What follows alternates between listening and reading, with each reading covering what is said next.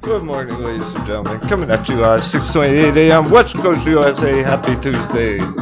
Jumping into the checks. Let's leave with that.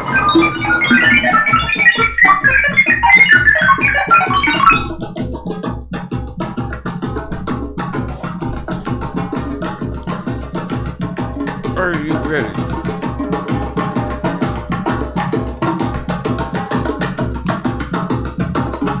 Raise the anchor.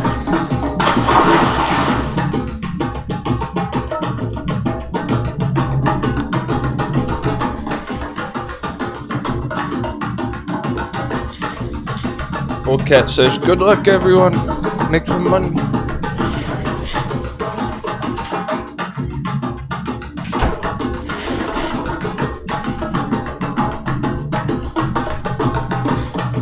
$777.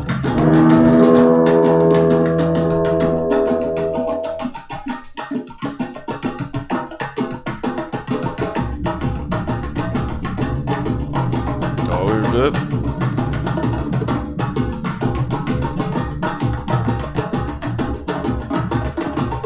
Hasn't moved much overnight. We were at this orange line yesterday.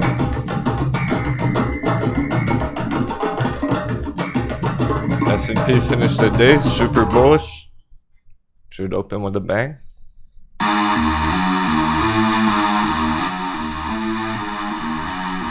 Heading up to 420. Okay, that wasn't much of a bang, but should stay green. There we are. Haven't done the chart. 777. There's an epic week.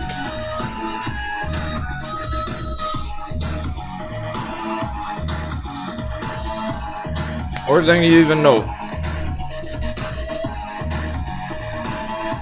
There's 10x bull runs right around the corner. Okay.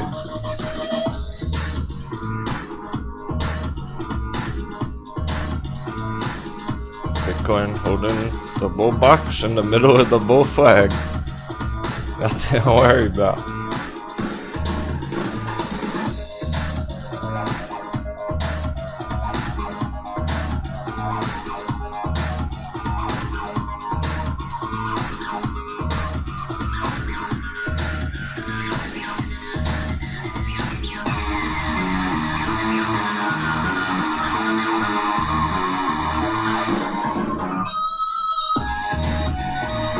Jasmine, Prime Day ready? Altcoins looking good.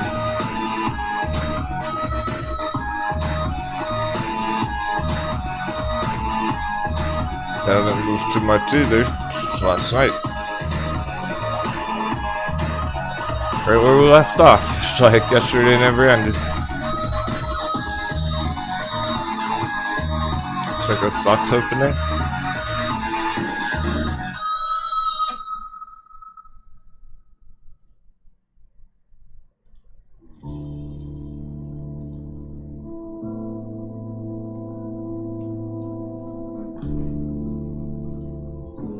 %, beat me! China stock, kaboom!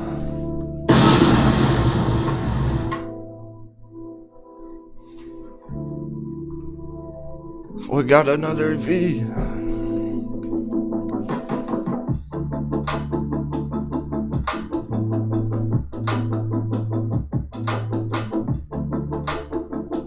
It's my new favorite letter, guys. I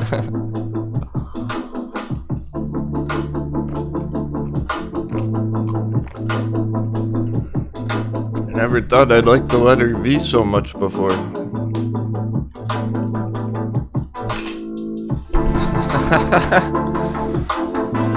Just change my name to Venwo, like Venmo.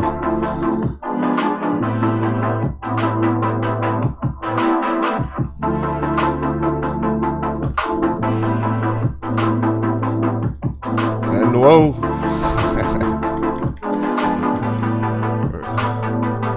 How about Denwo?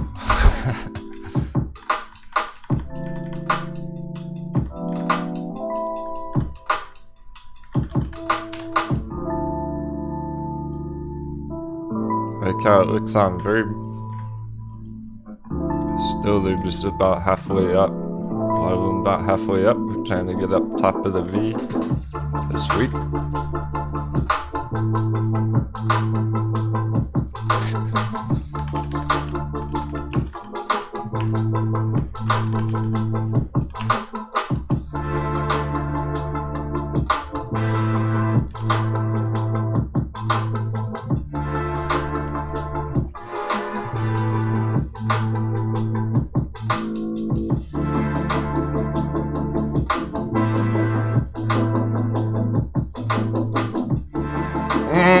Here's our BB tart. Here's the real tart. Slam dunk.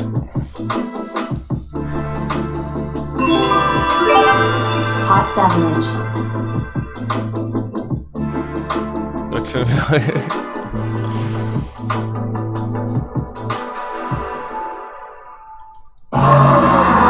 Like the rocket fuel. Rocket fuel engaged.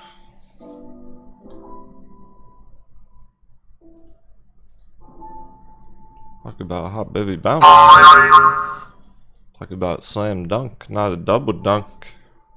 Because it's lower than the double slam dunk. Straight up 50%. Let's fucking go.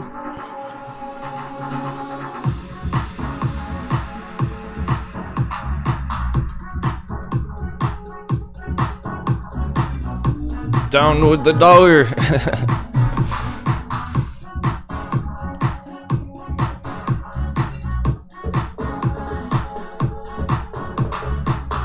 We got David Stevens, JD Party Hat, Ted, J Big, Robert, Kelly, 43, Gary Holdren, Just Driving It, Nerdy Dork, Pirate Hornet, Corey, Tommy Lane, Uchi Dashi, Gizmo,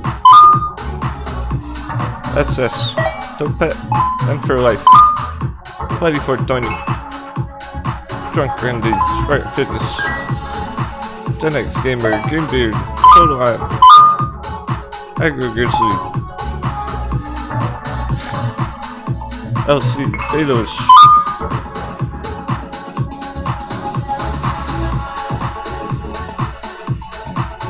Hornet just got off work, gonna fight sleep as long as you can. No sleep, gang. Sleep, what's that? That thing that I never get anymore? Yeah. Right, forgot about sleep. Coffee time.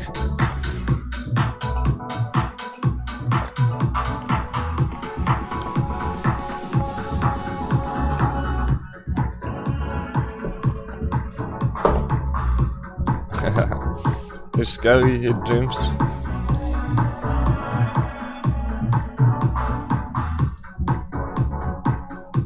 Okay, so S&P, it could have opened stronger than this, so some of the bear charts must be taking damage still. We're gonna have to check a couple of the bear charts here. This is opening down 1% red. It doesn't matter. That's fine. It's just a morning mind game.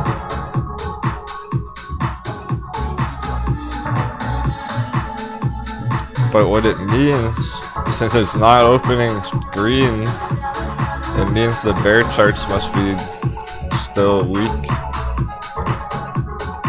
A lot of those mainstream charts, Tesla, Google, yeah, Google's down 6%. Oof. Oh. Google's a new low.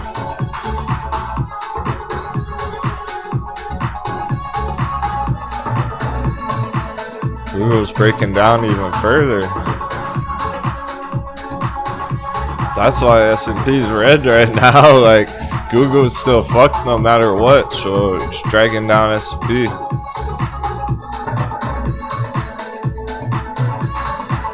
Amazon, Tesla, Nvidia are still at the flat. They haven't moved yet. Google is a new low on the day. So this is why S&P's red. Stuff like that. Google, let me check Apple. Apple's 7% of the whole S&P itself is Apple. Okay, that hasn't moved. Yeah, it just looked like majority of the bear charts opened low. Cause they're weak. They're crashing.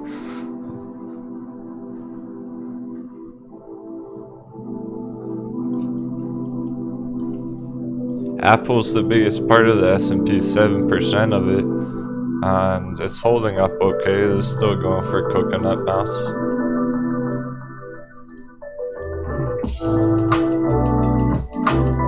See, Agar Grizzly, it's a turning point. He goes, yeah, I'm in the positive on a stock. One of his holds going green. That's a small victory. It's a turning point. I know.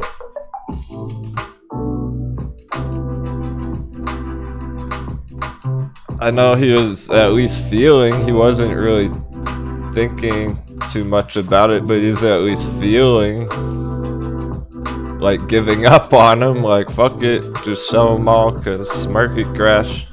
But no, it's turning. You're going green. Is it?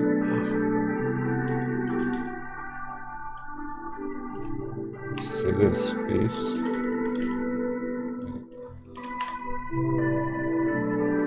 Yeah, it's set up good. Can't give up now. Down there.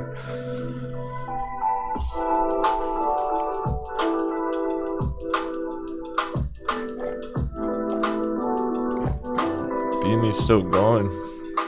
60%. Look at this. It's gonna have a 100% day. We got a 200% chart yesterday. What even was that?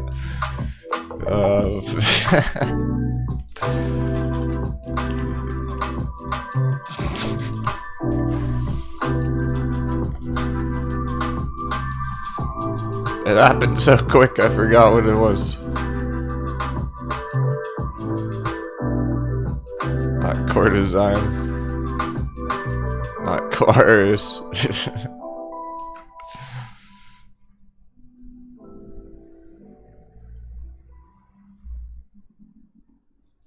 I forgot. Not gonna lie, I can't remember what chart was up 200% yesterday. It's still early in the morning. Still waking up.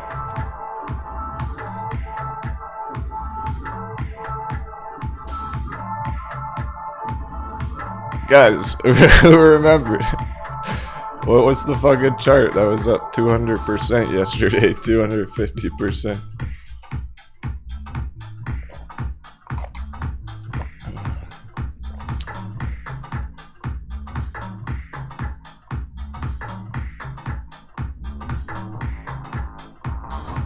only yesterday, but it feels like a year ago. Yeah, that's it. Chunk or anything. It's Catalyst, Biosciences, CBIO. I knew it started with the letter C. That's as far as I got. Good job, Chunk or anything. Catalyst, straight. CBIO, Catalyst, Biosciences, because it's acting like a catalyst. It is the catalyst we need for our hot bevies.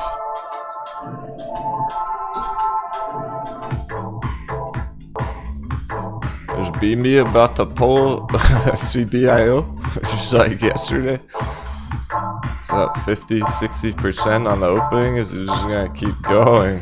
Go 200% today, like Catalyst did yesterday.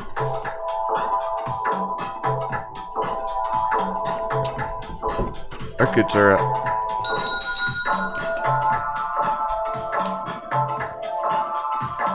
Yeah, Duck Airline, curious about that.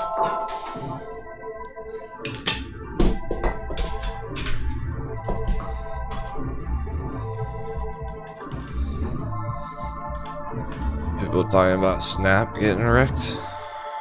It already did. Oh, wow.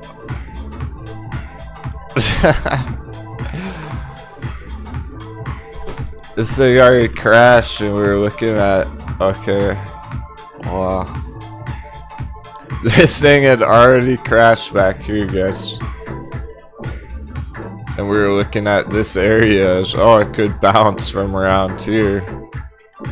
The market crash is more brutal than we thought. This is brutal. This is halfway down the V. Here's 2020 V. Let's call this like our bear V. Or bearish Vs. Where the bearish targets, bear charts going down the Vs. It's halfway down. Our original target on these crashes was like the top of the V. It's even worse than we thought. They're halfway.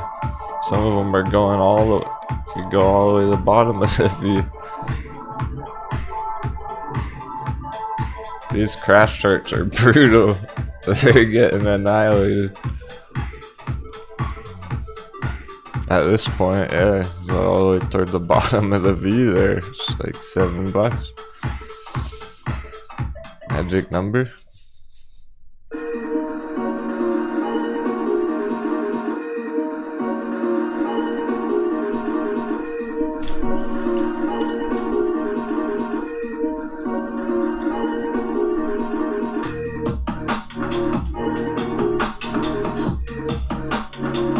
Yeah, this is what the S&P should look like. Exactly. This is what the S&P will look like when it's ready. Some more time. Like next month, the S&P probably will look like this. And that's the whole point. We're going for that V, our bear V on the S&P.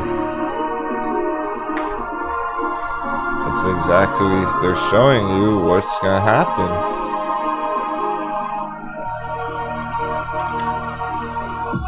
Yeah, it's too late for snap puts, by the way. I saw people talking about that on Twitter and stuff. They're always late. They're too late. So here's S&P, here's the V, bear V. Our original target's like toward the top of the V, but it's even worse than we thought. It's looking like the middle of the V now. Under 300.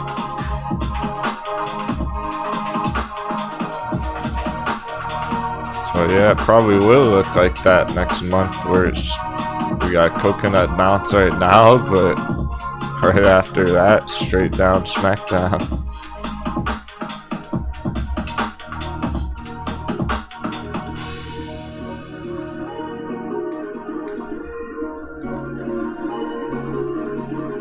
So Bitcoin's still at risk during this phase.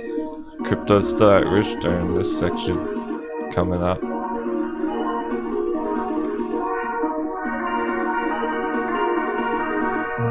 Nice, Angelina. Writing up Nissan.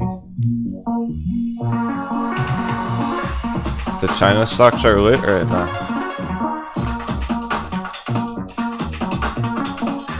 That's about to send it. Oh, 10x. Fucking go 10x. I'm just telling you, 10x right around the corner. 777.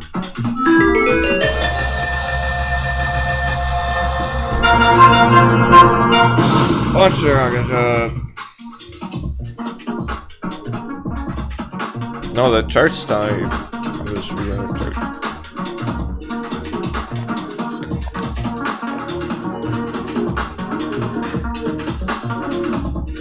It's okay to start getting more excited again. It's not the same market crash that we've been in. Things are changing. Hey Chris, yeah, GameStop's bullish right now as well. Up to 200, sure. Yeah, that's how good everything's looking, but S&P's testing the support, which is pretty normal and it's fine right now. The bear charts are still very weak. Just recognize that. It's like our hot bevies are popping, but bear charts are still crashing, a lot of them. We're still in a market crash. Okay. Good morning, Captain and crew. Can you look at AMC? Hey, keep it real. Yeah. As you wish.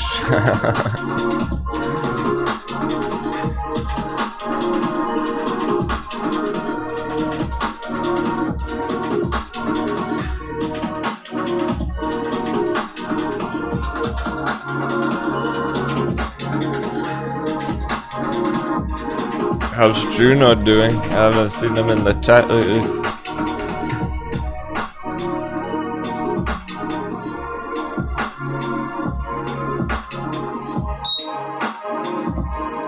Oh, man, no, AMC dropping too.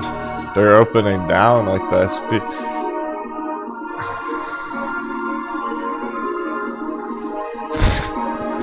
That's interesting. That's pretty low right now. It's barely even over 10.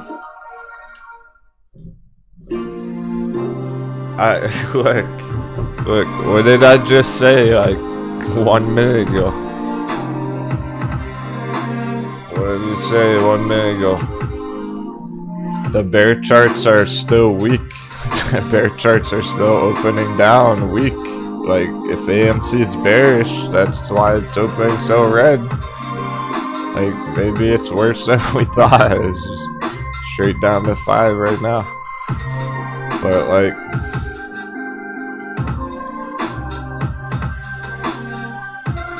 let's not jump to that conclusion just yet.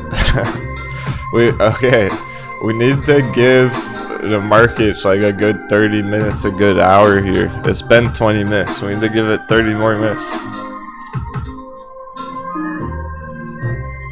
On the opening, I don't trust this opening. It's just following the S&P down. However, we're still bullish on S&P, so S&P bounces, goes green, and then AMC is gonna bounce and go green. So keeping it real, trying to enter, yeah, right here, right now. Like, if you're gonna try and enter, it is it right now. Good luck.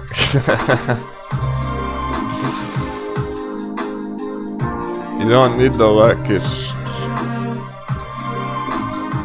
being brave in the face of danger. We can, let's check dollar again. We can still be bullish. Dollar's dipping, we can still be bullish. Fire the fucking cannons.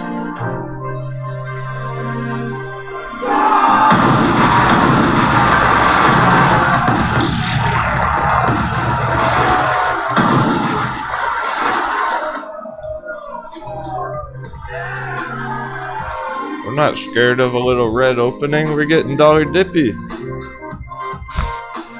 I'm gonna be brave.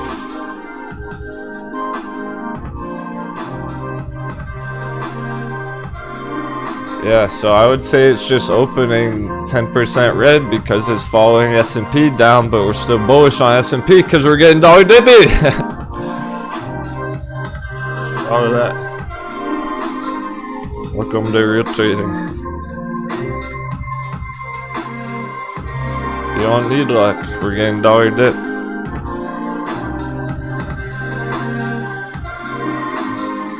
AMC should bounce.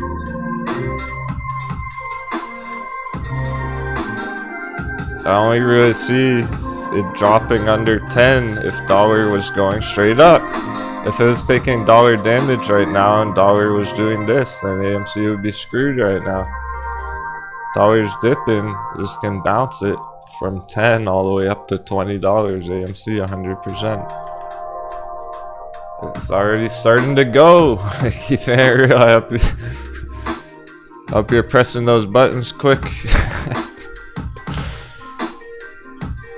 I mean, right now, S&P's trying to bounce from support here. Dollar's dipping right now. It's time to go green already, just like that. Say goodbye to the red openings, like coconut bounce time.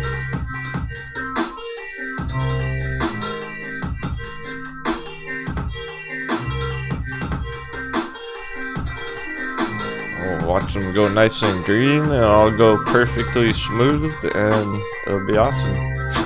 Everything's gonna go perfect.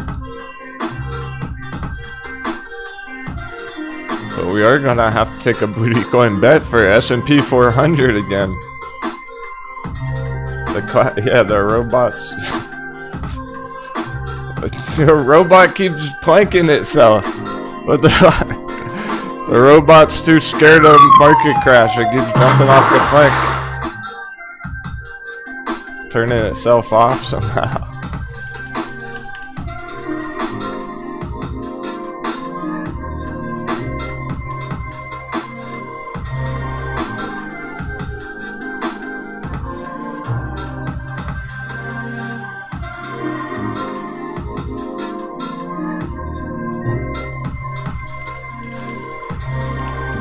To get a new robot. Alright, so booty coin bet S&P 400.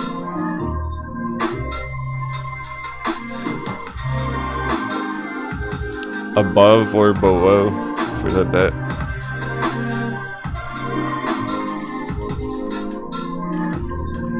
Above that.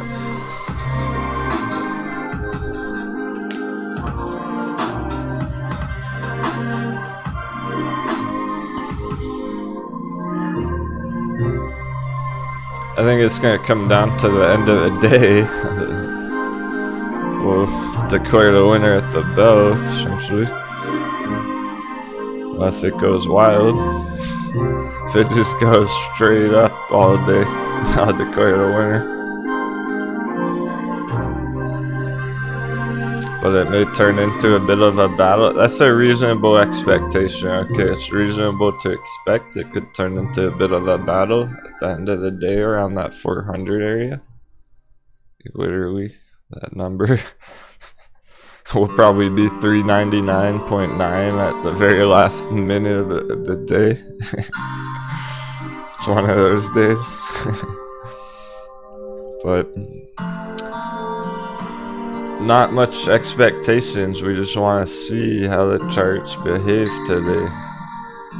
How strong are hot bevies? How strong are the China stocks? BME's up 50% already. How weak are the bear charts? Some of them are still crashing down. But will BME keep going? Centage was looking good yesterday. Better therapeutic short squeeze. 20% BTTX, better therapeutics. Remember that one? So you made double your money on it like last month. Round 3.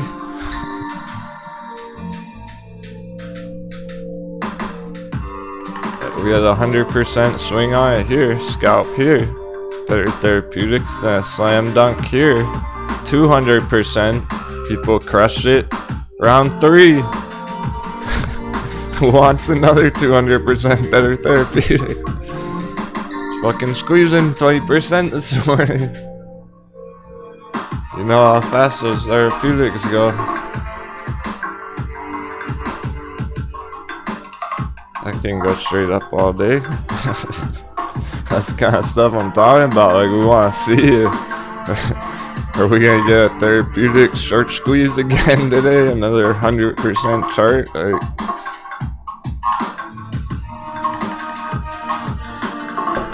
it's over 20%, 21% are just cruising.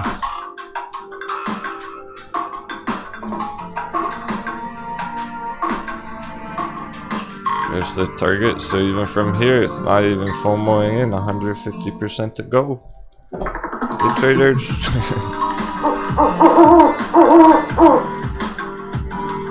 Oh, any day traders out there?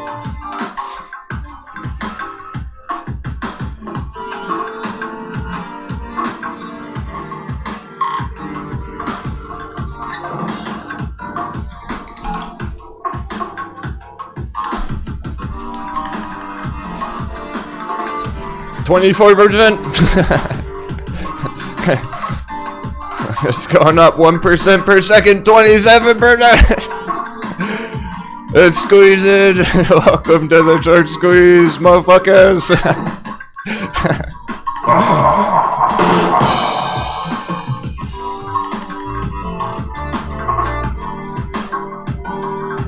Hey, Moon Boys, I got your short squeeze right here. 30% instant. Someone's gotta be in this in the chat. You guys gotta be riding this up last week.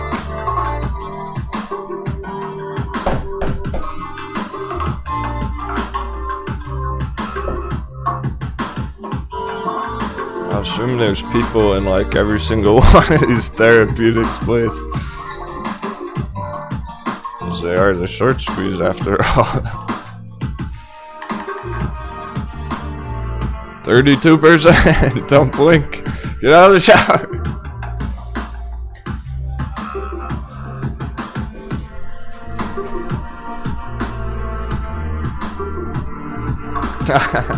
I like that Spartan Fitness.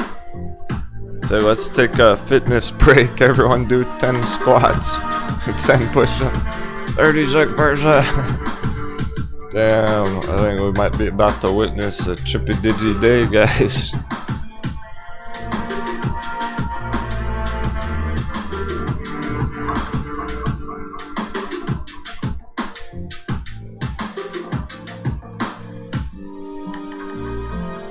Dollar Dippy's sending it. We get more Dollar Dippies going. Gone. I would do some exercise, but I need to exercise my lungs right now.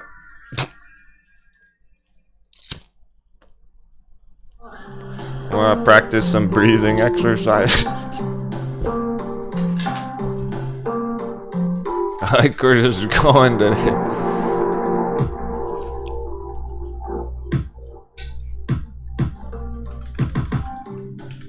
We got that 250% chart yesterday, Catalyst Bio.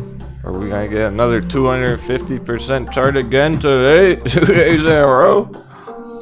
I think where it's going. Let's keep them coming. Let's get 200% chart every single day. Wouldn't that be nice if every day one of our charts was going up 100%? Hey, Freddie. Hey, Sammy, what's up, dude?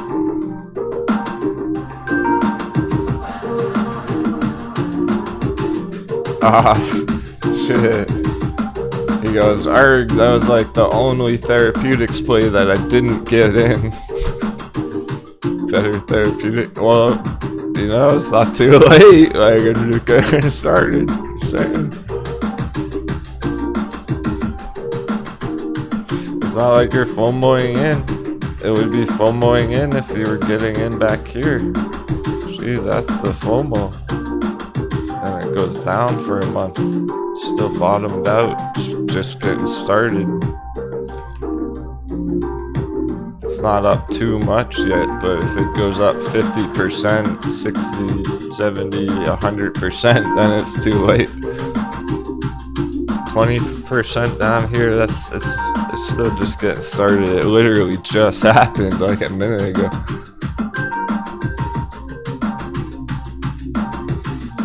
So it's probably gonna be like all day long of just working its way higher up. Kind of chunking up piece by piece. But yeah, that is pretty much how it goes, right? Yeah. Pick like 10 cryptos. The one that you don't pick is the one that goes the biggest.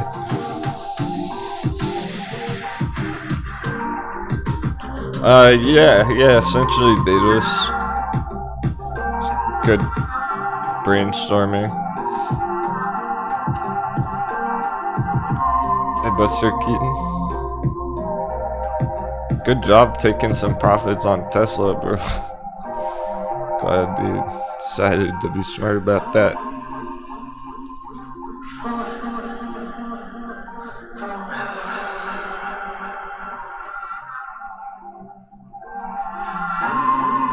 So beta is, do you think the dollar is losing value because of some of the European countries buying oil from Russia?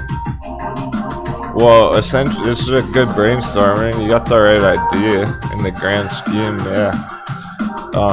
It's more than that. It's more than just countries buying oil from Russia. It's that the countries are trying to get off the U.S. oil, or the U.S. dollar-backed oil standard. Let's call it. So, not sure how much y'all know about that, but essentially, throughout history in the past, so years ago, I don't remember how long ago. It was like 20 years ago, 40 years ago, whatever. During one of the wars, basically. It might have been the Afghanistan stuff, okay. I don't keep up with history that closely, only if it's like relevant to the markets. Pretty much only if it's relevant to the markets. So yeah, exactly, the petrodollar. So basically the United States was like, hey, give us all your fucking oil, and when you trade oil, you're gonna have to trade in US dollars. So they enforce this standard with other countries, so every time other countries trade oil, they're using the US dollar to do that, the petrodollar, and there's no reason for that. So these other countries have been doing that for decades, and they're like, hey, we're not gonna do that anymore. We're just gonna trade it directly with each other rather than using the US dollar. So think about it, if like, yeah, if like, I don't know, if China is buying some oil from Russia, why the fuck would they use the US dollar? There's no reason for that. The only reason was the US government was like, hey, you need to do that. So what does that mean? Basically it means it gives the US dollar fake value because it's backed by oil in a way. But it's not really, because those countries are getting off of the dollar-backed oil standard. Like,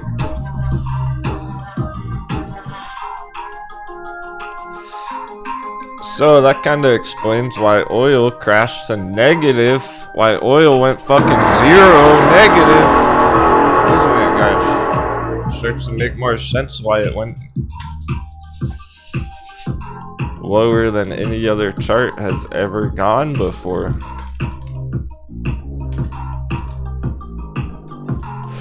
Oil didn't crash to zero. No.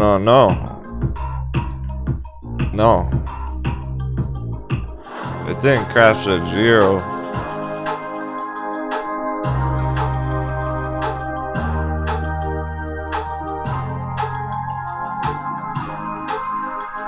It was much worse than that. It went negative. This is oil value, my friend. It's the world we live in.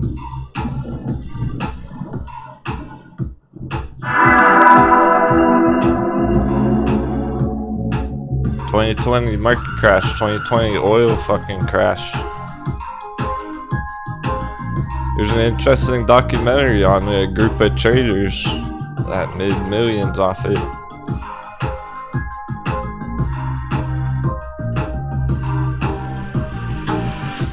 You know, just like us, catching the hot bevies. A group of traders did that on oil, got a documentary about them, made millions.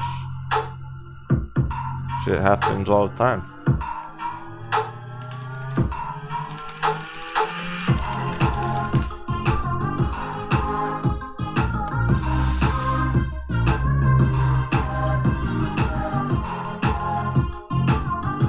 Yeah, there's some lawsuit or whatever, but a dozen traders reportedly made $500 million in a single day when crude oil fell. $500 million in a single day. Negative $37 per barrel. Not zero. Negative $37 they were paying. So basically somebody paid a dozen traders $500 million to offload all their oil for free, for negative. And then it went straight back up.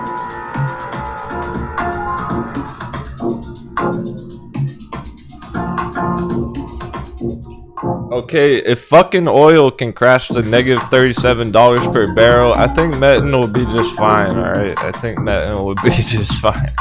Don't worry about Metin.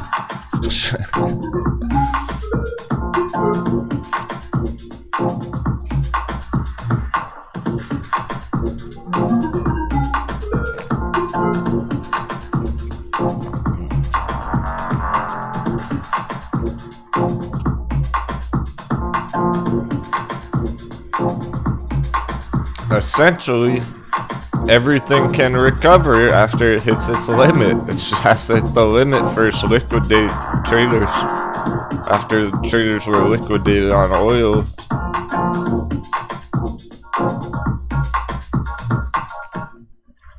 after mistakes are made, then what new opportunities are presented? Look at oil now. Oil's mooning. Irani Hingama. National Brothers Day. Oh.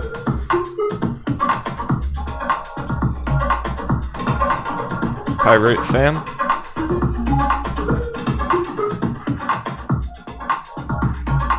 Yeah, exactly.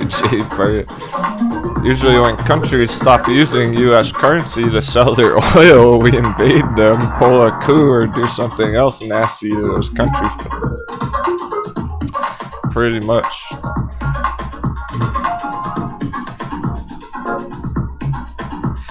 But shout out to the veterans, because we got some vets in the group, some active duty members just trying to trade instead.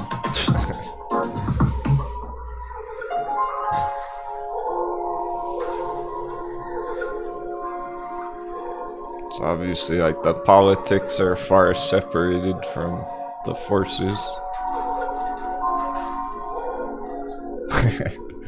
It's kind of like the police, okay? I know, controversial shit. And I usually stay away from that kind of stuff. It's kind of like the police force in America. The whole defund the police thing that was going on, like defund the police movement or whatever. Oh, trust me, we need police officers. Oh, fucking go. You think we don't need police officers? Go walk around downtown Portland, Oregon in the middle of the night and tell me we don't need police officers. You'll probably get attacked by a homeless person.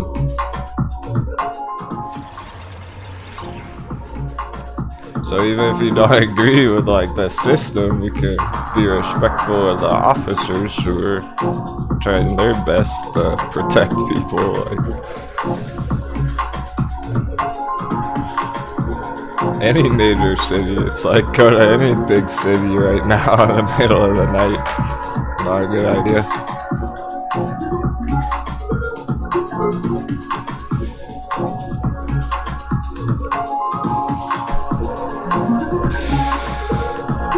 So I was living there a few years ago, and it was one of the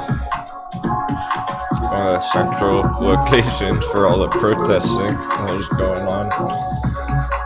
Riots every day, and it was brutal. And a lot of the police officers resigned, like the whole force resigned, guys. In Portland, like 50 of them, officers all resigned together because they were getting attacked in the riots and stuff. So there was like no police officers around the city anymore, and there were shootings in my neighborhood every fucking day, and I had to get out of there or I was gonna get shot. I'm not even kidding. Like, I was threatened a couple of times. People would just turn up dead there every day. Like, oh, another guy, random guy got shot right in my neighborhood every day. It's like, fuck this. Go somewhere more chill.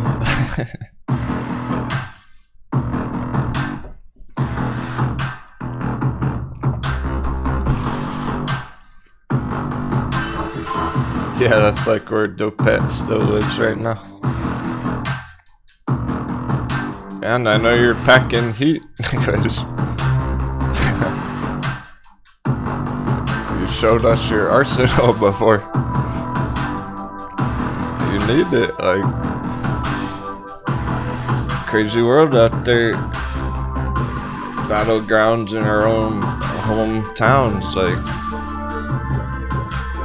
that's not even like the fucking drug plague going on, cartels and stuff. We just gotta focus on our own success. Like, none of that's gonna change really ever. That's always been going on. It's always gonna go. So you know what? Sorry to say, but I'm not sorry about it. The hedgies that have been doing what they've been doing forever, it's not gonna change. It doesn't matter, like, if, let's say the apes overthrow Citadel, right? They accomplish their goal and they take down the biggest hedge fund, shorting their favorite stock.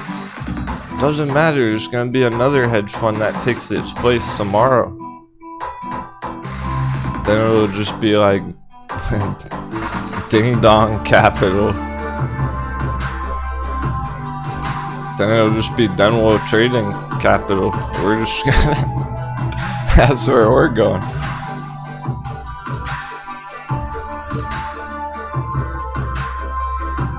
Damn, imagine if we had like billions of dollars to trade with right now, guys, like a hedge fund. What kind of shit we could, okay.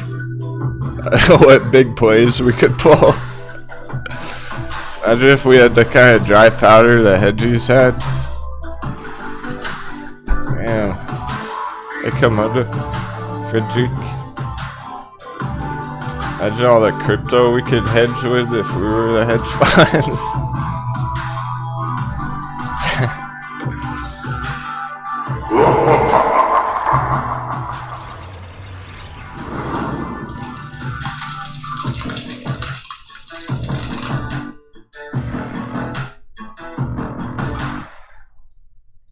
All the undervalued China companies we could hedge with.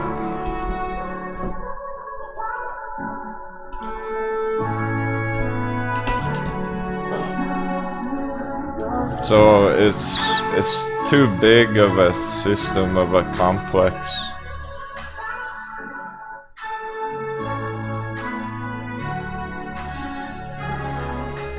So, like, think about the richest guy in the world. Okay, well, that was Jeff Bezos. But then he got a divorce and his wife took like $40 billion. Took half his wealth, and then he wasn't the richest man in the world anymore, and then somebody else was. There's always going to be somebody who takes that place.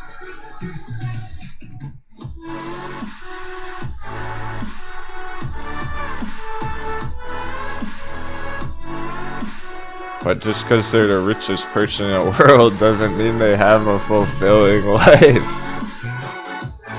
That's the catch. That's the secret. You're picking up what I'm throwing down.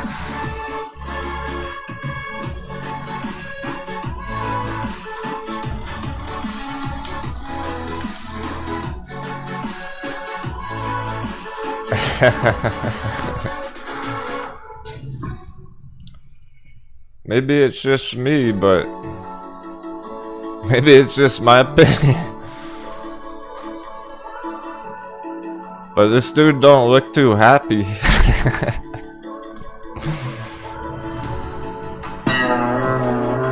Let's see. Does that look like a face of happiness to you?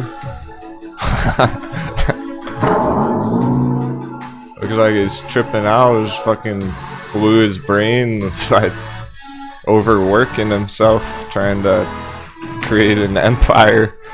He's like real life Dr. Evil.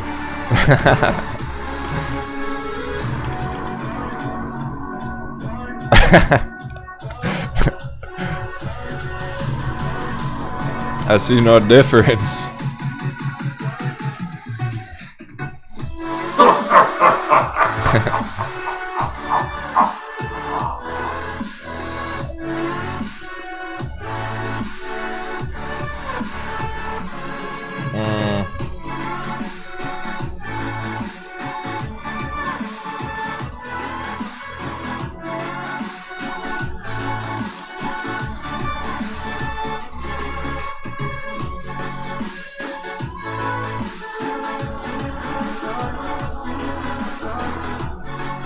You know, Robin Hood CEO.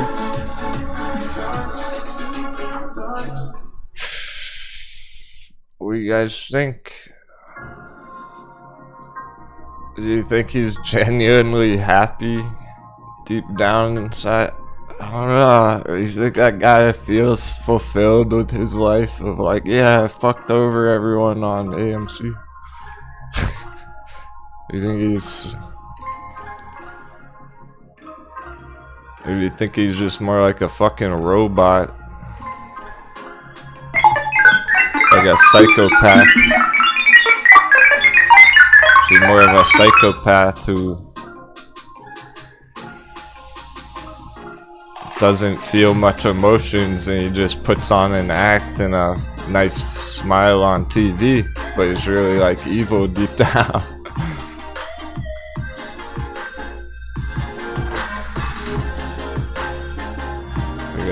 Form your own opinion.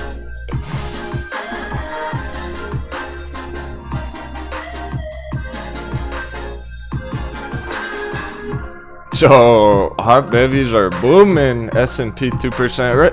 What? Back at the trampoline. Okay, it's a full support test now. That's all the way down. If it doesn't bounce from here, then it changes things. Make it or break it. Coconut bounce. That's as low as it can go right now. It'll still be bullish. Lower than that, it's gonna raise some questions. Not expecting it to go lower than that, cause the bear charts are holding up. The bearish charts are still up here. There's no reason for it to drop that low.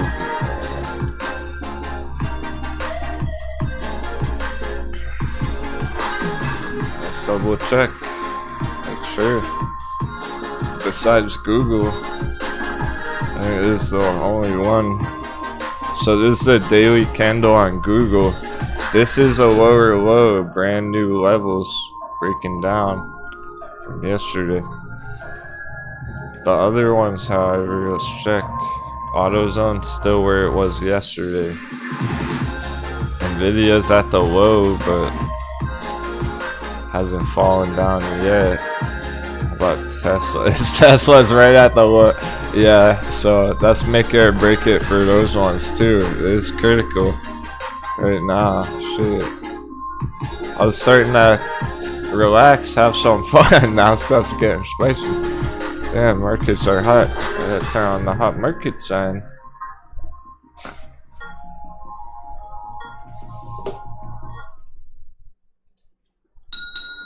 Fasten the seatbelts.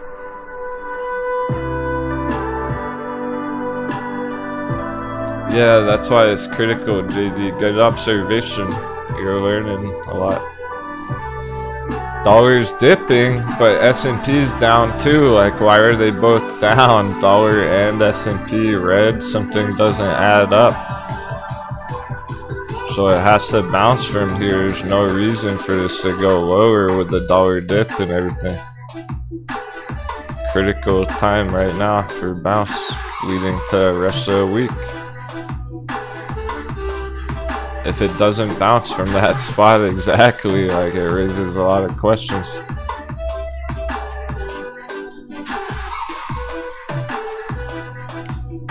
We'd have to adjust, reevaluate. Right now, we can stick to the plan. 7's in the chat, if you know what to do. 777. Apparently not, or you'd already be blasting them in the chat. Do you know what to do? We're gonna stick to the fucking plan. So throw some 7's in the chat. We're not gonna change anything unless we absolutely have to, because the chart changes. The chart does something unexpected. We go, whoa, wait a second, like, what the fuck's going on? It's critical right here to everything from last week of we're still bullish coconut bounce, expecting green charts for a few days. Drops below here. All of a sudden everything's hammering, and it's more brutal than we thought. Thanks a lot, Kizner. So sweet. Alright, nice. Yep, that's for that too. Exactly. Show me the money. AMC $10.59. Nice, good hype in the chat. That's what I like to see. Make sure we're all on the same page.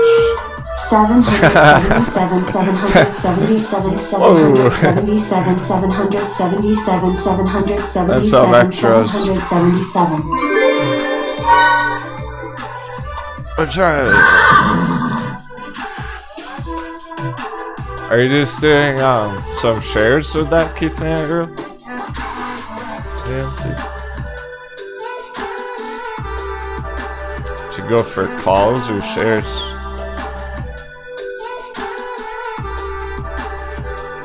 So that I can know if timing's important.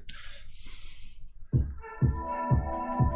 think either way, it's trying to get up to 20 as soon as possible, and then things are gonna turn. Sorry for the rant in the chat, but that topic fires me up. 777. Oh, dude. Off the plank.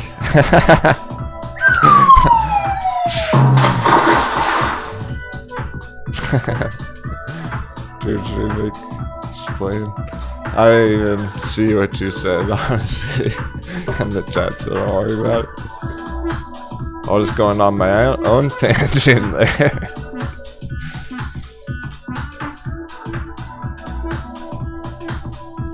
Now I'm scrolling up to look. Your plan backfired. I didn't even notice. Now I'm gonna look. You brought attention to yourself.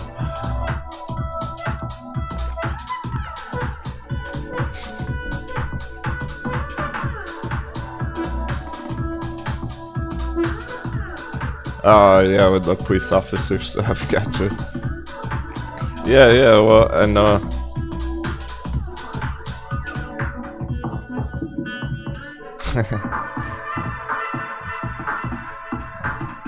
I didn't see James today. Hey, Shane.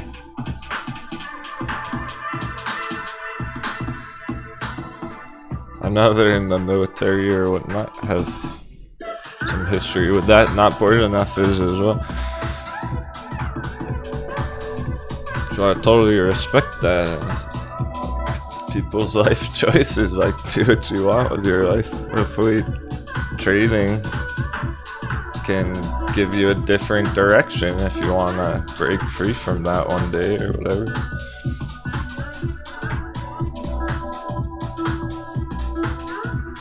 And it's such a big thing. It's like not everyone in the military is like on the front lines killing people.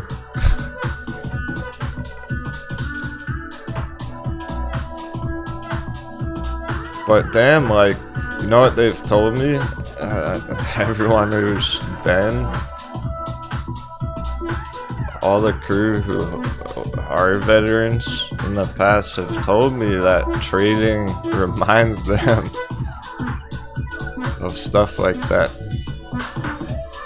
Like the camaraderie with the teamwork, but then also just the intensity of like, you're kind of at war with other traders in a way, right? Like, not even necessarily intentionally, it's just what it is, because we're the elite traders. We're a small band of elite traders, and we gotta go out and pillage our treasure carefully, pick our battles wisely, because we're taking on like a legion of dumb money. We're not fighting the hedgies, it's all the dumb money that like paper hands shit every day. That's who we're fighting all the time. It's all the dumb money who paper hands grayscale Litecoin and pushes it under $5. And it's like, oh, they took a shot there. What are we gonna do about it? How are we gonna retaliate that? Are we gonna go on the defense or are we gonna go on the offense?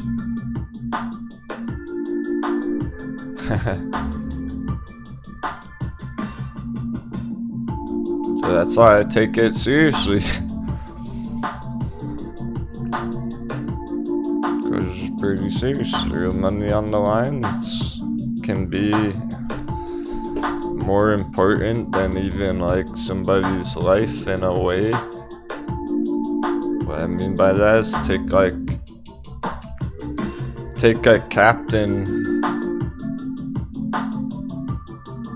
of a commercial airliner flying like a passenger airplane. They're a captain. They're responsible for like 100 people's lives flying through the air. That's important. That's very important. They deserve the role of captain, right? Like, they earn being captains. But in a way, it's weird because it's like being captain of the market is almost bigger than that, because there's almost more on the line, where it's okay, your physical life isn't necessarily at risk, but like,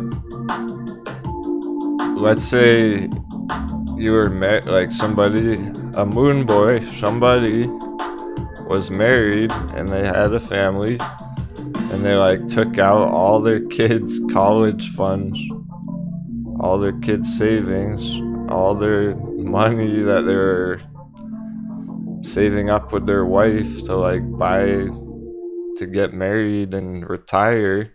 And they YOLO'd into GameStop at $500 and lost it all. And they didn't just wreck their life, they just wrecked their whole family's life, basically.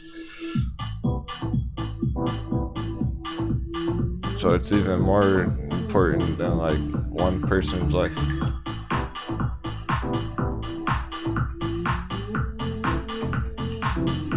So anyway, that's why I take it seriously and don't really fuck around too much. Like, I fuck around, but I don't fuck around.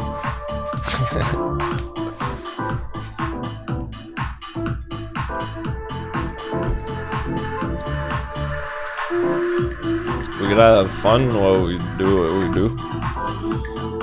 It's a journey, it's an experience. We're sailing the 7 oceans. The 7 matrices.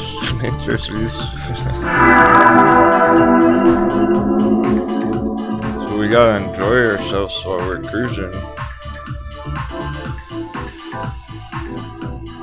But I always feel the need to tell you the truth about how the chart looks.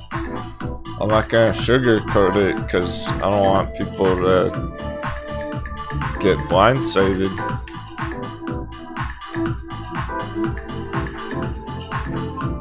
So even if the chart looks garbage, I want that to be clear so that you can make the best educated, logical decisions about your trades. Based on the reality of the chart, whether that's good, bad, or ugly. I'm gonna put an alert on this both ways. That's how important it is.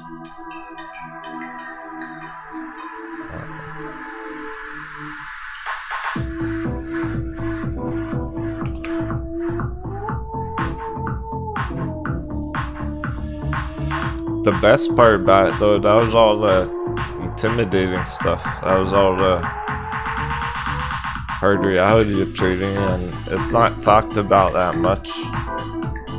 It should probably be talked about more in general.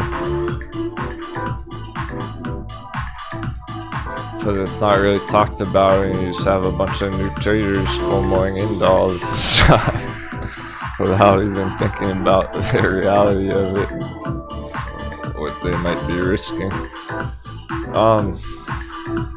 Yeah, I don't have to take care of kids or a wife, so I can YOLO whatever I want. I can go all in fucking ding dong right now without being too.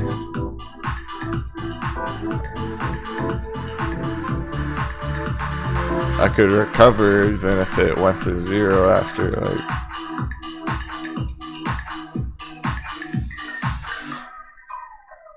But new traders go heavy without knowing what they're doing, and they start fucking up. And they lose it all. And they never trade again. They quit trading forever. So, you know, that happens the first year. That's gonna be the first year of trading. Is when most people fuck up pretty bad and they quit. If you made it to your second year now, if you got through all year last year, you made it through like where most people fail already. Your first year at trading is going to be the hardest.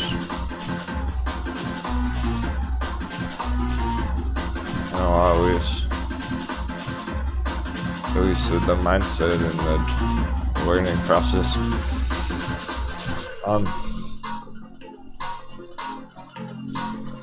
Even if you did really well last year and it was your first year trading, that's not necessarily good in the long term because you got it too easy last year and you're not ready for the downsides on things. Like,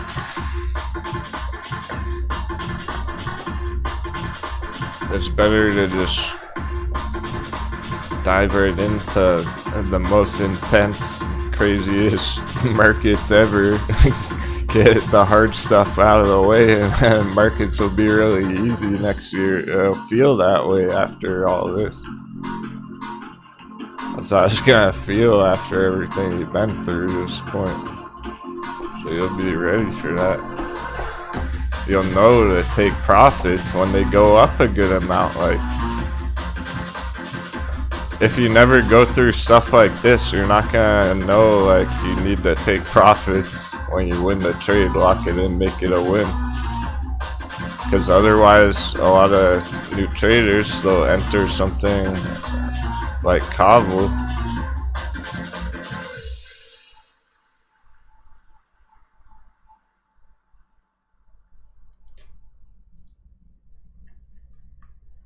They'll FOMO into Kavl, like right here, ride it up, not take profits, then ride it all the way back down. But you'll know better than that. You'll know, like, oh, I'm up 100%, lock it in, make it a win. Because you've been through all this hard shit, or it's hard to get targets hit right now.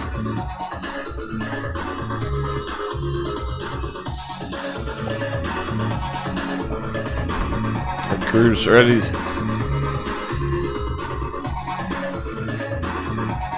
Gonna be an epic year. Rest end of the year. We're almost halfway through. It's almost 6 months. 6 months ago, it's a turning point. Oh, nice, Aaron. Got an interview at a dispensary coming up. Tell them about your trading, man. They're probably gonna ask you what you do in your spare time as a hobby. Tell them that you're studying technical analysis. You're learning how to trade better in the markets. And they'll probably be like, whoa, that's really cool. Impressive.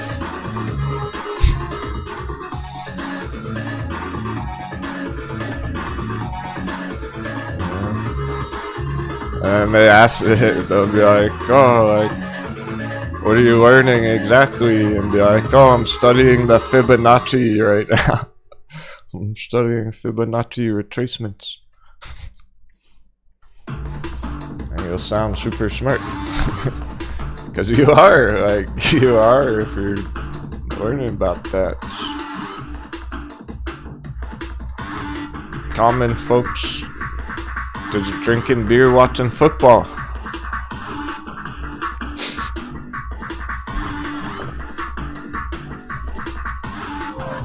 I find the charts more exciting.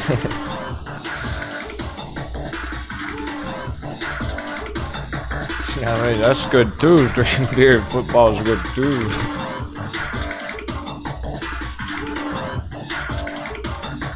There's a small percentage of the population is actually studying the charts and practicing trading consistently, frequently.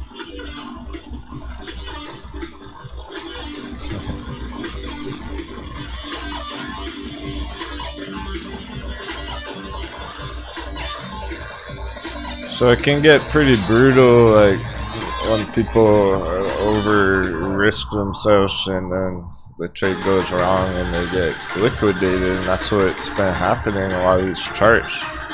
So I've been trying to help everyone stay calm, strong, accumulating the dips, like practicing our patience, not getting liquidated.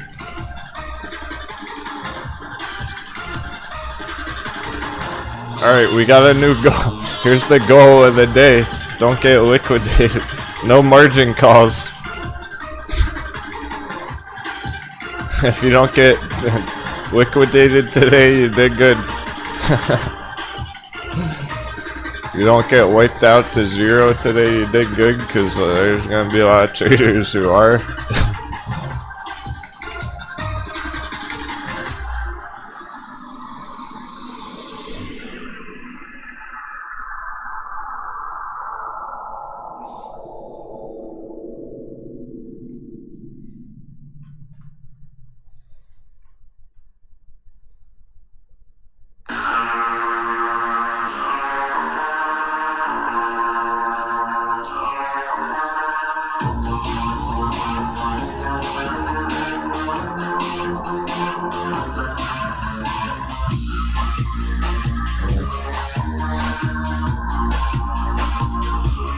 Still got those flaming hot altcoin answers. Shit. BRB, RTFB, be right back running to the fucking bank.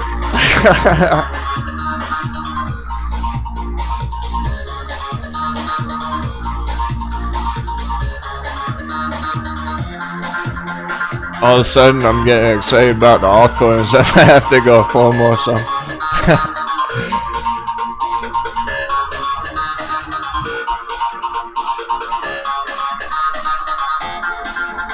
I'm saving up a little dry powder. Captain's always got a cannonball ready to go.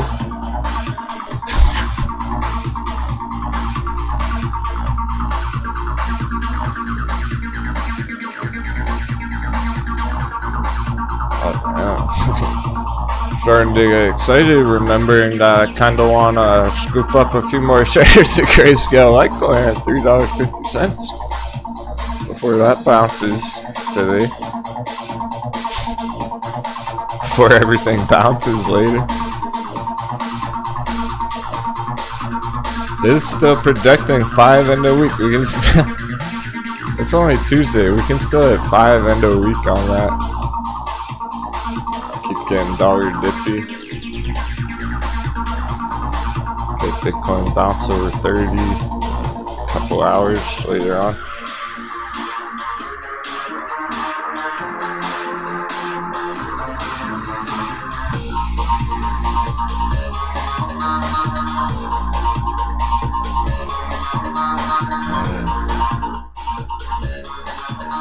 There's other stuff I want to. Shit. Pressure's on. There's not much time for planning. It's action time. I've been thinking for a while about which altcoins I want. I've been wanting to start a new position on something. Start accumulating something new that I don't have yet.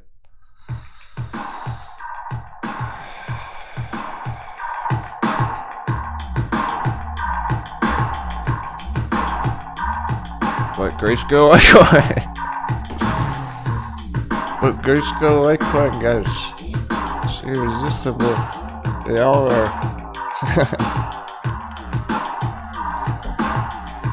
Exactly, JD Pretty says, can't liquidate me because I'm not in the options. He's diamond handing his shares. Exactly, they can't touch them. You'll be safe on those shares as long as you are. As long as you can withstand the charts.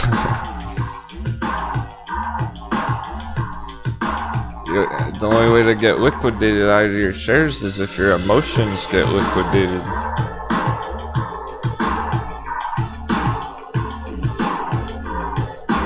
Careful with stop losses right now. I haven't said that in a while.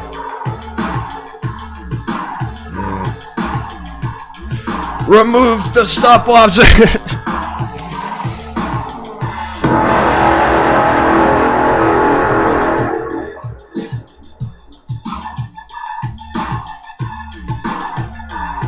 Stop loss. Take that, stop loss.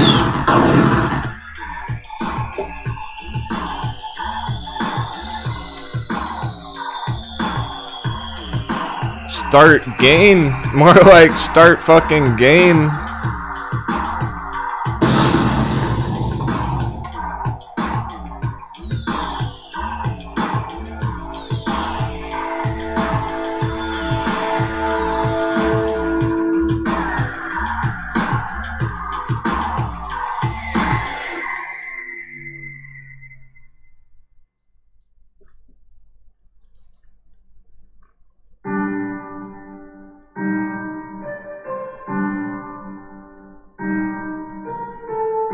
Holding the critical line S&P so far.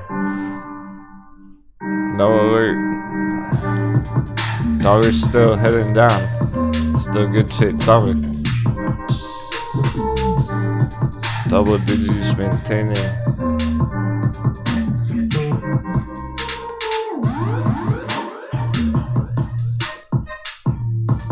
One of them's SQ, so, and then Puxin almost doesn't even count. It's really kind of only just these two right now, VB and Barry Therapeutics. They both start with the letter B.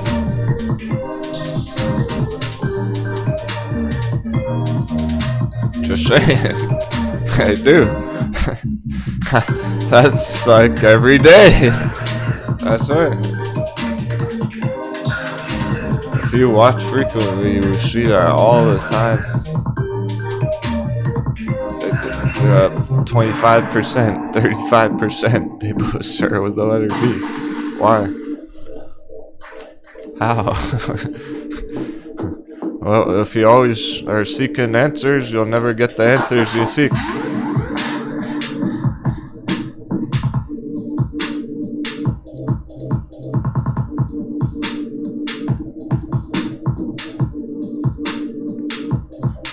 Lots of breakouts pending. Great Panther Mining's nice entry. Nice double dunk here.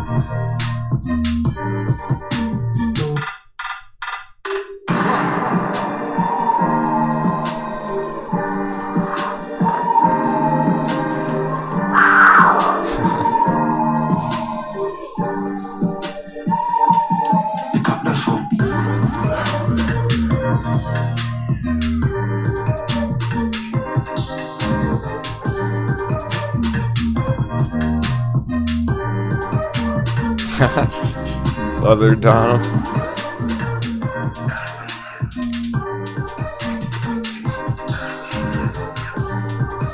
Let's throw the life rafts overboard.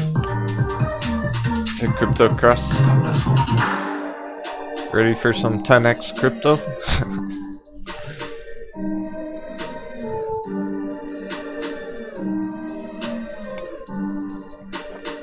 We're gonna be looking for some crypto bullish crosses.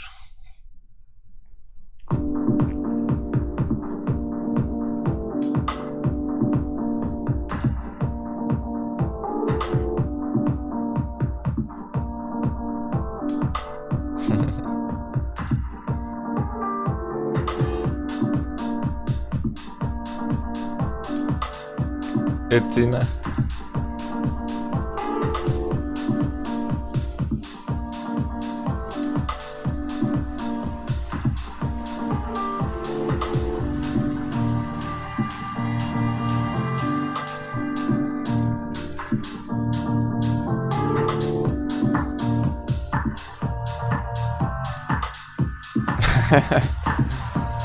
I love that. Keep it real. So the pool's open, Captain. Get you your booty coins over here. You can come live into my backyard.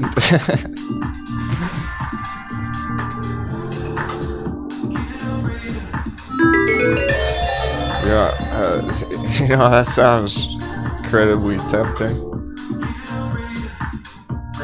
Might just have to take it up on that.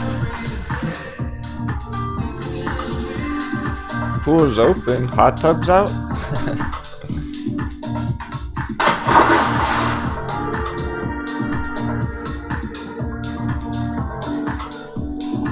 That would be a blast.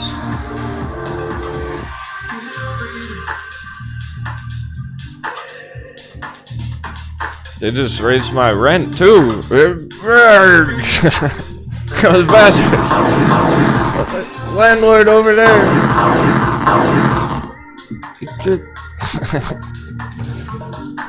I'm already considering moving out.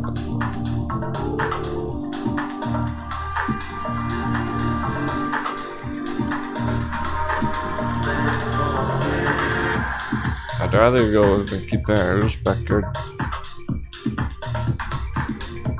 Can we build a real pirate ship back there? Yeah, I remember.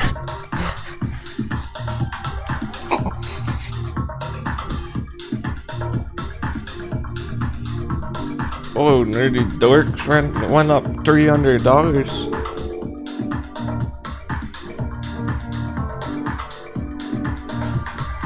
Yeah, one's only going up 100, but it's still like too much. I don't want to pay because I'd rather that'd be so much more dry powder I could be putting in the markets every month.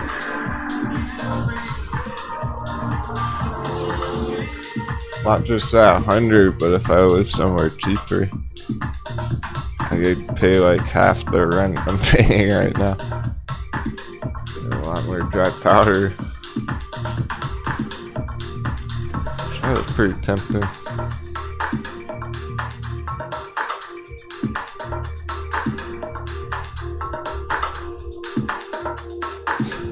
Our Tommy Lane has to fix the pool. That might have to wait till after the crypto bull run, eh, Tommy Lane?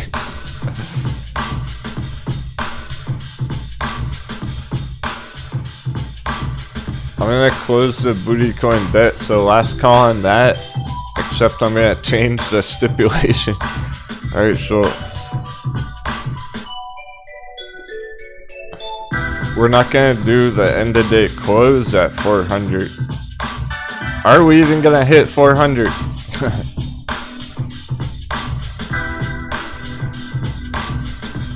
So the bet is above or below 400 S&P.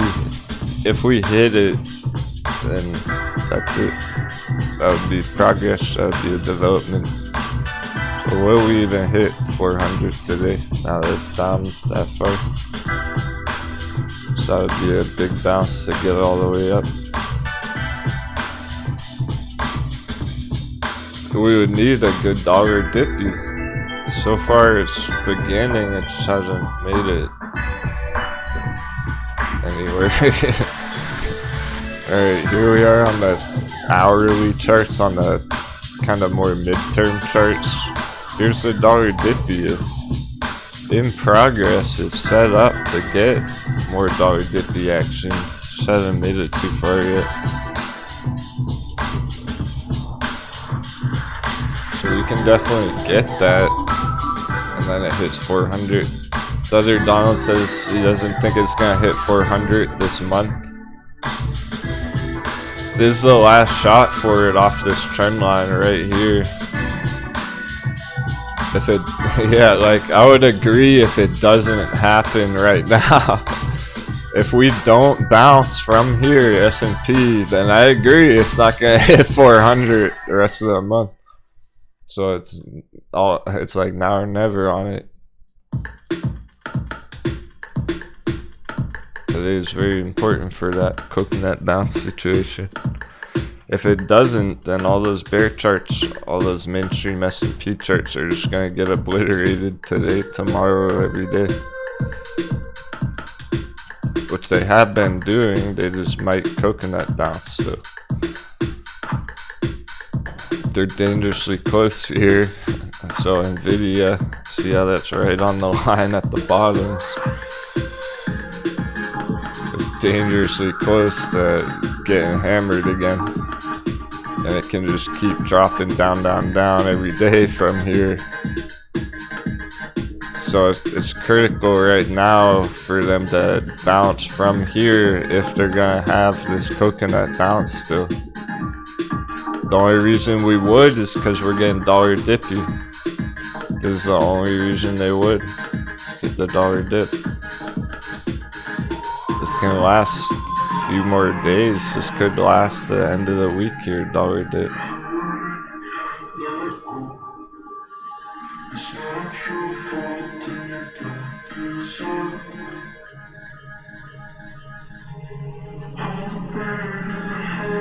So this is the critical time for it to bounce from here. S&P goes green with the dollar dip, and then these bear charts, Nvidia, they also coconut bounce. Otherwise it's gonna be ugly and we're just straight into hammering.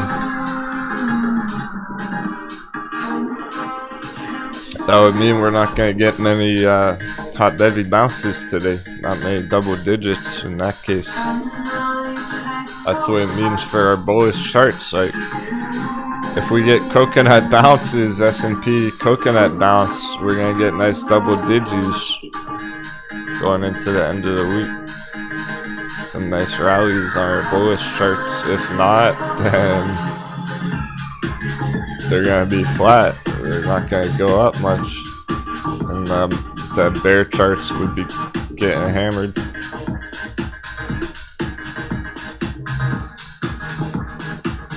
Let's be cool though and be patient. It's not even bear lunch hour yet. So we'll take our first coffee break. Coffee intermission. All this pressure is building up. So that we can get coffee, but also we can let the charts have some more progress, some more movement. Because you don't want to decide stuff like that when they're right on the line.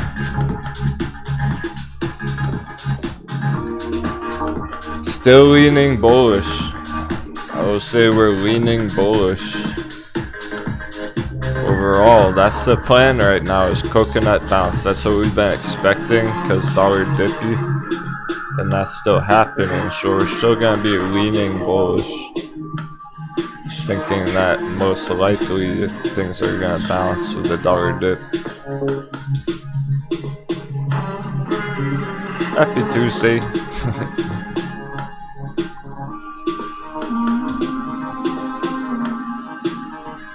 We've gotten through a lot of Tuesdays before. We can get through another Tuesday, no problem.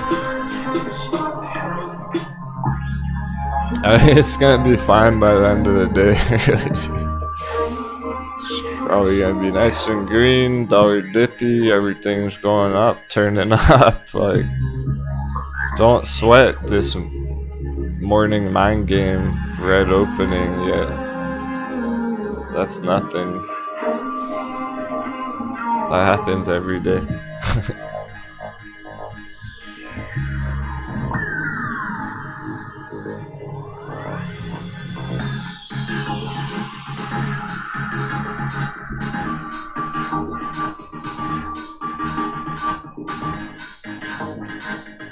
We should see it play out on these charts any minute now. If BME bounces from here, keeps going, then stuff's bouncing, continuing green. If BME drops down, then stuff's more bearish for the afternoon. Stay red for the afternoon, going to the end of the day.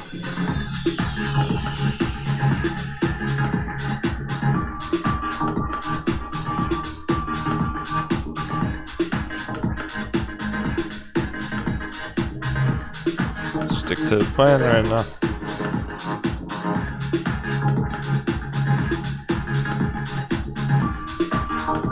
And let's wait for an alert to trigger on it as well. I got 2 alerts set up on it, 3 alerts set up on S&P. We're ready for anything.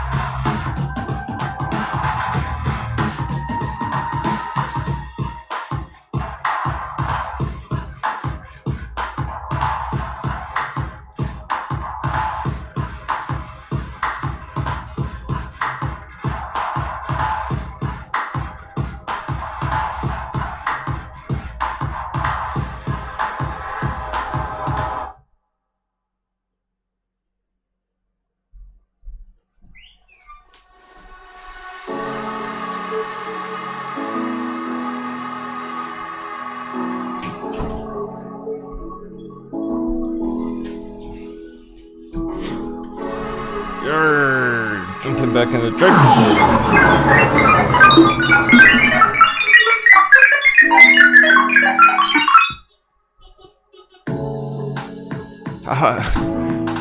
I was no alert triggered on the S&P yet. I'm still around between them both.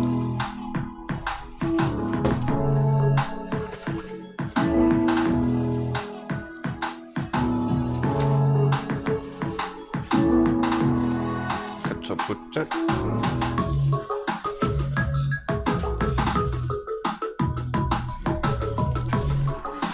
They bring massage people to your job? Oh, there's an idea. Yeah. I need to get a masseuse to come out and just rub my shoulders while I'm streaming. A pretty one in a bikini would be perfect. Any takers? Where's Becky?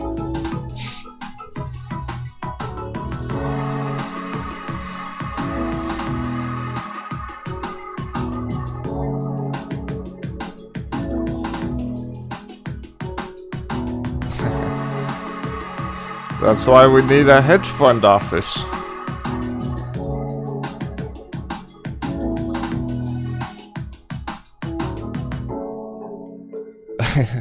Not for stripper parties. Okay, maybe some of that too.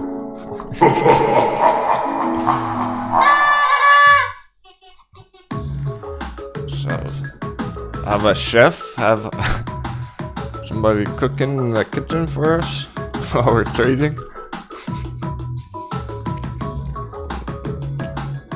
Masseuse, permanent on the as part of the team.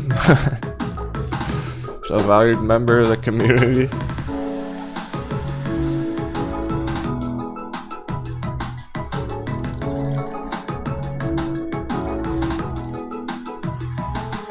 We need a coffee boy though. We need a lawn boy to grab us coffees.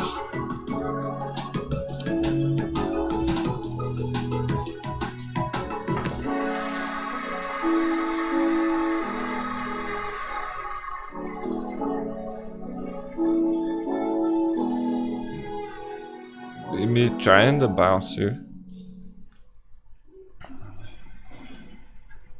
This will be one of the first to do it because it's moving and grooving the most.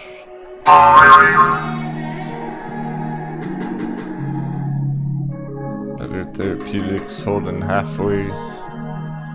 Normal retracements are halfway on the move.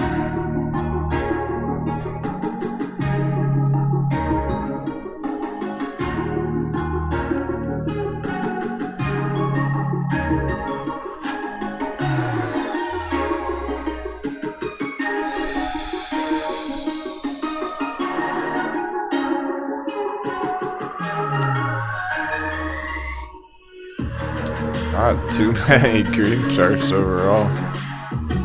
Definitely most things opening red.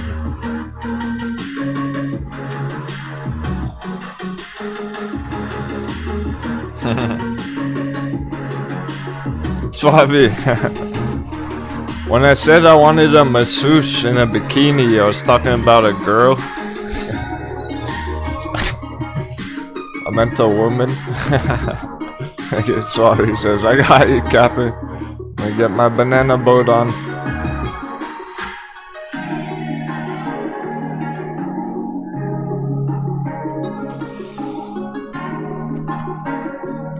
Good choice, Nerdy Dork. Pillaging Sphere 3D. I love to see the pillaging every day. They're irresistible, just like pick your favorite. All those crypto stocks. They're just as good as the altcoins. It's under $1.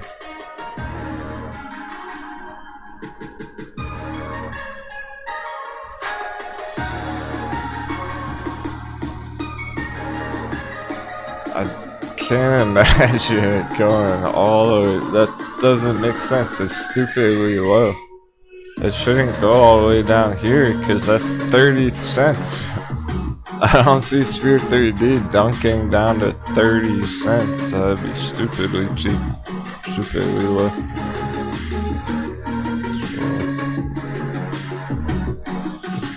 Yep, gotta be brave right now on stuff like that.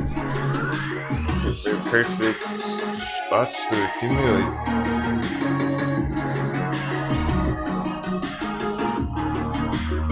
I almost hope they stay down for another month or two. I would be okay.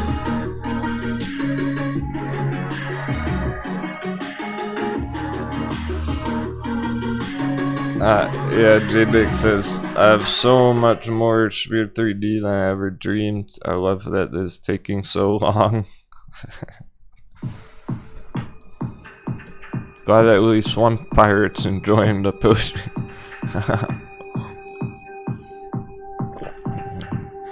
We gotta learn to like the red right now.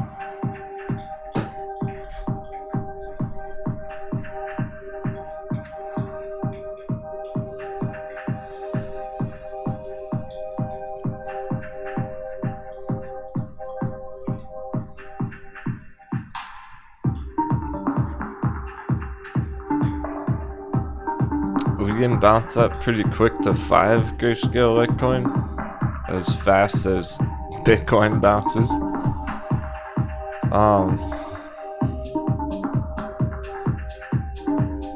I think it'll just kind of work its way up though to 10.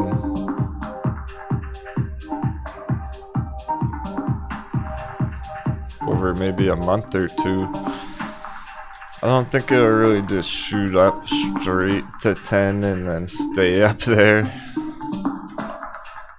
I think we'll at least have another month or two while it's working its way up to get these good entries on this. Depends how fast Bitcoin were to start moving though. I'm kind of expecting as long as it takes for the bear charts to go down. So if it takes 2 months for Tesla to be completely at the bottom shoe, then maybe it takes 2 months for this to get up to 10.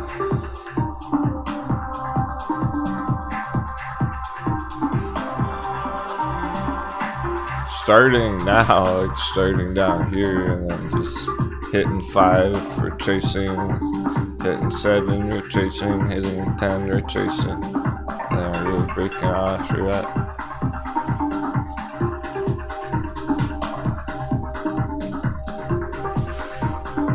People are gonna get confused with this running to the fucking bank acronym.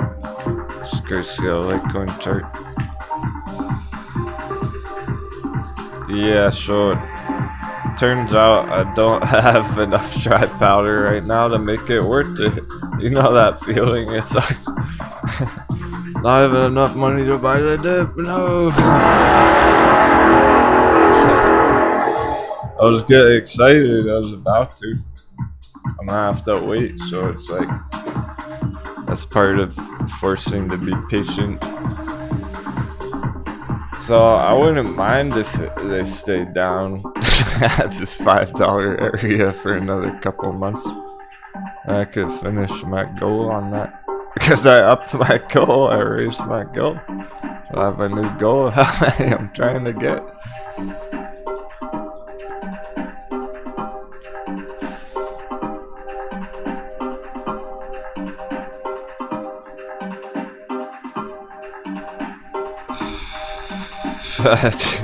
Nerdy Dork's been buying it every day for the last 2 weeks straight. Nice.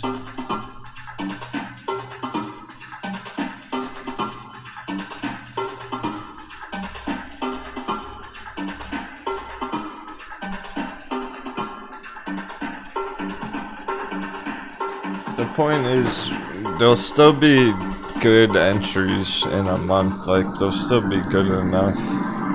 They're not not gonna go up like 10x tomorrow. So while it's down here before it gets up to 10. So even if it's having a nice rally, it's still looking like it'd take a month or two. While all the market madness going on. Because I think it's pretty reasonable. It could take a month or two for Tesla to hit the bottom, right? Like, it's not gonna hit the bottom next week, especially not if coconut bounce. If we really do get Tesla putting in a coconut bounce too, it's gonna take a whole month or two to really get all the way down. So while all that's still going on, I don't expect them to go too wild. I don't expect altcoins to go too far upwards until all that's over with, completed.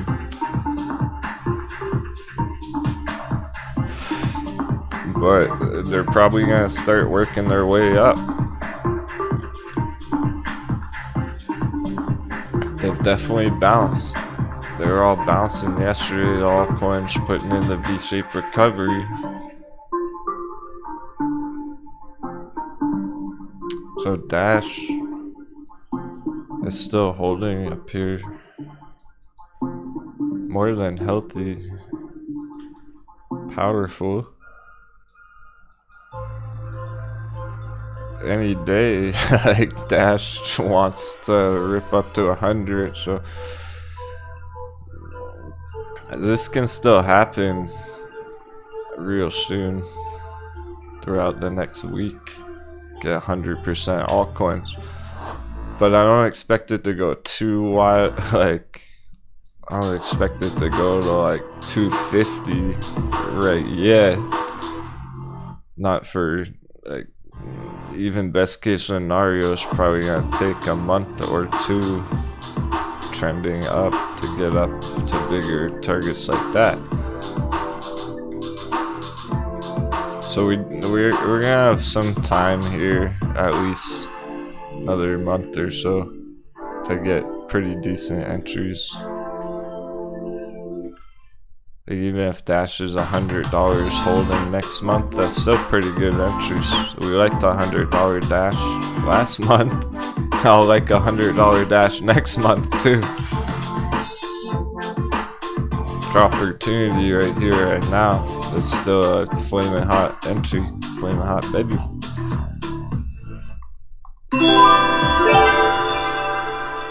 Hot beverage.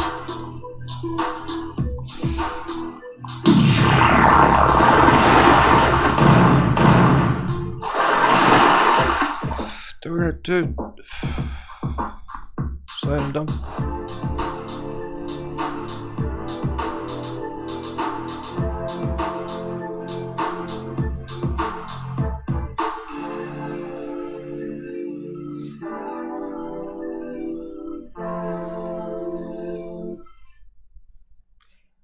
Yeah, suckers are exactly.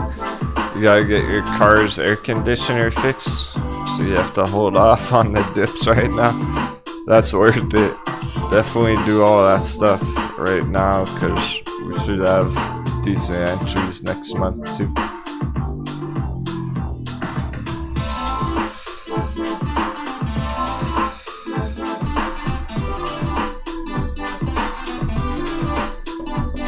Might not be $59 good, but still in the buy box.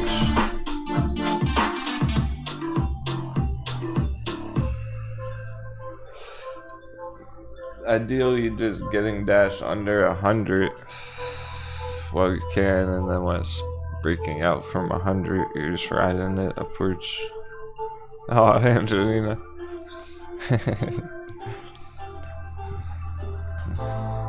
Angelina, are you single by chance?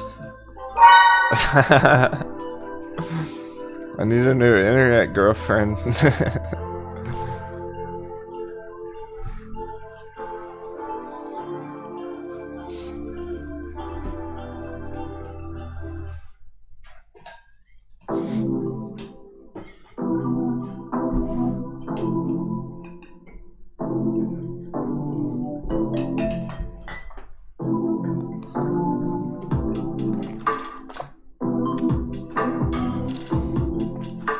She's about to be.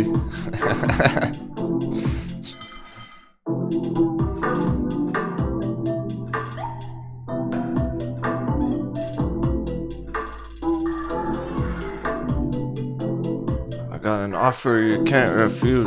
We'll sail the 7 oceans together. Off into the sunset with all the treasure.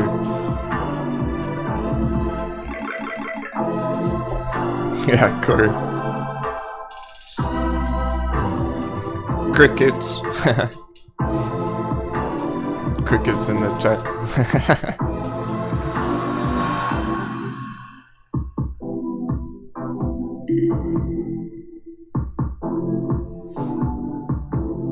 I'm sure she's blushing. I'm sure she at least giggled. So it was worth it.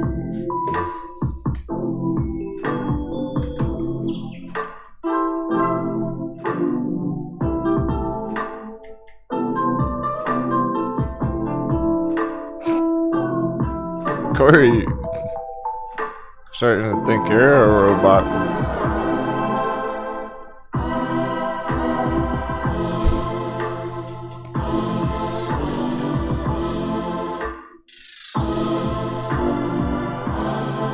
Never know.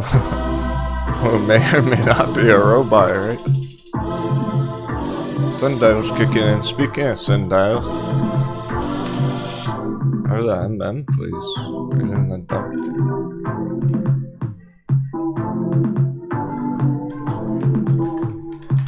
BCB was pulling a V and it's still down there. They're all still down there. Tilray still down there. Primed it already.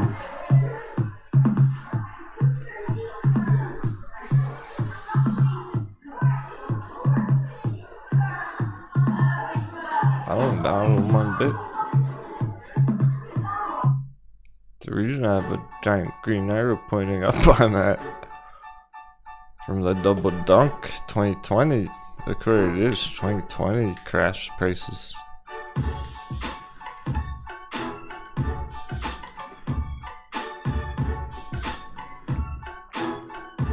Let's see what it did last time from there.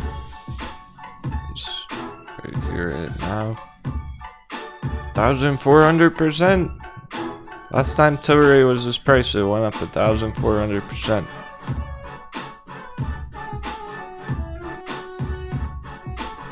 And that's not a lot, guys. And girls, but they already know, right?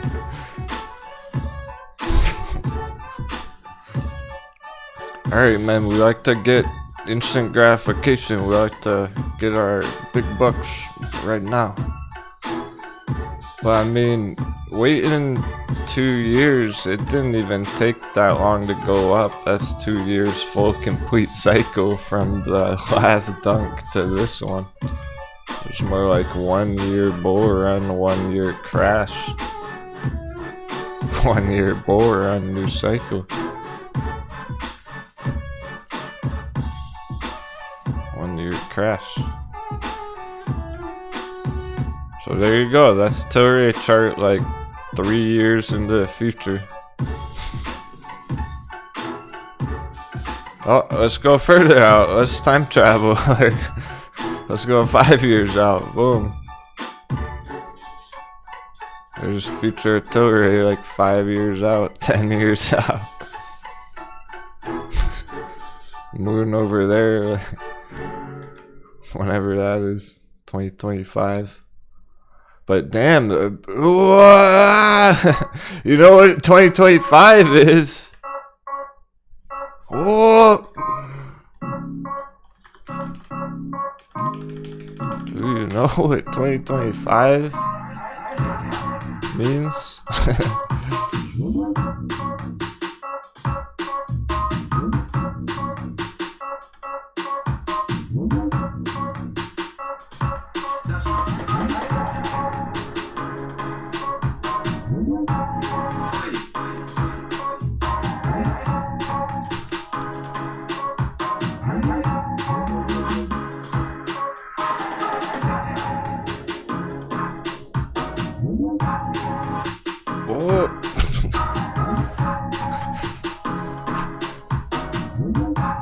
Bitcoin stop points.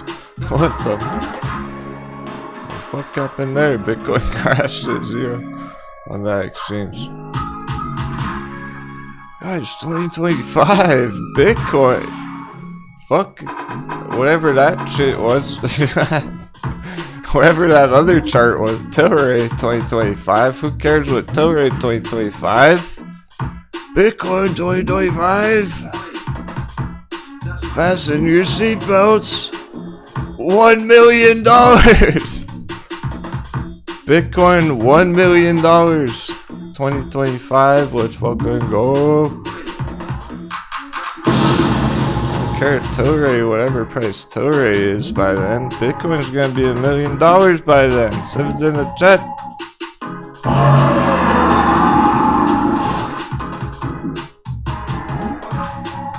$777. That's why Tilray can be like $500, but Tilray's Newbury. Bitcoin $1 million. What the fuck price is Litecoin gonna be 2025? Like,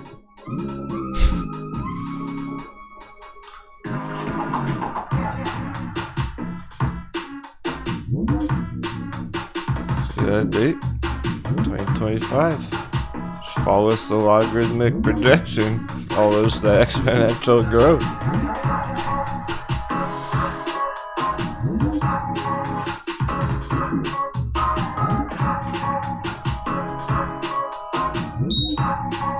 What's that? S&P alert. Fuck you, S&P. Bitcoin $1 million. 777. 7 fun. Oh, excuse me for having too much fun.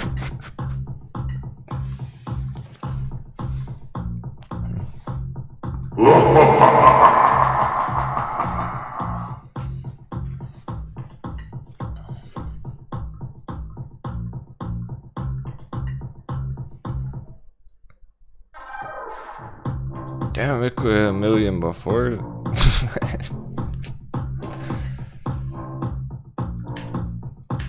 This is what we're heading into. Look at this projection. And then fastening your seatbelts and then double check. Got your secondary seatbelt fastened.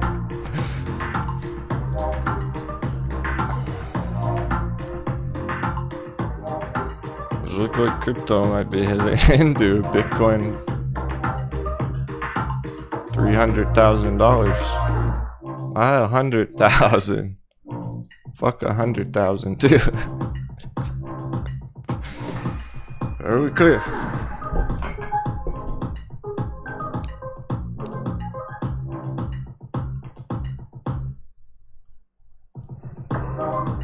Do we care about Bitcoin 100,000? Sir, no, sir!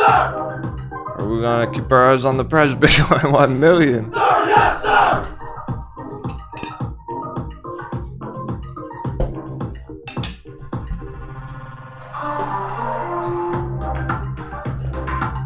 At least 300. At least 300 there on the next bull run.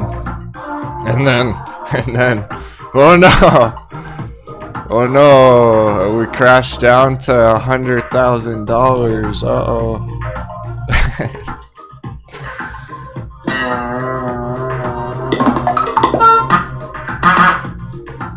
Watch out for that Bitcoin crash from 300,000 down to 100,000. Uh-oh.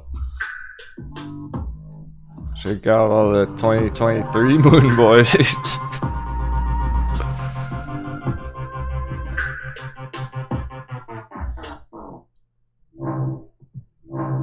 And then we'll pillage it again right there. Maybe we'll double down our altcoins right there again. Litecoin dunks back down to like 500. Litecoin goes to 5,000. Oh shit! Litecoin goes $5,000. We're talking big plays. Litecoin crashes down to 500. We pillage Litecoin 500. Litecoin goes to 10,000. My goodness. I don't know what to say about crypto, because it's gonna get through this market crash one way or another, whether the market crash lasts 1 month or the market crash lasts 2 months. Where's this gonna be end of year? We should be hitting all-time highs end of year. $77,000 end of year. 777. That's our Bitcoin target done.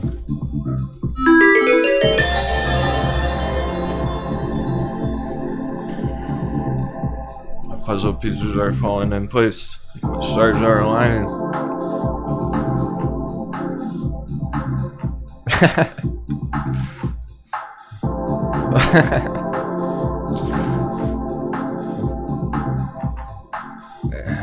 Angela just married.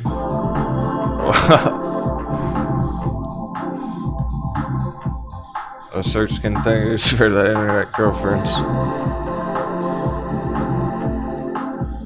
Dude, Becky's been gone. I've no one to tease in the chat. Firefly's not here today. So Stock Wizard.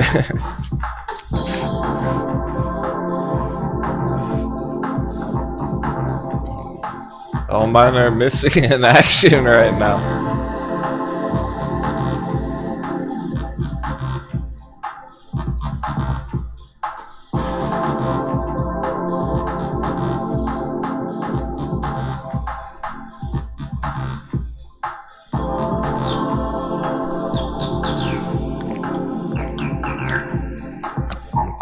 That's okay.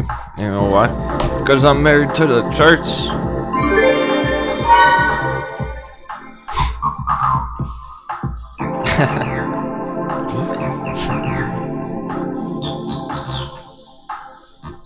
Soccer's are just gonna be a cougar.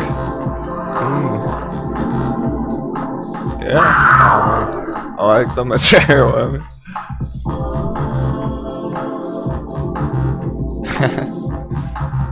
Village idiot, I can make fun of you anytime. Oh, that's hard to do because you've been crushing the charts.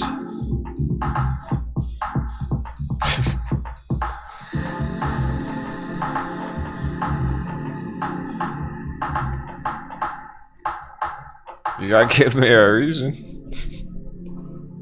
If you keep winning all your trades, what's there to make fun of?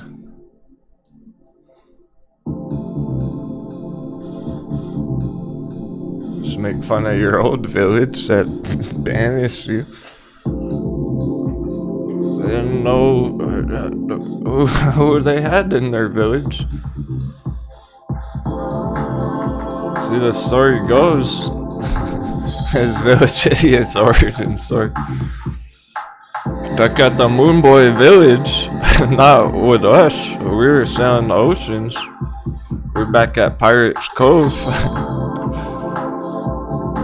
A poor village idiot was getting teamed up on by all the Moonboys at Moonboy Village because they were like, look at this dummy who's buying the stocks that crashed.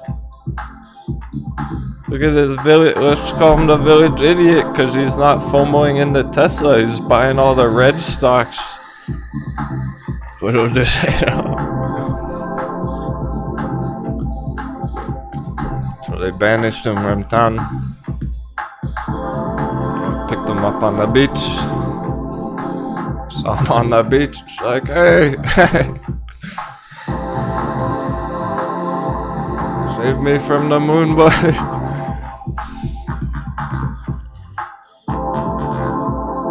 That's the kind of crew we need. They didn't fit in their old homes.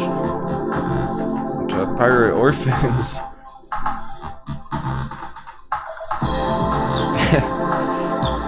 Stock Wizard, yeah, you were there too. BTC and also FG. Thanks for the boon, Stripik. Hype boost. Yeah, man, it's bouncing too. It's bouncing with S&P as it should be. Dollar dippy. Or like Dollar Dippy hype.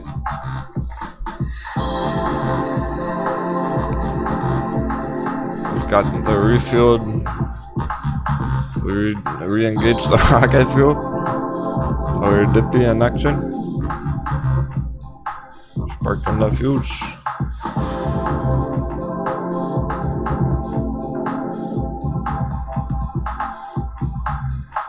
This is how things can get explosive.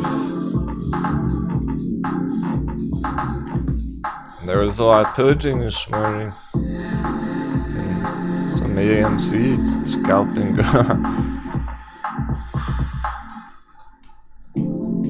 Doc Wizard was there too, because the village was getting plundered. That's what drew us in. We were sailing the ocean, going about our pirate business, getting a treasure.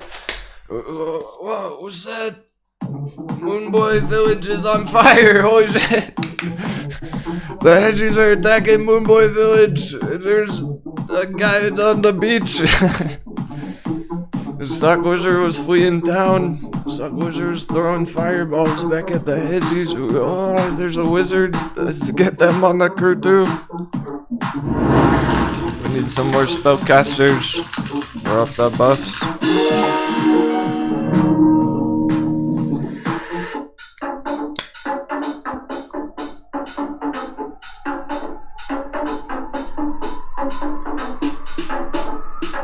Everyone has a role. It's a trifecta with our damage dealers. There's our artillery squad. With our undercover ops. Sneak in when no one else is looking. Pre-market. We got our treasure protectors. Our treasure guards. Diamond handsers.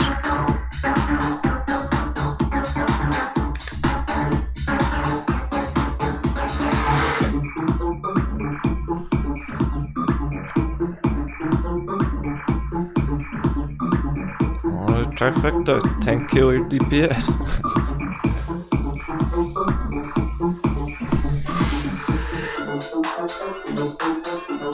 There are different ways to do it, different styles. We don't all need to be frontline day trade warriors. Let Captain tank the charts. I'm main tank. I'm tank that shit. Just like I did in the video games too. Like I do in the game. I'll charge right in, tank the fucking chart, the coconut bounce. You don't have to worry about S&P damage. I'll deflect it. Just throw me some heals, do some damage, shoot some arrows, some cannons from behind.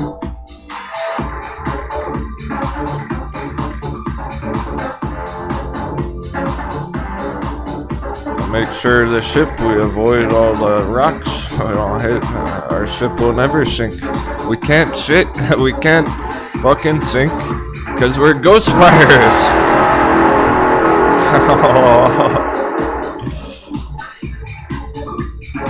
You can't kill what's already dead.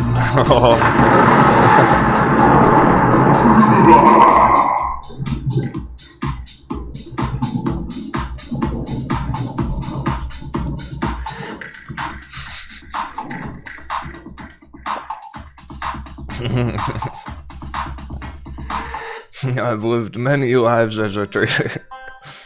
I've seen it all before. I've wrecked portfolios before and I've recovered portfolios from nothing before.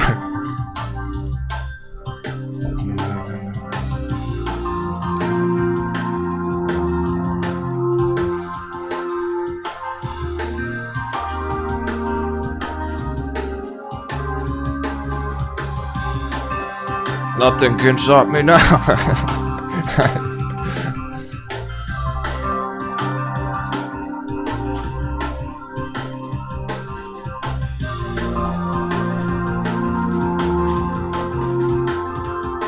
On the contrary, we're just getting started. Damn, it's been so... Alright, like... Yeah, that's right. Good robot. Smash the thumbs up, cause keeping it positive next time we win.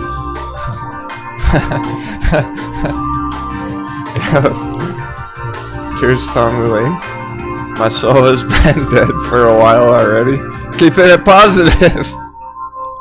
Alright, fucking go. You're the man. You got this. That's life. Good, bad, and ugly. It's an experience. We figured out who's not a robot. He sounds pretty human to me.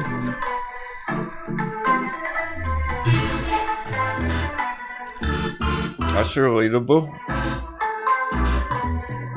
Every one of you probably has an interesting origin story, backstory, history in your life.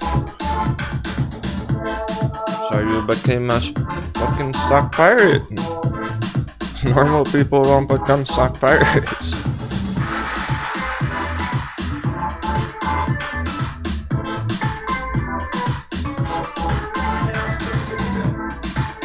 gotta be a little bit savage.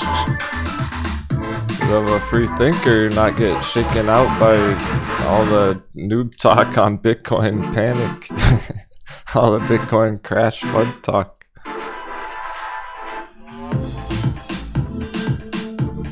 Look at that nice candle coming through.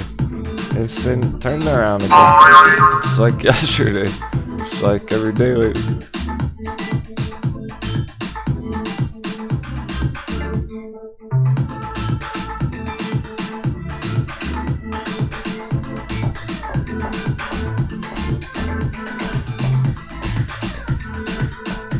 I think that happens in relationships too, like when people split up relationships and T Flowers likes my flannel shirt.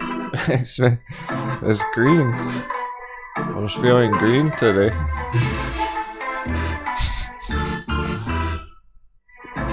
Relationships split up and then people almost go through like emotional rebirths, right? So do the markets. That's what the markets are doing right now.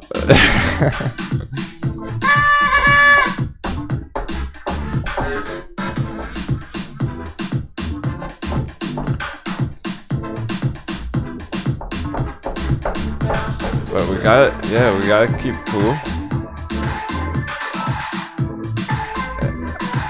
It is time to smash stuff up because oh jeez, I'm thinking back. If we reflect on it, okay, we started with AMC early in the year.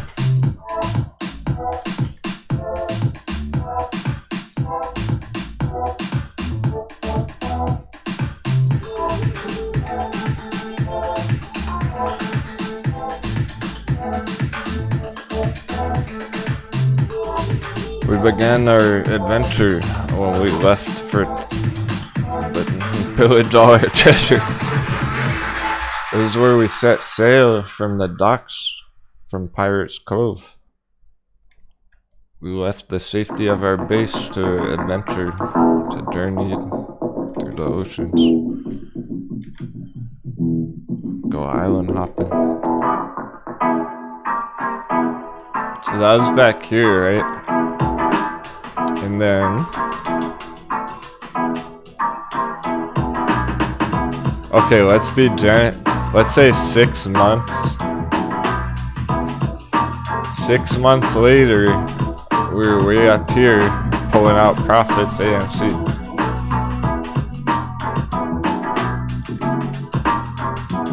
So that adventure was like 6 months. It's been a whole year of this. It's been a year now of like markets going down. It's been longer going through the market crash together than it was like all those epic bull runs last year. That only lasted 3 months, 6 months on a lot of those stocks. And it's been a fucking whole year, a lot longer than that. On the whole market crash stuff going on. bottoming out on stuff. So this is like everything we've been planning for the whole time has been this fucking market crash, basically. Like,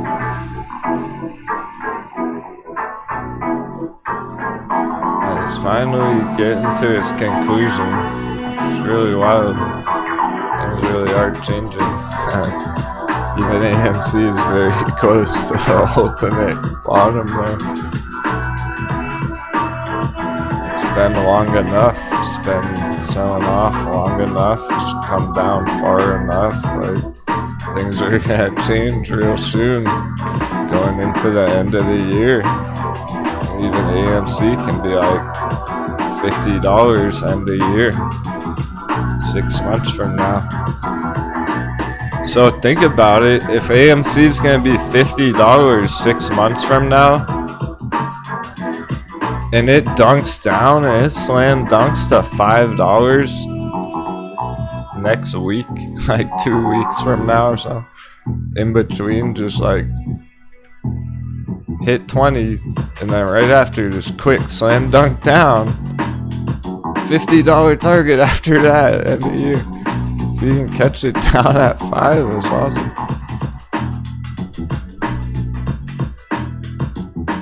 $5 to $50, that's another 10x bull run. Swing trade, like not that long term even. Doesn't look,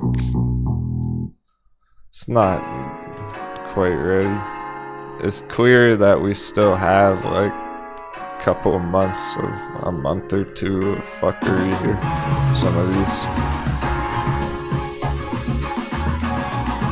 So maybe next month it'll slam dunk down there and pillage some of it. After that, bullish as fuck up to 50.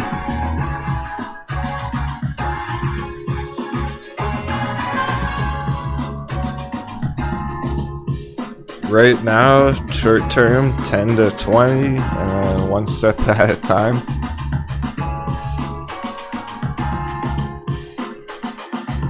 We'd have to see how dollar's looking at and everything.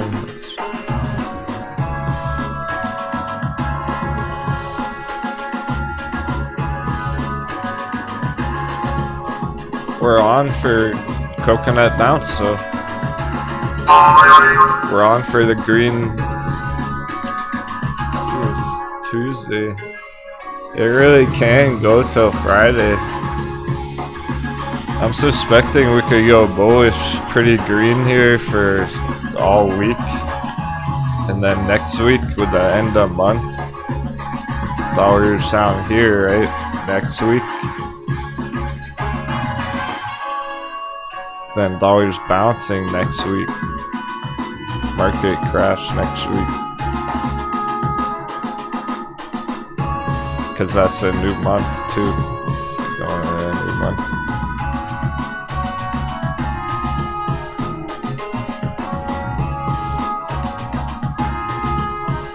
So this dollar dippies, it's what we need, but it's kind of temporary as well. There's gonna be a bounce when it gets lower. Should be a big bounce, and it'll do dollar damage to stuff like AMC. So if AMC gets up to $20, dollar bounces there next week, and then AMC takes dollar damage, so it's still at risk of dunking to 5. And all that would be is a slam dunk, good entry, pillaging. Get ready for it if you're trying to catch it. Definitely get prepared for that.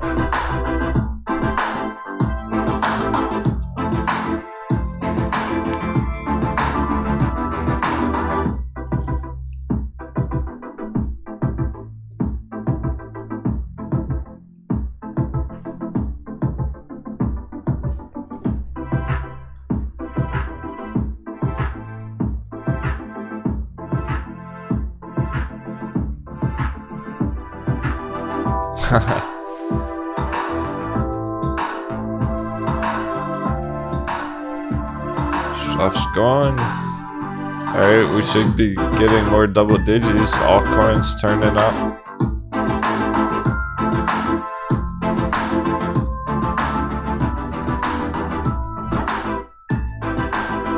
It's still tempting to take a leverage trade on the altcoins right now. It really is. Still tempted. 5x vechain, what margin? But don't get margin called.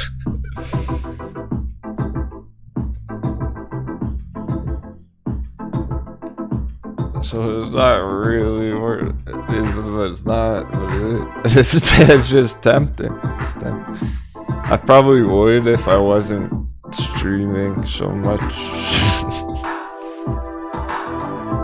That's a sacrifice I have to make. On camera all day, I can't keep up with it as close as I would need to. Because if I did that, I would want to watch it throughout the day, like all day. Only that. I know not everyone just wants to stare at the vechain chart all day, so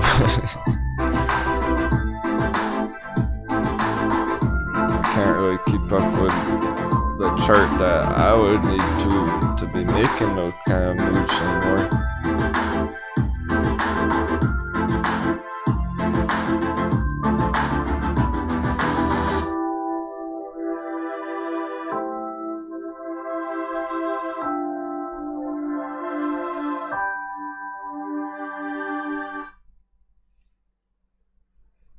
Yeah, so altcoins certainly are trying to push up 100% here in the near future, short term.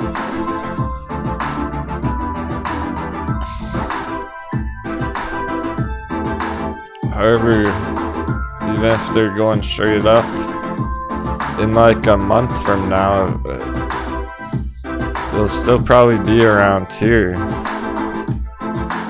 So vechain will still be like under 10 cents, most likely.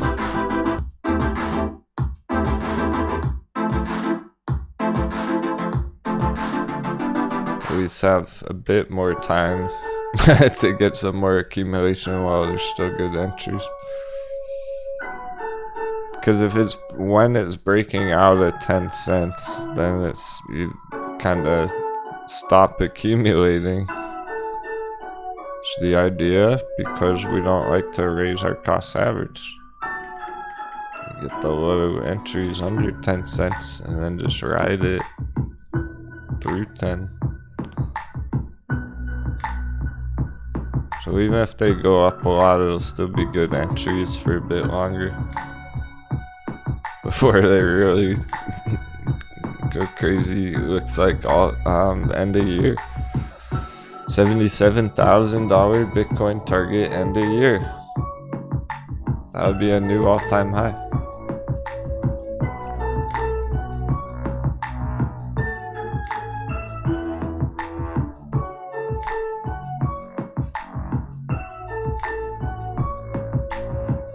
It would be close to the old all-time high, close to 70,000 top.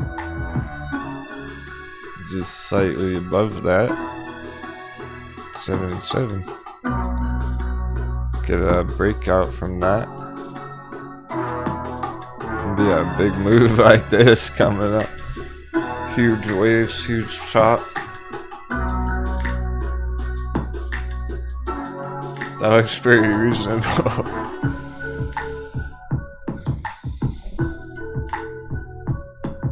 Because it's not just this. It's not just like this, it's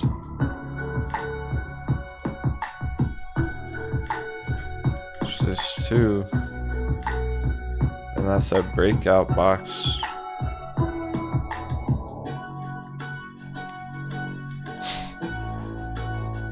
If it really goes wild.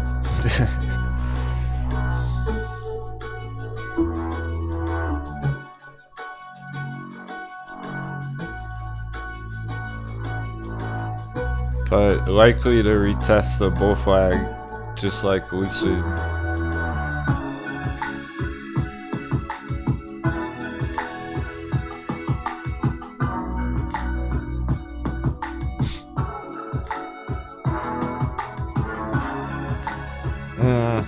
Yeah, Josh Covey, you got the right idea.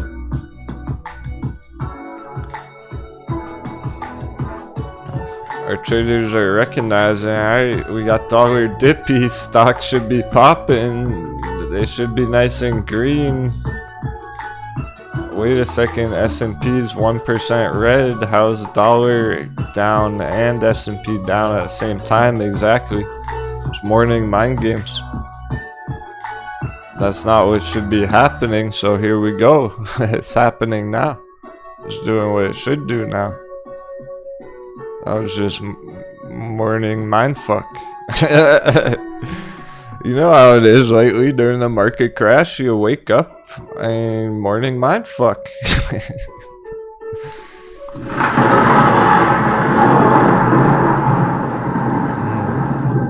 That's when we gotta put up the defenses and the Moon Boys get bent over.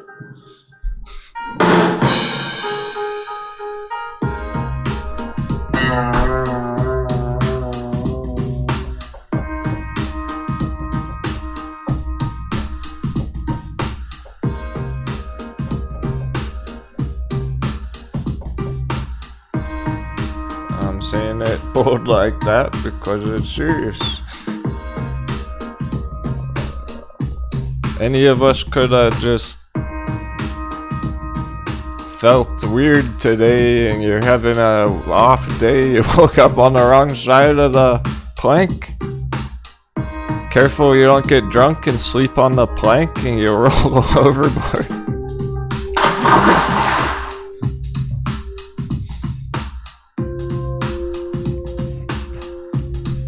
Might just feel sick one day and you see it open red and you change your mind and you get confused and oops, you panic sold. With those morning mindfucks, so we gotta be on the defense for that part. And now it's behaving as it should. You all have the right idea of like things should be popping and they're starting to. That was the critical line right here. It had the bounce from that line and it doing it.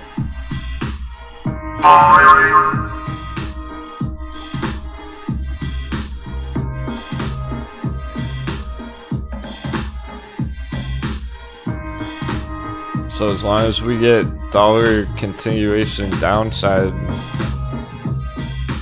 it's good to go. If dollar changes unexpectedly, like Federal Reserve goes on TV and makes some announcement and it goes the other direction instantly, then things are gonna change. For now, monitor that throughout the day. As long as it's continuing downwards in that direction, we should go green on S&P, and Bitcoin should go over 30K.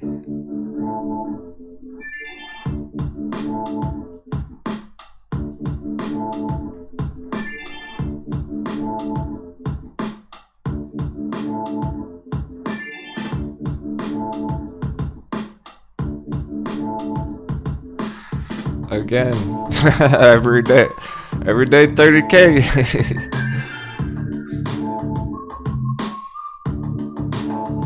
Everyday paper and stop on.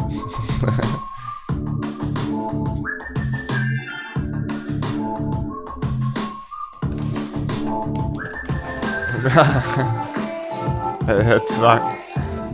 Just woke up, rough night. He thinks he did sleep on the plank, literally.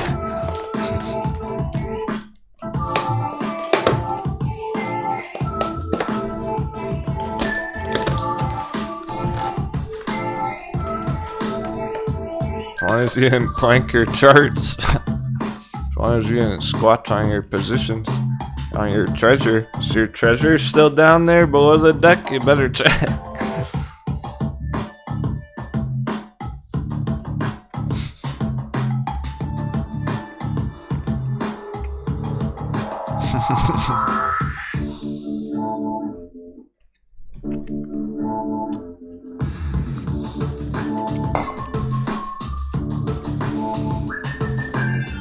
Josh Kobe says, LOL, if I didn't have this show, I'd have given up a long time ago. It's still confusing me almost a year later.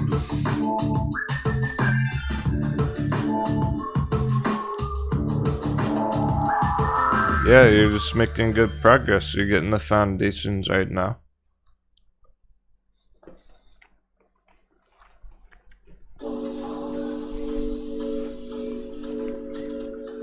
Learning to do this is kind of like construction work.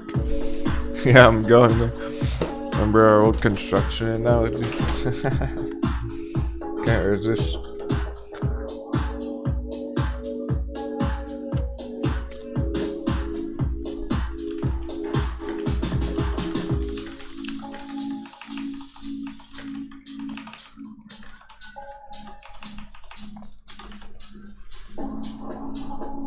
Do you have any construction workers in the chat?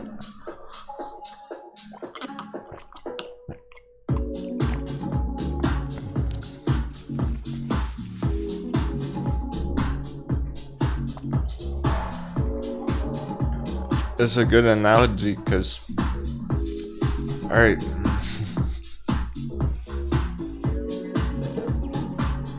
Say you're entering the markets and you're like, I'm gonna learn to beat the markets and I'm gonna strategy and take my time progressing and improving over years. Just relevant, you used to do construction. There's no question. Just curious, I was gonna shout you out. See if you can relate to what I'm gonna say. Swift Mischief, yeah. I knew a couple of you did. Cool, cool. Hard workers. Yeah.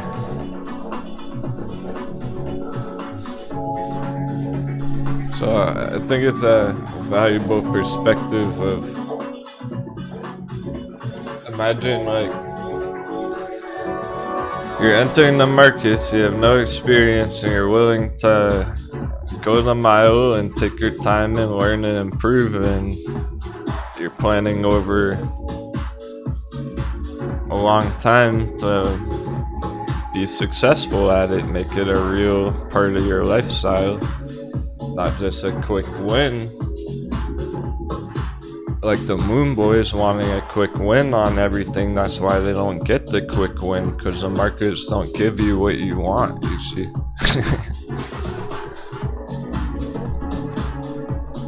So you're entering the markets. Say you're trying to get a mansion after it, like you want to buy a house at the end of it, succeed in the markets, make money, pull out money, buy a mansion, buy a Lambo, for example. The Moon Boys want to FOMO in the markets, YOLO a short squeeze, get lucky, and buy a mansion. Same thing, right? So the markets are kind of like learning construction, because you can't just walk into the fucking construction site with your moon boots on. Captain keeping us level-headed, lol. Josh Kobe. Well, thank you, my friend. I'm glad you're enjoying the story, because it's not just talking about the chart. I don't think anyone expects to really make too much money today, right now. We gotta get through a market crash. This is how we're getting through a market crash. And Josh Kobe's fucking OG from last year. I'm glad you made it, bro. You made it. Alright, so that was perfect. So I want a mansion. The Moon Boys want a mansion. We're both learning the markets, like this analogy, right? I'm willing to take my time and learn how to build that mansion. Going into the construction site saying, hey, teach me what you know. You guys are mansion builders. The people more experienced. Teach me how to build that mansion. I'm willing to learn. I got my hard hat on. Being patient.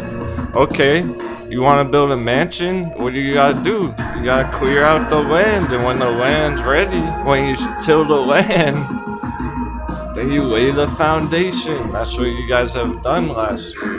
Build the fucking foundation for your mansion. And then you start to put up the walls, you start to put up the planks. You're not even close to putting the roof on yet. It's still gonna rain down on your head. Still gotta get a roof up there eventually. It's gonna take a while to get those walls up before you can put the roof on. Let alone till you're digging a pool in the backyard, like, right? Forget the driveway, what about the garage? You probably want a deck in the backyard too. Like, it's gonna take a while to lay all that groundwork, the fucking skeleton frame, before you can live in it. The Moon Boys enter the Marcus. They walk out on the construction field, and they go, "Hey guys, I'm ready. I got my moon boots right here." Let me get that mansion. Where's my mansion? They don't got their heart at. They got their naked shorting. It's like, what are you doing, man? You're not ready for your mansion. You gotta get the foundation first. Get your fucking self figured out first. Just FOMO in.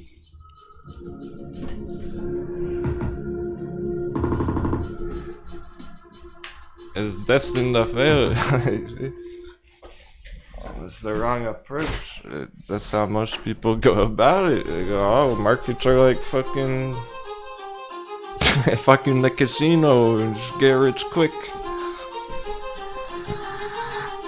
Those are my moon boots.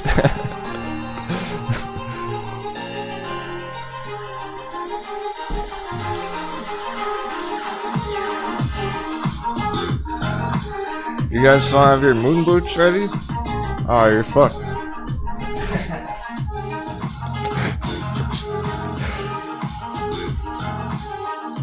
Get yourself some moon boots. We're gonna need.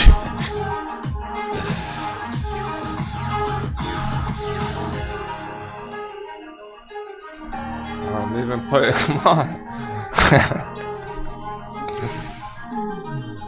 There, we all got our booties on.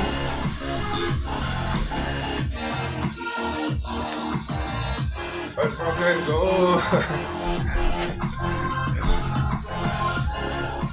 Oh, super comfy.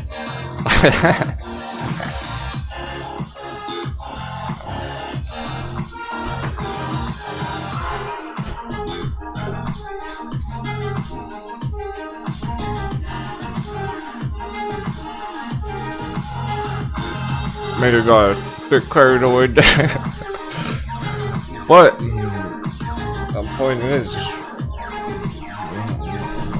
learning the stock market is like learning to build a mansion in real life. You gotta lay the foundation, you gotta put up fucking walls, you gotta paint the walls, you gotta get the roof on, you gotta put the driveway in.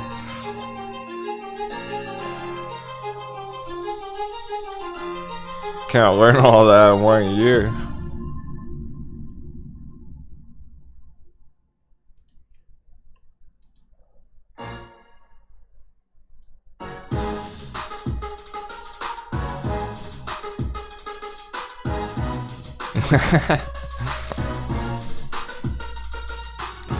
You wanna see me moonwalking the moon boost once we get there?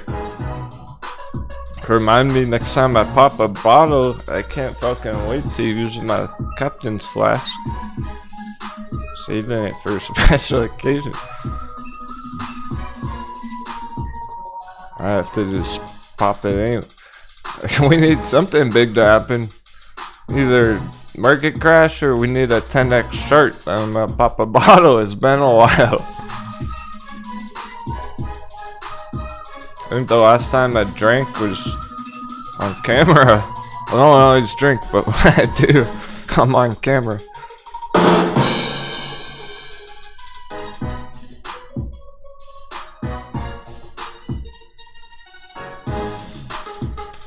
think the last time we celebrated like that was when Lucid hit $55. That was months ago.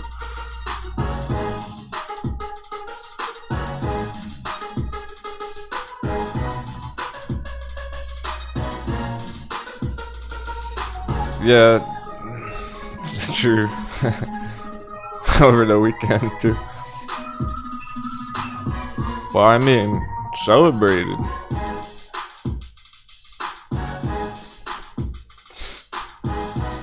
Italian stallion remembers that. Pretty memorable, yeah. Are you not entertained? Those good times. Yeah, see, that's the thing. It's been so long now that we need something epic. We need a good reason to do it. We need like betting to go 10x. I don't know, pop a bottle. I need a reason to go out and get a bottle.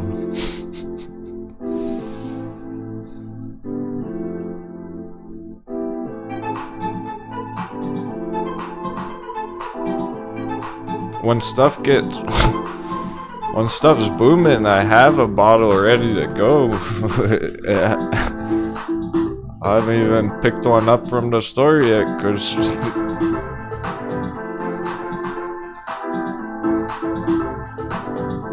I mean, the bear charts are pretty epic.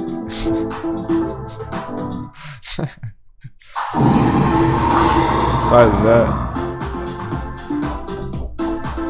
that would be pretty fun to celebrate bear charts. Still, Hershey's got a long way to go. Tesla was only halfway down. I don't think we can celebrate Tesla for another month or two till it slam dunks $100.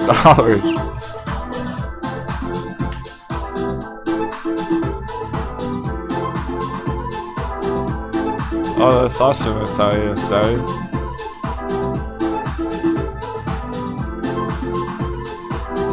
Good to know.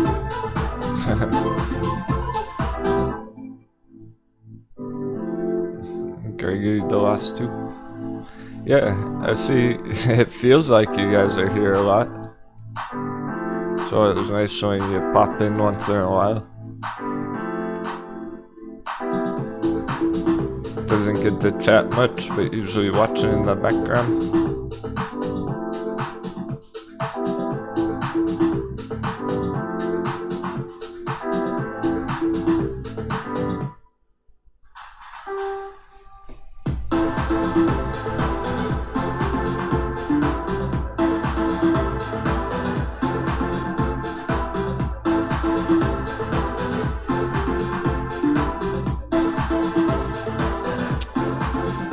I'd say just being aware of the general situation right now is the way to be winning. Even if you're not actively trading, just knowing what's happening. If like, oh, we're gonna be coconut bounce for a bit, and then after that, crash.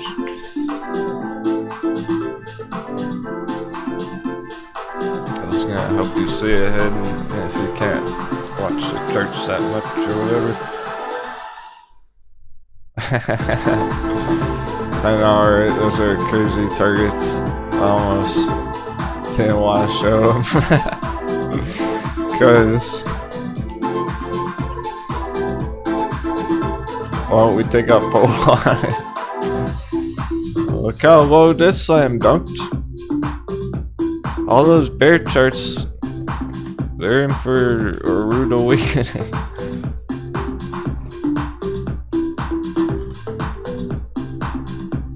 Let's take a vote on it. I'm curious what other people would have to say about that. Get some feedback from our big brains on this beautiful day.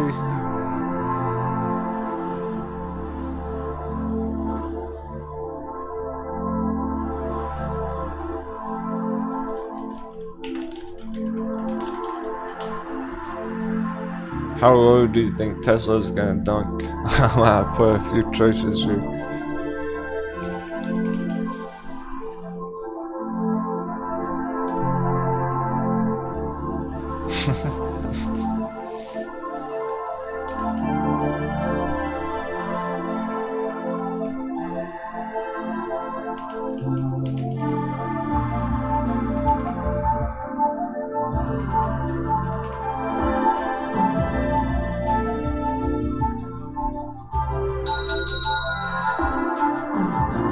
Curious the results would be, so I got a vote going.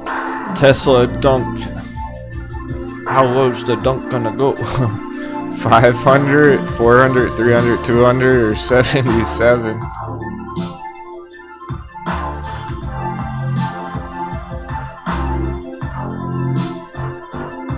I guess I'll show the possibility there. Quick.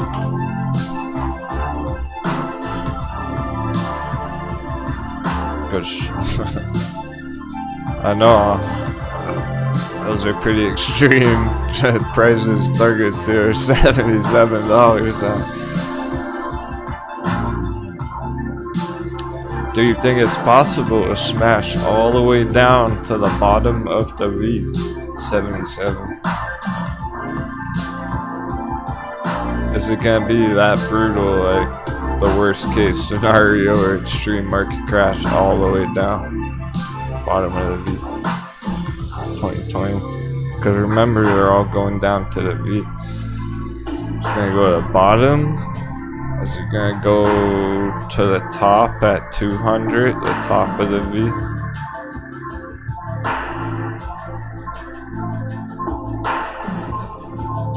Slightly above that, it's 300. It's kind of a random spot though, 300. If it goes down that low, you'd think go all the way. 400 is the next confluent zone. Or 500, psychological, slightly below where it is now.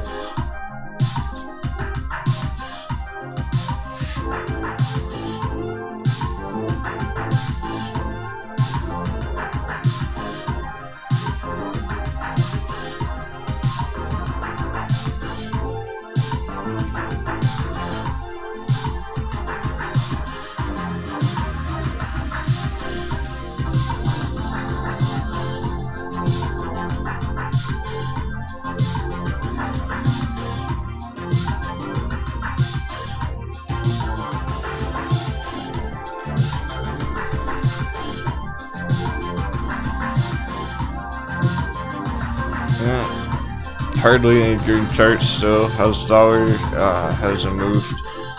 This bearish lunch hour. Okay, S&P hitting the support. That needed to happen. Progress.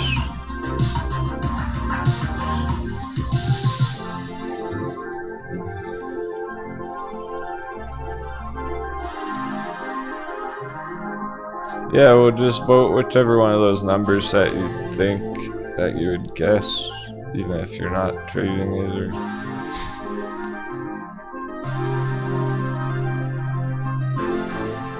to try and get a feel for how bad do you think the crash is gonna be. So we go all the way. Because remember all the other charts, the bottoms. It's hard to forget. You're probably holding some. Remember Virgin Galactic dunking all the way.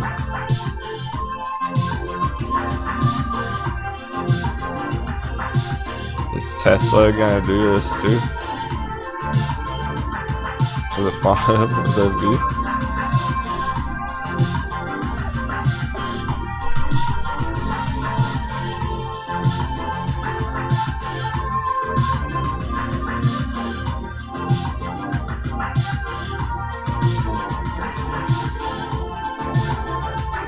So right.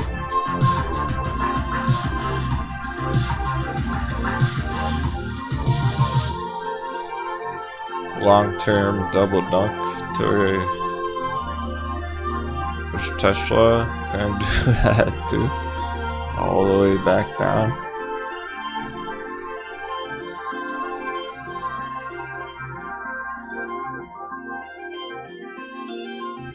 That'd be pretty wild. Imagine all that. Like, it's exciting, so get ready for that if you're trying to enter. Damn, like, I kind of want to, right? Like, yeah, $77 Teslas. That sounds pretty cheap. So you're gonna spend like $1,000 all year last year.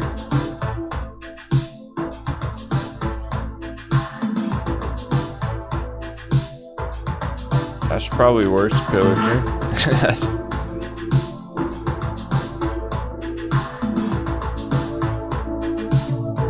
There's not much time to even prepare for it. So get ready for it now, because it can be down there next month. And then you miss it if you're not ready, if you're not prepared with the cannons. Yeah, leave that vote going for a few minutes. It's pretty balanced right now. There's only 2 votes for 300. That's the most random one of them all. 300's a random spot. Most votes for 300. There's only 1 for each of the others. Can we get some more votes for this Tesla dunk price? There's only 1, 2, 1, 1. 300 is kind of random. None of you else think it's gonna dunk 77? I'm voting 77. Captain's leading the way. Tesla dunk 77. Magic number.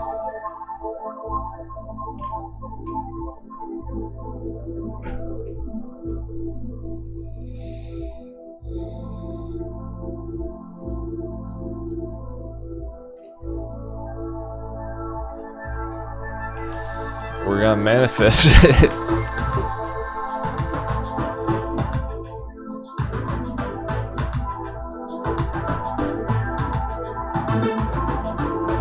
%, hot bevy. Guys, that would be the 95% bevy. 400, maybe. I'm a firm believer that this fucking thing can slam dunk 95% market crash, hot bevy, just like all our other ones.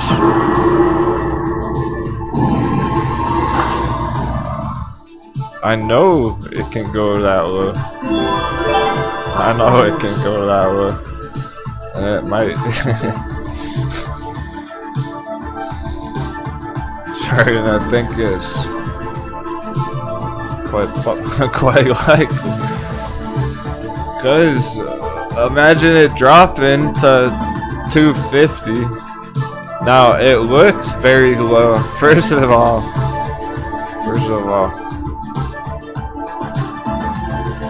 it looks extremely low on this chart because I'm showing you the logarithmic chart. So that looks extreme. You go, I'm not sure if it can go down that far.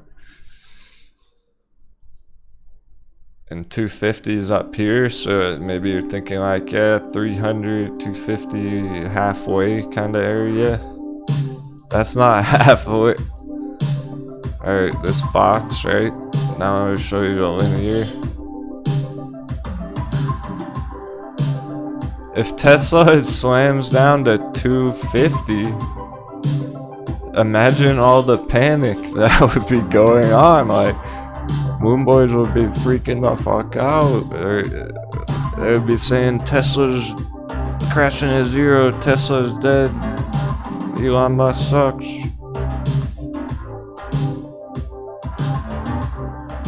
So it might as well just go a little bit further, slam dunk all the way.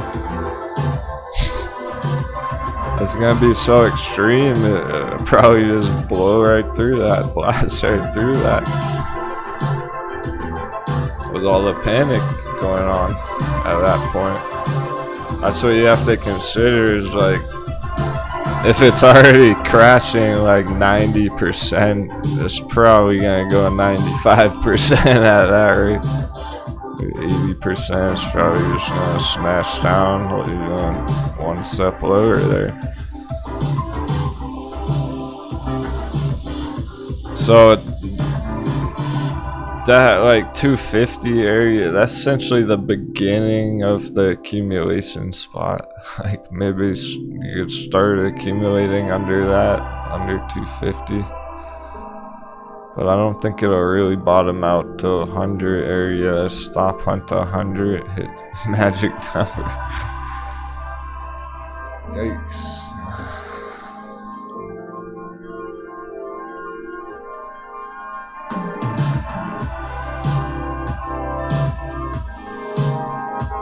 Yeah, right, Swift Mission. They do a reverse split. They did something like that back here. I think it was a normal split though, if I remember correct.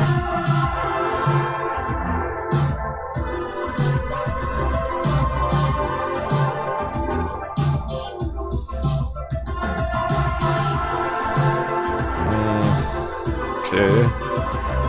Things are maintaining. Almost through bearish lunch now.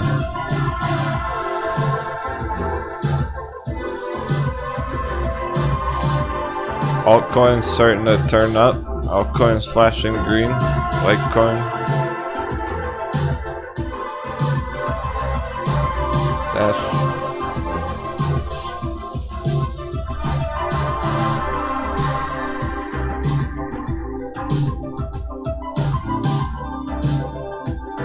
Do we really want them to go straight up just yet though? do we? Kinda, yes and no.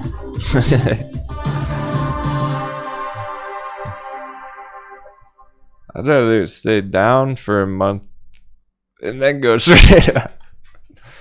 Either way, it's looking like they're gonna hit bigger targets end of the year. Whether it starts right now or whether it stays down for a bit longer. No altcoins.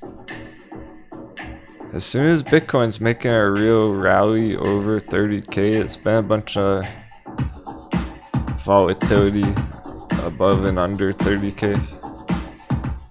When it has a real substantial move over 30, altcoins are gonna rip.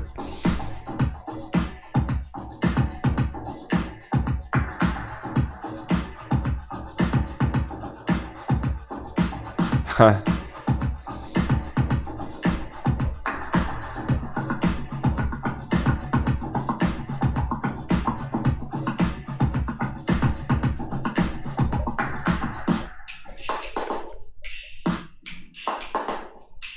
Yeah, since we're still in the middle of the market crash, the money makers are the bear charts really lately. It's hard to catch any day trades when stuff's not moving up too much. We got these two lit ones, Better Therapeutics and Beamy, and they've stayed the same amount all day. Beamy's been up 30% all day, Better Therapeutics been up 25% all day. Even though they're green, they're not moving. So it's hard to even get profits out of shit like that right now. It's definitely the bear charts are the money makers in this kind of climate lately. So priority is lowering cost average. Any of your favorite holds that you can lower your cost average while there's still flaming hot betties, particularly crypto.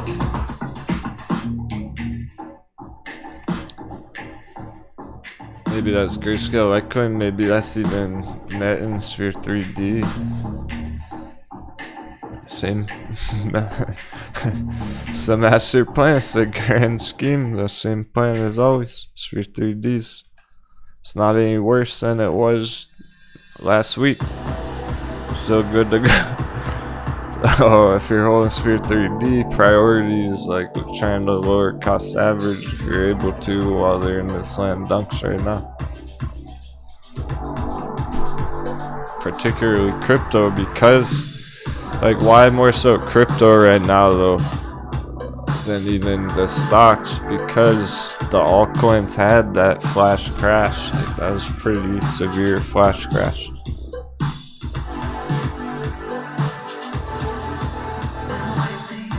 Dash right here. That was pretty severe. It dropped 50% a couple of days. So that was an altcoin flash crash. That's why Sphere 3D is under $1. That's why Metin's still down there at the all-time low. They're starting to turn up. And that's pretty severe, so mistakes were made, paper hands, new opportunities created now. If you're holding some Dash from like $100, there's a perfect opportunity to take advantage and be able to lower your cost average, because next month Dash is $100 again, you won't be able to lower your cost average.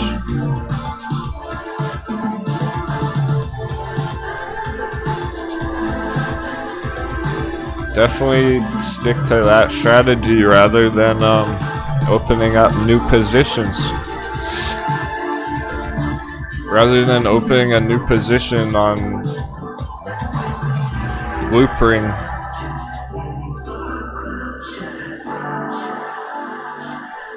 better, more effective to double down Dash, stuff like that, for example. So yeah, the stocks too, just like mullen or whatever, just like ride.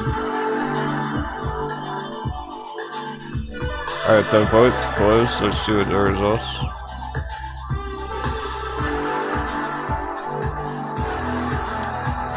No votes for 500 Tesla, that's good. Because it should go a lot lower than that. 400, 300, those are about halfway. Alright, wow, okay. Mostly you think Tesla is going to go about halfway down then? Only a couple for slam dunk? Really? Alright. Fair enough. I understand. You just don't have enough experience yet.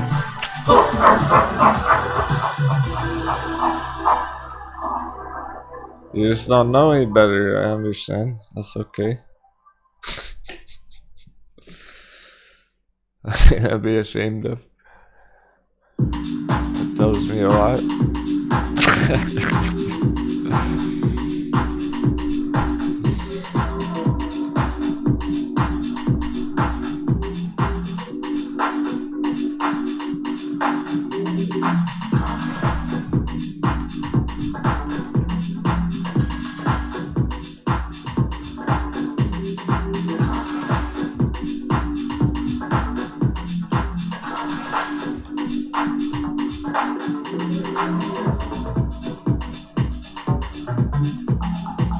Hey, here's when we were bullish on Tesla, remember that?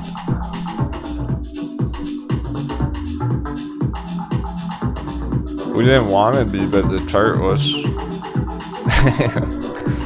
I remember that.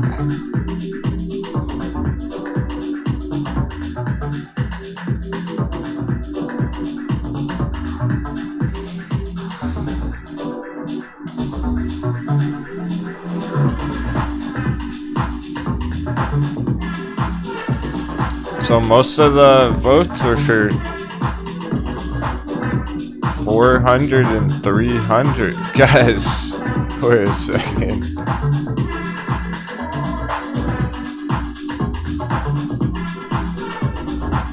I'm looking at it, fresh eyes. Could be even worse than that.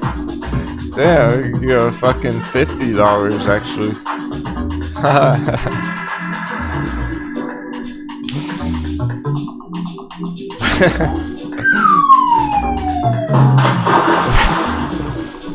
You might be about 10x off on that one.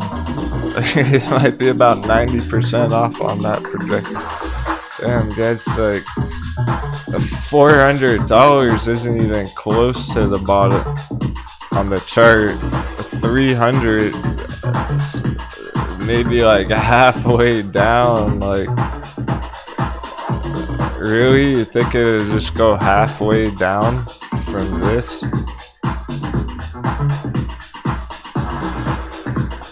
But I understand, because if you don't have the experience, you haven't seen stuff like this get obliterated before, then it's hard to believe, because most fucking retail are gonna think, oh, Tesla's so popular, it's the best company ever, it's never gonna crash that low.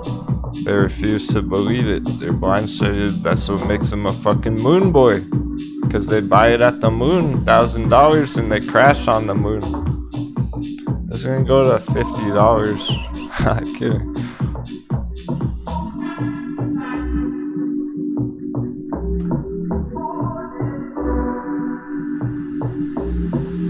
If you're experienced enough, you've seen enough market crashes, like, you know this is a bubble and it can deflate all the way back down.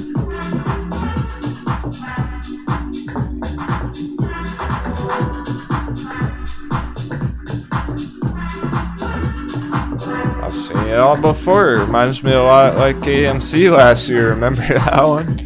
Who remembers AMC last year? Because Tesla is doing that right now. It's about to go into what AMC did last year, when AMC was at $50.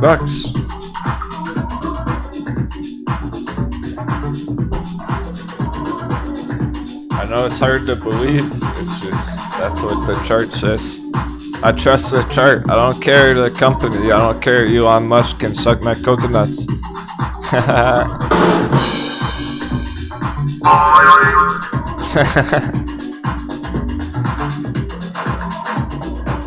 don't care what the company's doing, it's overvalued, it's initiated the fear cycle, it's going into capitulation, it's not even just wait for despair.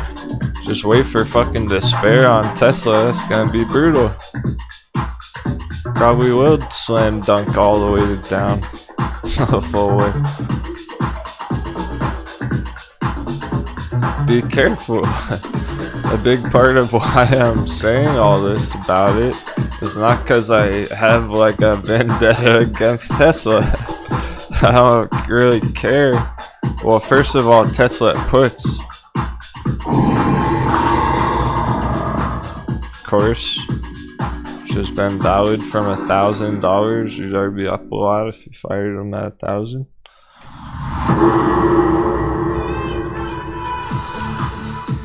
So first of all, Tesla puts, that's all I care on that chart in order to prepare for the slam dunk.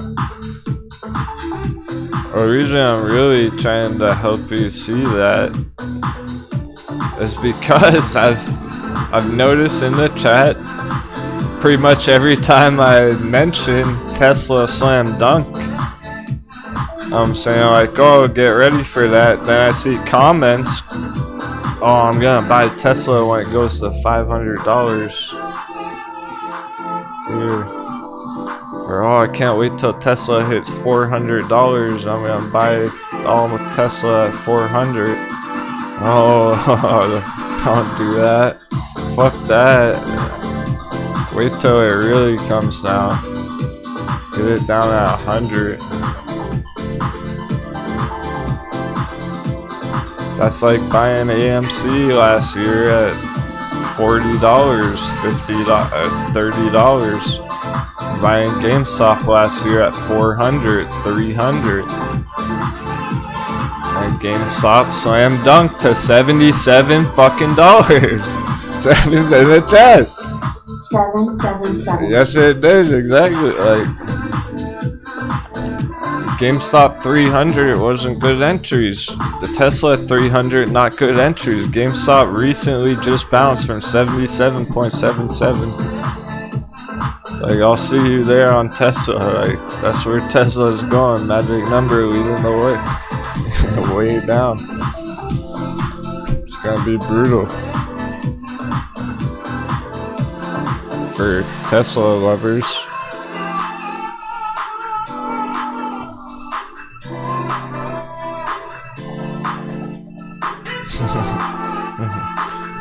Keep the sevens going, that's right. We need more wind in our sails.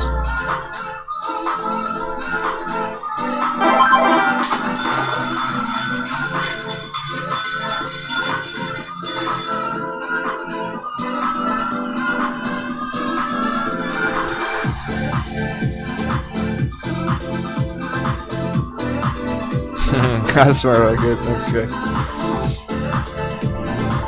Hey Thomas, Kurtman, T-Flash.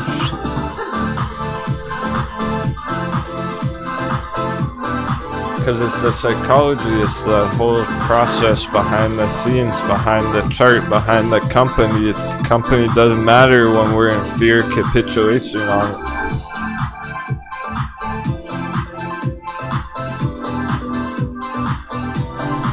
The mistakes were made, and then it's that's what I say about a retrospect.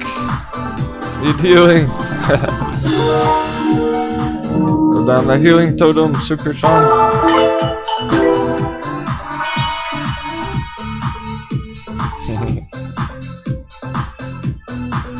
Good. Y'all are smart. You get it. It's a mountain. It's a giant mountain. It's a volcano exploding.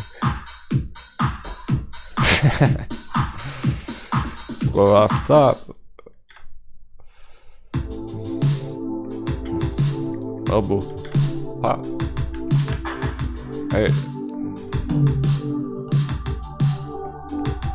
Money was made back here. FOMO happened too. Mistakes were made. They FOMO'd. They're already losing a lot of money. They're holding on tight. They still got hope that it's gonna moon somehow. Erg! I can't even say that without laughing. It sounds so stupid. Tesla moon right now. Middle of the market crash, I'll make the Captain Denwo. How would Tesla go up right now during all this craziness? There's no way that's gonna go on a bull run right now. Like, it's doomed. I can't even say that without laughing at that idea. Right, PP? That's ridiculous that some people would like think that, but they have that moon boy hope. They're like, Elon's gonna save us. They don't realize Elon's screwing them up.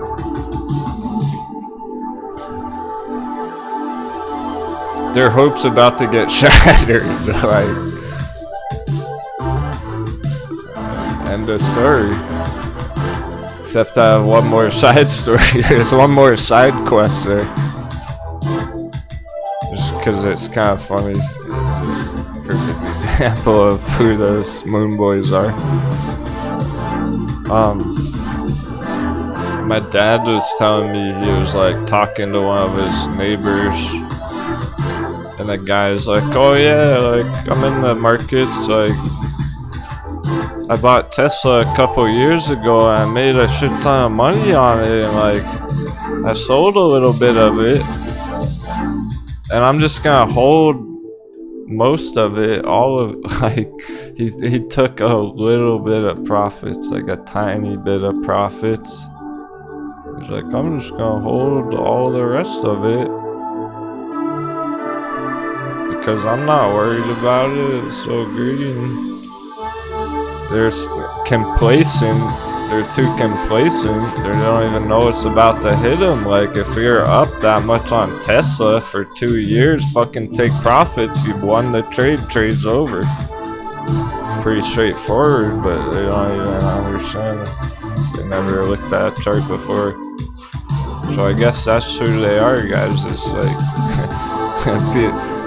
like retail and noobs and moon boys who like bought it up here, and they think they're safe. They're not safe.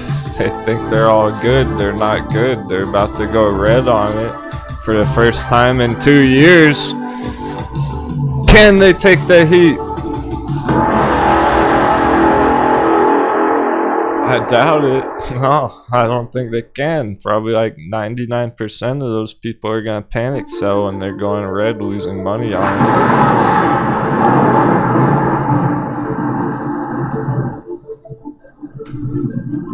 Because they're like, what the fuck? I've been up like 1,000% on Tesla for 2 years and now I'm red. What happened? I should have took profits. Blah, blah, blah. Yeah, you should have took profits. What the fuck? Of course they should have took profits. Like, why wouldn't you take profits up there on Tesla? So they're just like complacent, just holding it blind, like, oh, I have blind faith in the company because of Elon's stupid fucker Musk. Alright, excuse my language, we're gonna have a smoke break. Let's have a mental break, trading break. Markets are hot. Happy trading.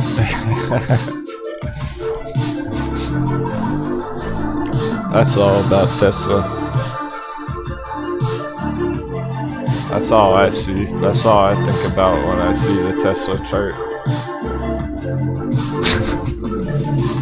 That's why it's Nubla. It's like the easiest chart ever. It's giant mountaintop going down. All the dummies just fall in love with it and keep buying it $1,000. It's not worth $1,000 for sure. If AMC was $1,000 per share, wouldn't you take profits on it? The fuck?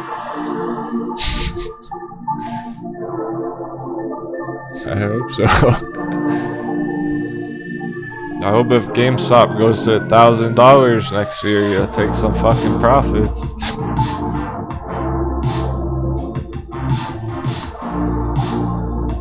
Because you won the trade at that point. Greedy. They're greedy. They don't deserve to beat the markets. They deserve to lose that Tesla trade. That's what they get. They should have looked at the chart for once.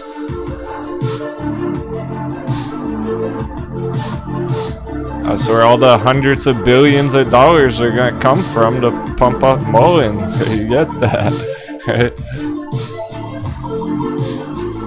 Hope you understand all the billions and billions of dollars leaving Tesla is gonna be FOMOing in the mullen. Like,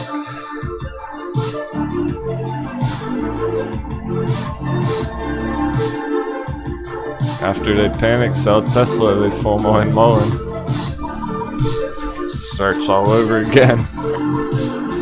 A new bubble is born. A new bubble is created. The cycle of life. That's like the theme of the day.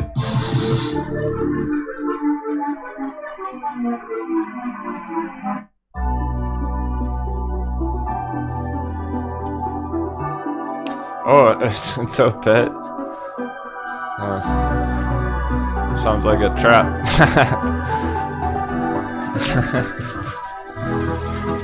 Trying to trick me into a question. I was just curious why you don't like Elon. I'm very interested to hear your take, because you're a very smart man.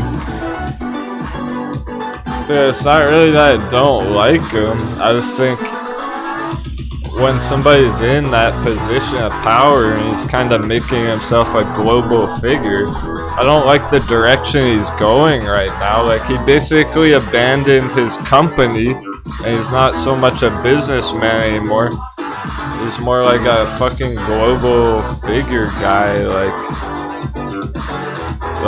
Gandhi or something, you know what I mean? Like some cult, like religious figure or something. It's like, what are you trying to do exactly? Like, get everyone to go live on Mars? Like, he's trying to change the world too much, in my opinion. in his own taste, like put his own flavor on everyone else's life. Like, it's too much influence. That's what I don't like about it. It's nothing like really about his like personality. It's not that I don't like the guy or whatever. I don't like what he represents.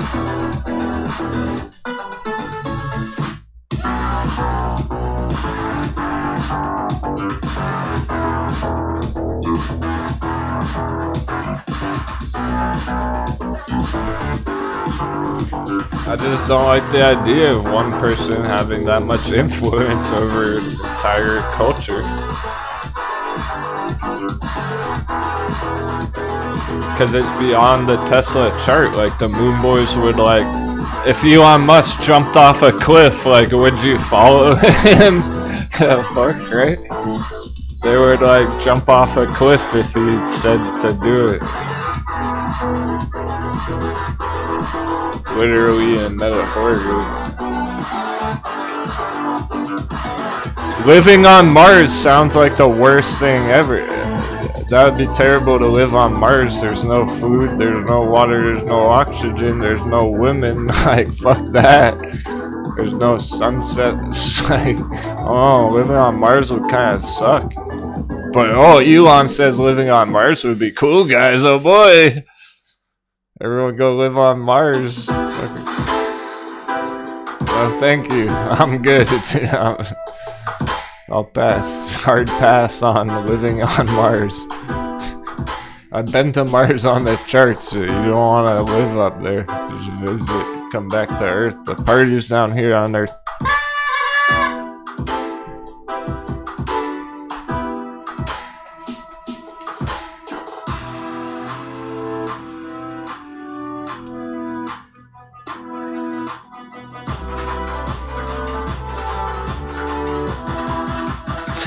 Oh, J-Bake, you know there's no way Elon's gonna go to Mars. He's not gonna live there, bro. No billionaires would ever move to Mars. Why the fuck would they do that? They got all their yachts back here on Earth. There'd just be a bunch of gullible scientists. All those NASA moon boys. Fanboys.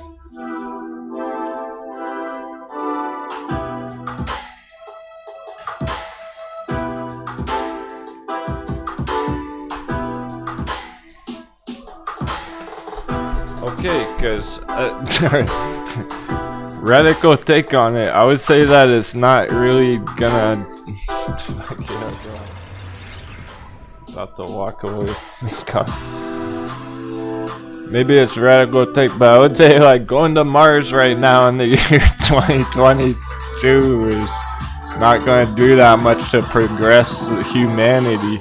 We got enough problems down here on the Earth, and it's probably more just to make his company look good, to make his image like, oh, look what Elon's doing, he's so incredible, going to Mars, sending some gullible scientists up there to an abandoned planet. It just makes him look smart and like he achieves something. That's what it's really for. So that he can like have another accomplishment. It's not really gonna help humanity right now.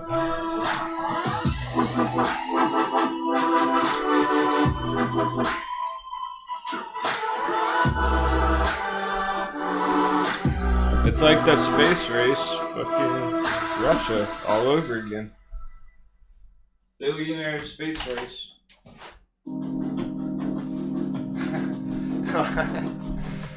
It's the billionaire space race. Who can send the poor people to Mars first? Yikes. Bastards.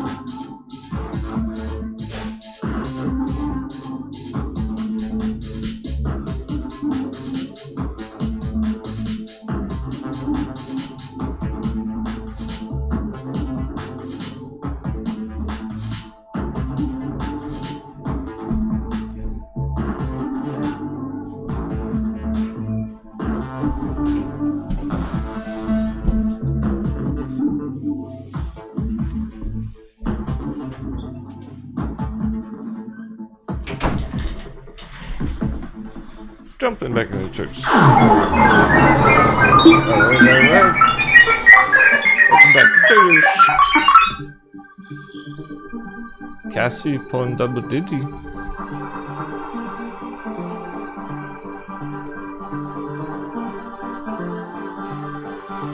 We got a third pop. Third chart popping. Oh, straight up, what's this?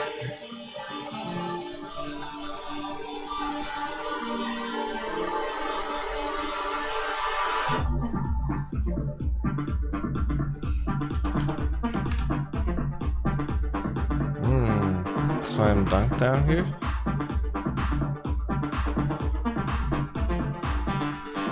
Yeah.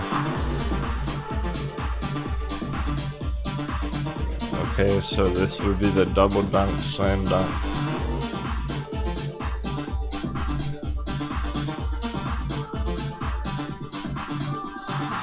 Target on that. 200%. Just like a lot of the others right now.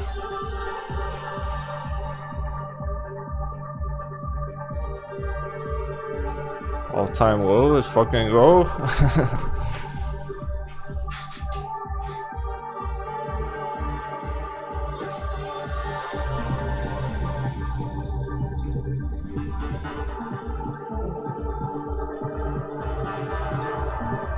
All-time low, top of the watch list.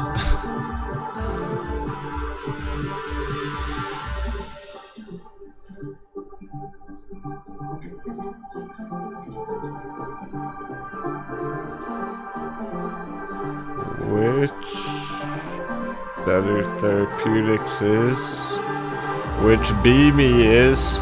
All three of the charts on the top of the watch list are at all-time low areas. The most green charts are the most red charts. Mind explosion. Brain blast.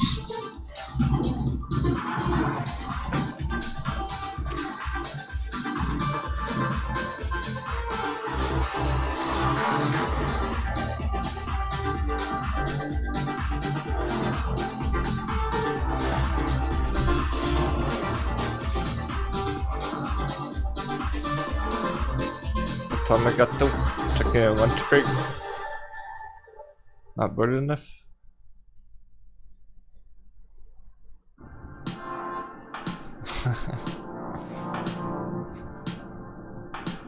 Day trading Bed Bath & Beyond. Again, I'm glad you're not holding Bed Bath & Beyond.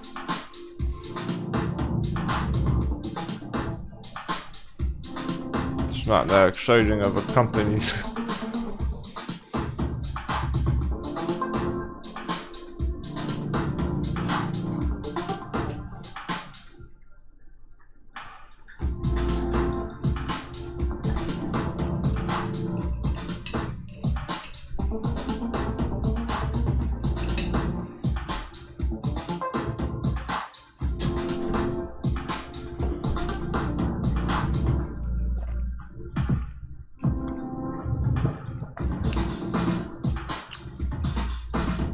So far so good.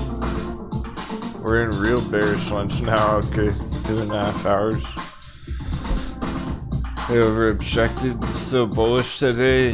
Generally, yes. Yeah, it's been turning up the last couple hours.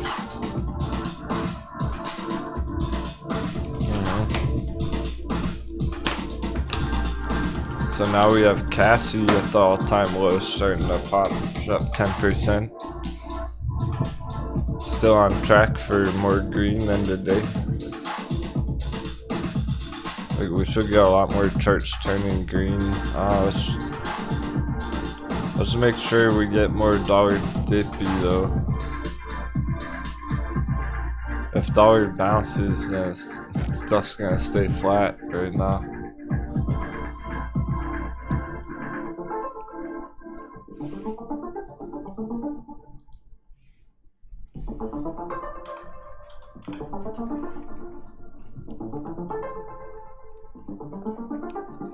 Even AMC's flat. over 10 just sitting there.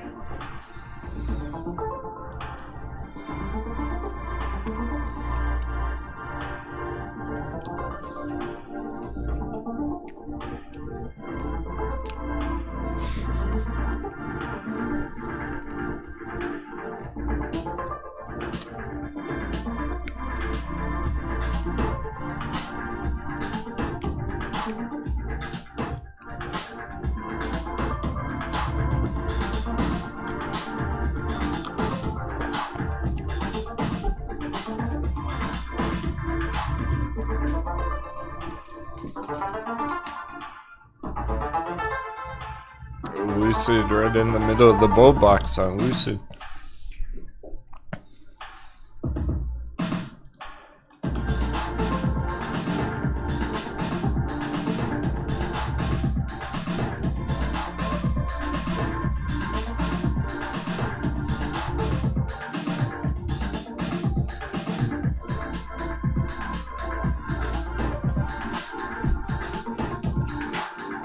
GameStop above the last bounce, above the last low, so stick to the plan.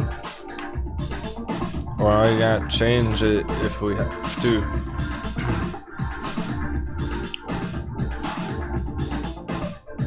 As long as we're getting dollar dippy, we should get this turning up.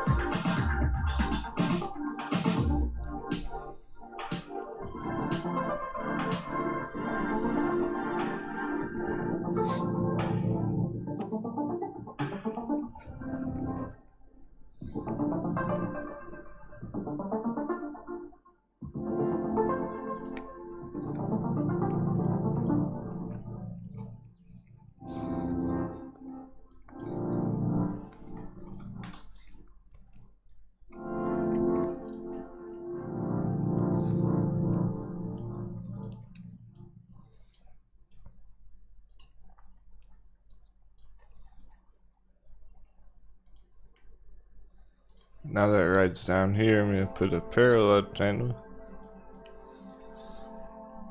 That's where it's hovering. It's not just a random spot in the middle of nowhere. There's a reason it's right there.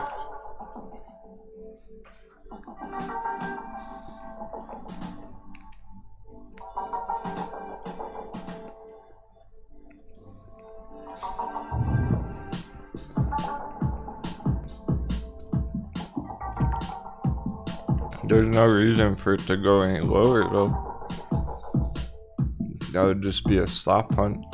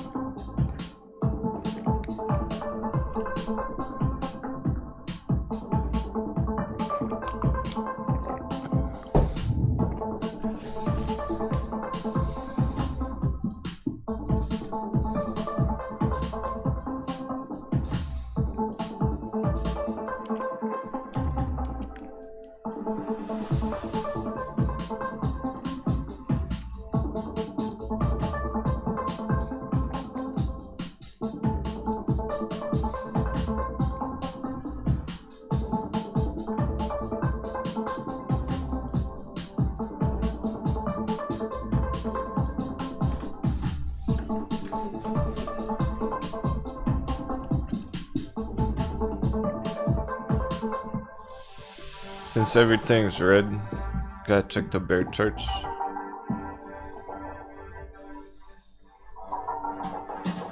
Just because they might have some developments, whereas the bull charts don't. The bull chart's flat, slightly down, whatever, for putting them back at support levels. Google was a new low today, some of these bear charts, and it's turning up. This is what I mean. Good to know about this on Google. It's another clue. Call Scooby-Doo, we got another clue.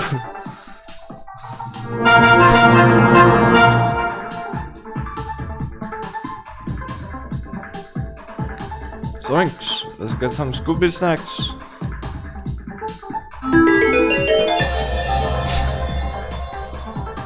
And Google's breaking out. Google's going for the coconut bounce.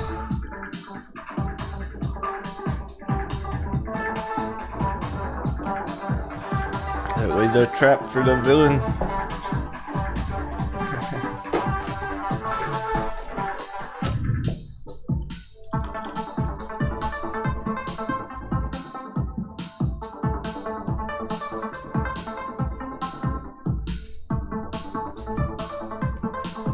Let's finally see who's responsible for all my losses this year.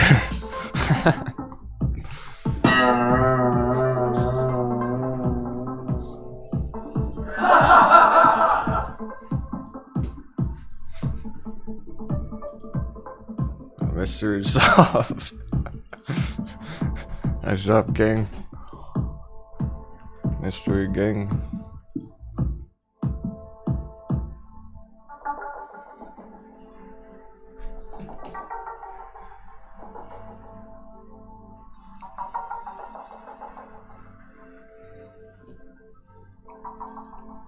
What a lovely day on the internet. Good lord.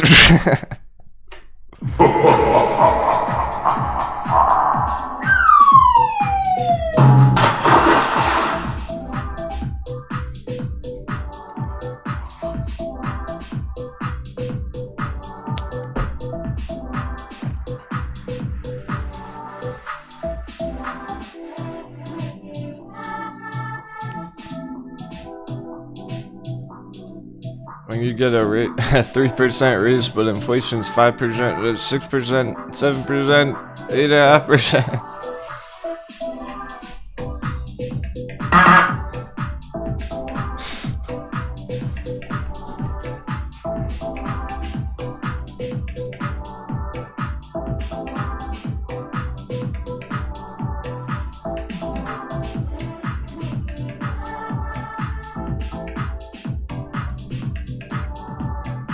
Dude, what if I held that stock for 10 years?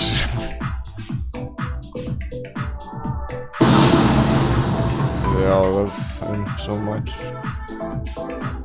I had to talk about it earlier.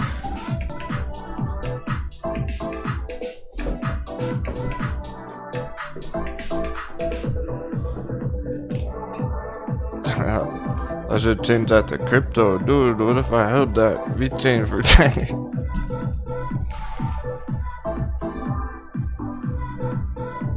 I don't think you'll have to. You might not have to. 2025 Bitcoin $1 million target. End of year Bitcoin $77,000 target. Magic number, guide us. 777.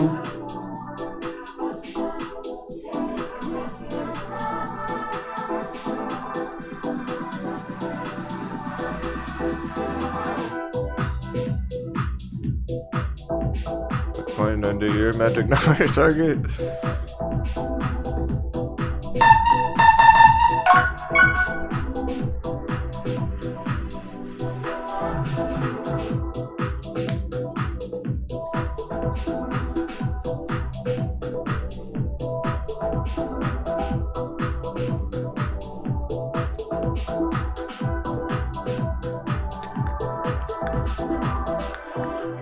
Giant bull flag breakout.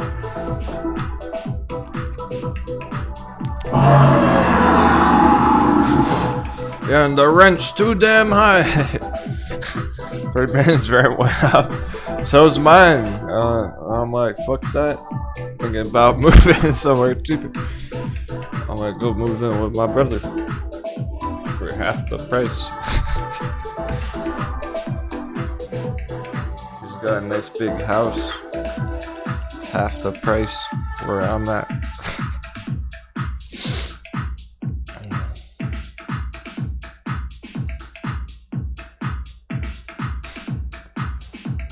keep it real.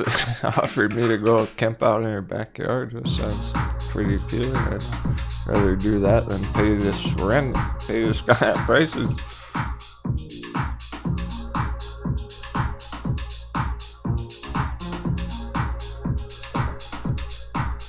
Oh, that's basically what it is, right? Yeah, the last couple of years, it's like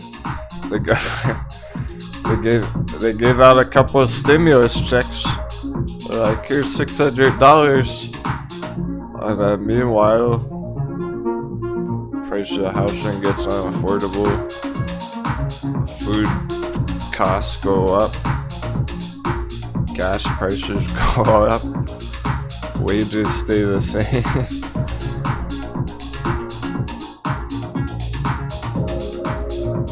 Relatively.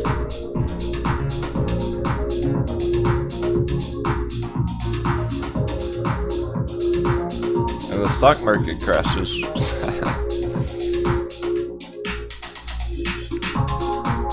They basically helped screw everyone over in the stock market.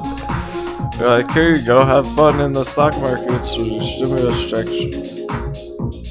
Now they're gonna take it all back. They're gonna get it all back of the Tesla drop. Tesla ate up all those stimulus checks. Know it, I don't know it.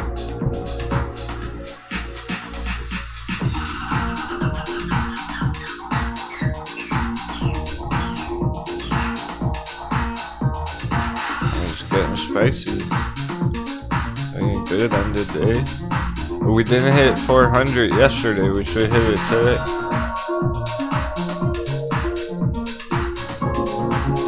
It almost got there. Tesla low, Tesla support, that was the critical line, we held it. This morning it was critical, get the bounce from right there and it happened. Next step, trigger 400, regain some coconut confidence. Let the FOMO begin. We have a nice rally the whole week long.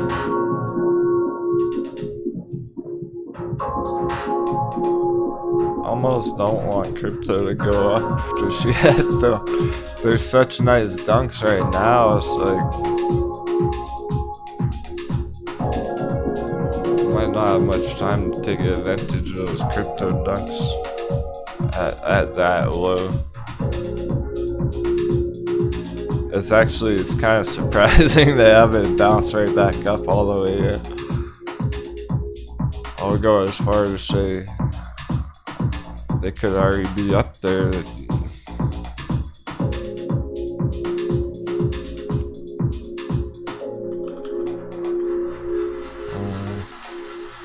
It looks nice on DigiByte. Check DigiByte.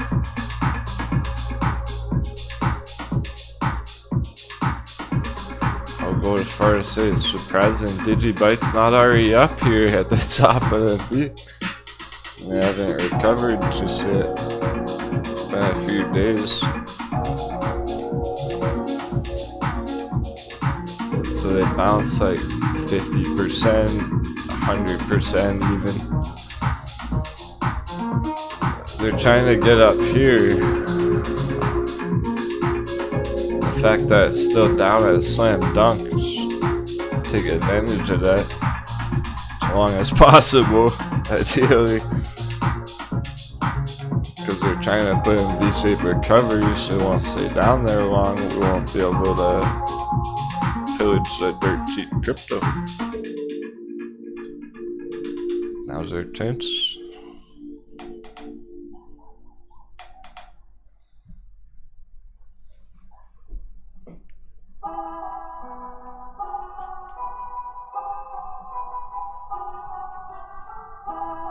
Different is more attractive than a lot of the stock hot bevies because stock hot bevies have been like down here for a while, for 6 months. A lot of our stock hot bevies. Crypto's flash crash 50% down last week, like overnight. opportunity.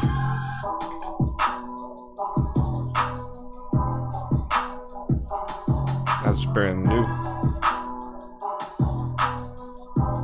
Altcoins haven't been this low 6 months. They haven't been this low in years.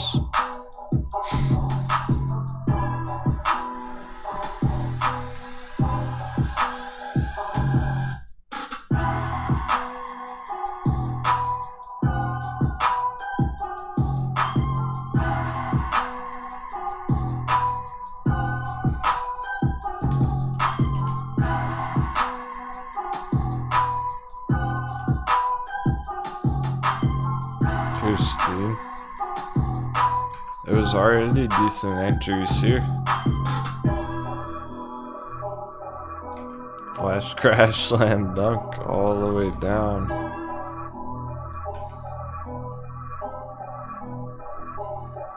Sorry, balance huge. From the bottom, sorry, up a lot. 100%. These can go another 100% this week. If we get more dollar dippy. Oh, where's the dollar dippy? So we're putting green candles still. What do you mean by that exactly, Keith Denmark? Walk you through the watch list a little bit? In what regard?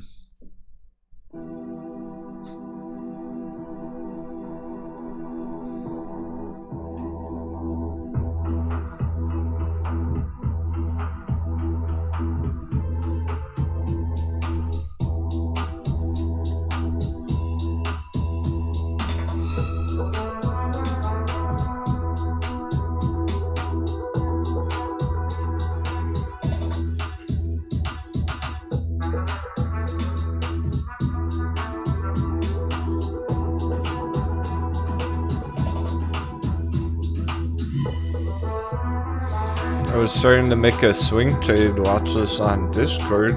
Things got so crazy with the markets. I hit it for now, it's too much. There's too many good swings and different things happening. Why I have them and why? What I have and why?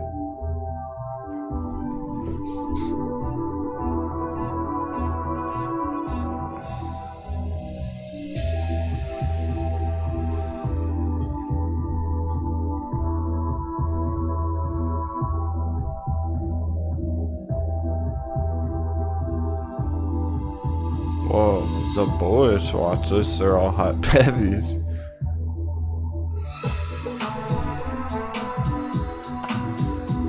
Some of them are from way back and they might not even be good anymore. No one might even be holding them or care about them anymore, and we forgot about them and they're still on our watch list.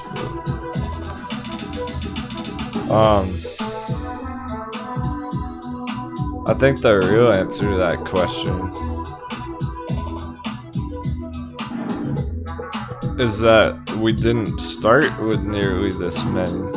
We started just focused on crushing the AMC trade, making sure everyone was good to go on that. And then we started trading GameStop every day alongside it because people wanted to do that. They were holding both. And then we started looking for some other long-term holds that we could start accumulating in the meantime, guys. That's all it was gonna be.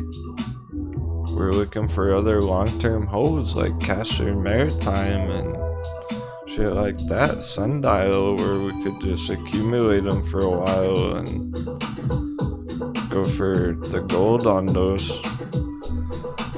Like after AMC and GameStop, those were more active swing trades on AMC, GameStop, so we're crushing. We're focused on that, and the watch list came about by trying to find other long-term hot bevies that we could just accumulate and hold tight on and be patient on. So over time, just there was more and more interest about other different ones. So as we would check out other ones, some of them looked good, some of them didn't, and the better looking ones we added to the watch list. So this watch list has grown through all the suggestions in the chat with the crew. People be like, hey, what do you think of this? And then I'll check it out, and if it looks tempting, if there's a reason why it has potential, then we might add it to our watch list. And if it's really ugly or it's not worth it, then we don't.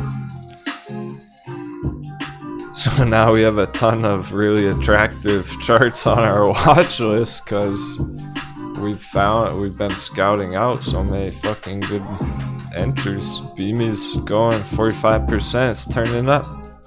Get another push. 3rd time's the charm.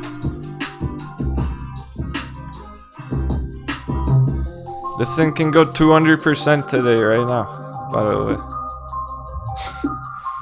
Just like Catalyst Bio yesterday.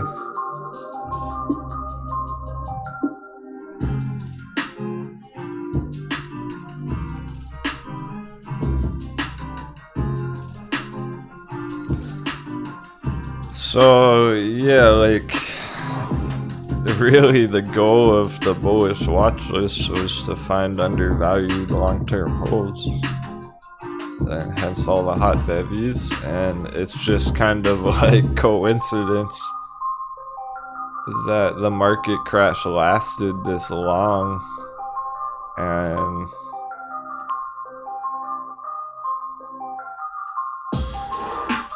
and it hasn't really been like good day trading or even like swing trading so much lately. Like the market madness is so extreme that it's like the best thing to be doing is accumulating hot bevies right now. So it's kind of perfect there.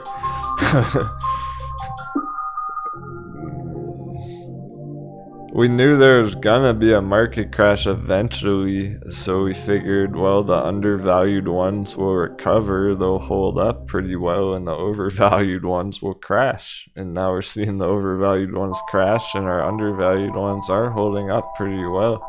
We're just not getting like 10x bull runs right now. But that can be right around the corner with crypto here.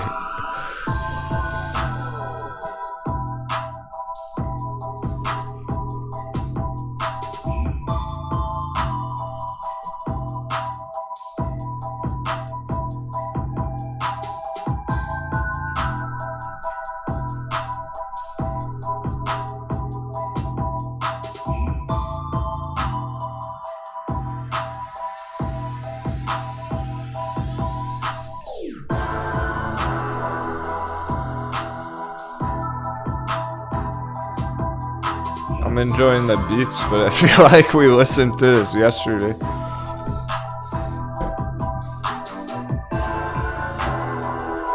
I need to start a fucking watch list for my playlist.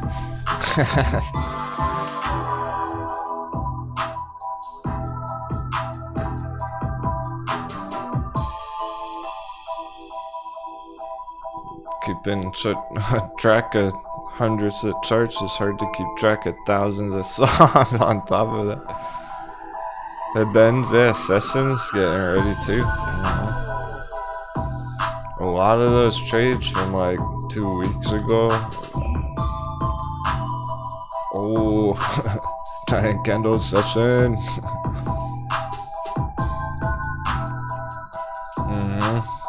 Yeah, this has been so ready on session. We just need a dollar dippy.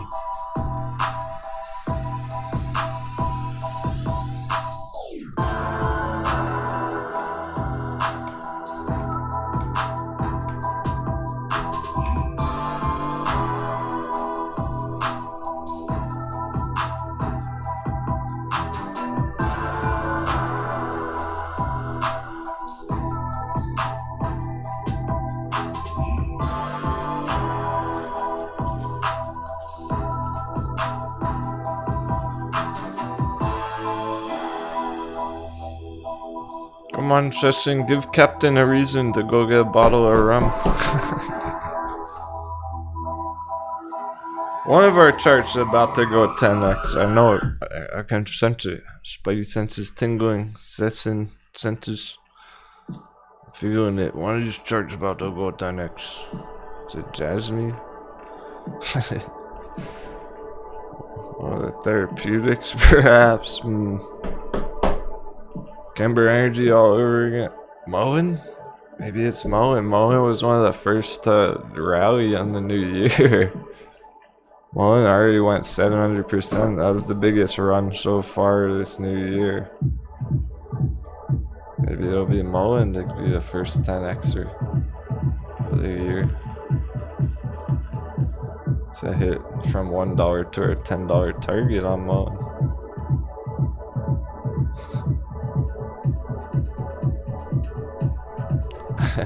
Well, I would have said AMC if it already dunked to $5. I don't think AMC's hit its limit of the fuckery yet. I don't think. I know it feels that the retail hasn't been tested their limits yet. They haven't had their last test of emotions on AMC. Remember how we got that on all our other charts? When they hit their bottom and they looked like they were stable and it couldn't go any lower, that's how people are thinking AMC at 10 right now. And they slam dunk 50%, it drops down in half to 5 and the last test of emotions, and we'll see if they got diamond hands or not. Yeah, Matthew Woods. Don't forget about aterian, I guess.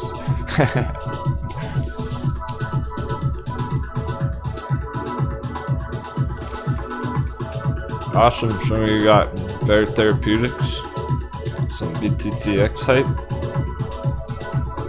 Gary aggro.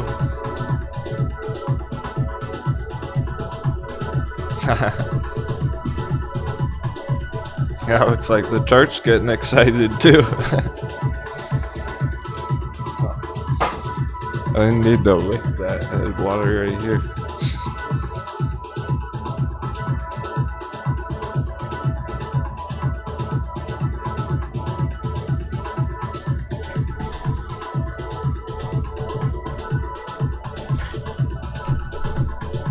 No bullish meows yet. Did we have a bullish meow earlier? There might have been one. I think we had a mini meow this morning.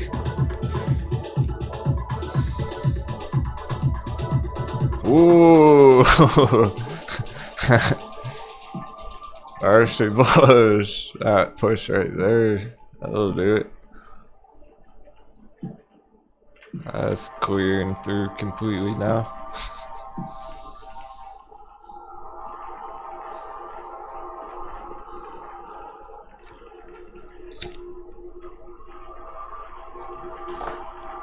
Gonna scalp big area? Alright, let's go.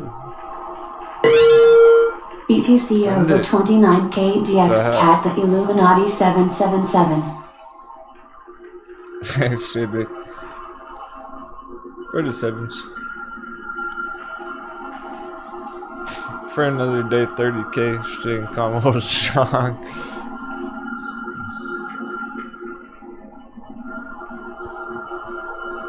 J-Bic, I'm sure you already know, but sure you agree. Looks like we're about to hit 30 again. Kind of funny, right? He's just diamond handsing his Bitcoin. His one whole Bitcoin. He's not gonna get shaken out that easy.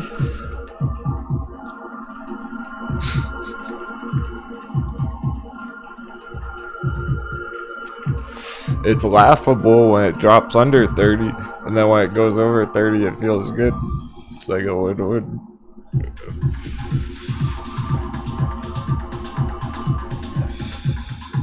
Just let all those other traders make those mistakes here. It's all those liquidation margin calls and shit. It's not even hardly like real trading going on here. indecision, choppiness. It's like a joke. It's a joke because Bitcoin ended year target $77,000. Bitcoin 2025 target $1 million.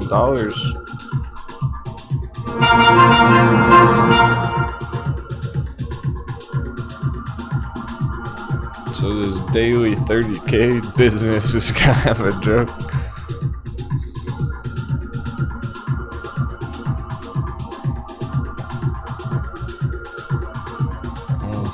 No dollar dippy continuation yet, but things are still looking pretty spicy. Better therapeutic sending. So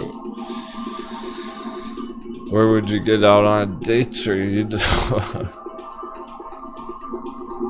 Long scalps is all today.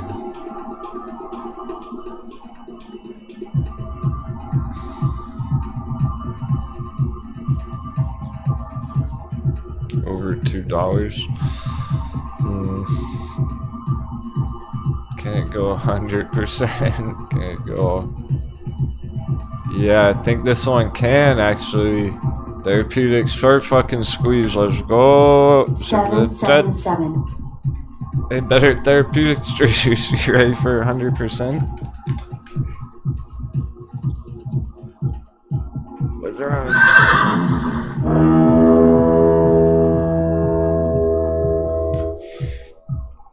This one can.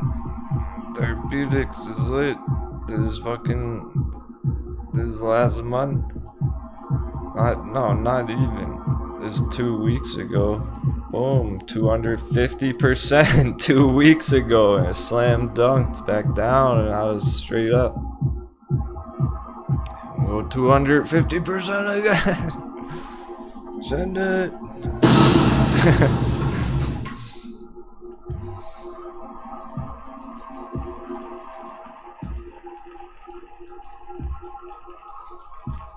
This one's moving fast. Light speed warp drive.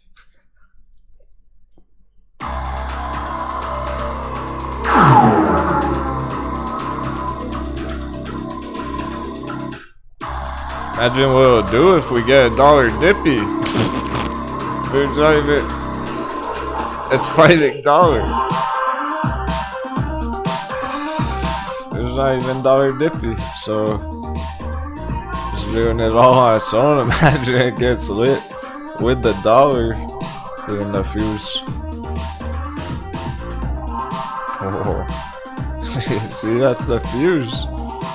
Fuse is getting sparked on the bomba. La bomba.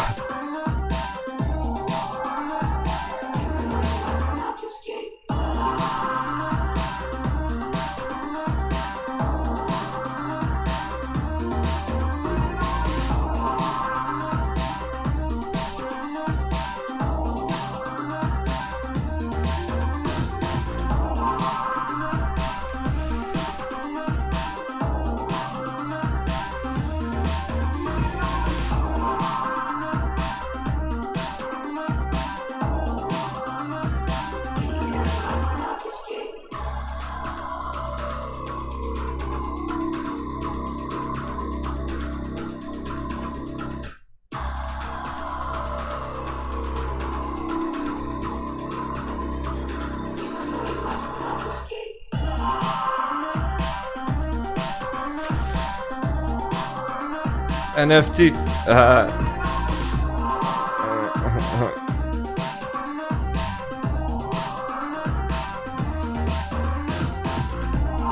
Bomba.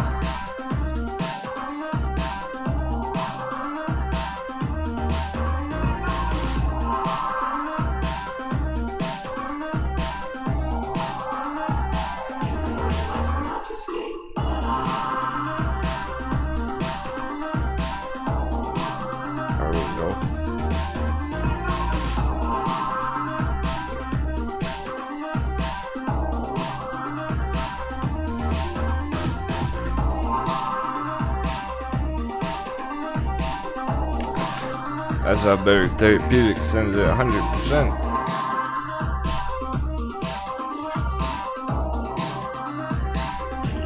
Double check your seatbelts, so seatbelts better stay fastened. when we got the hot market sign on, keep your seatbelts fastened.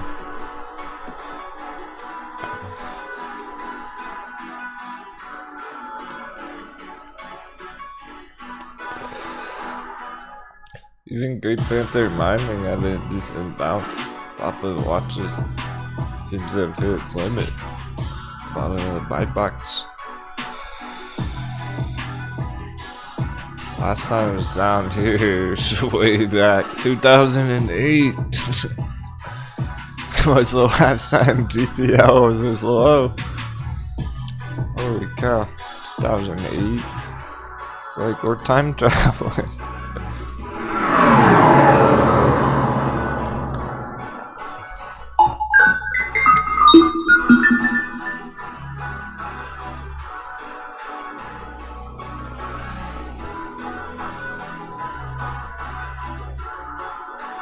Yeah, Better Therapeutics on its way for 100% right here, right now.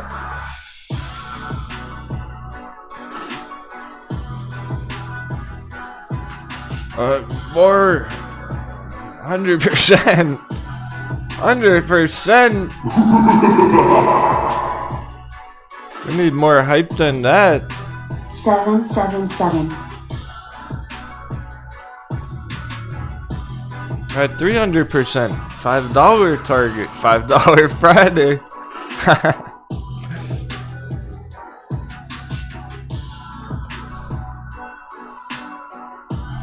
Wait, am I seeing this right? My head on straight. $5 target, 300%, 100% today.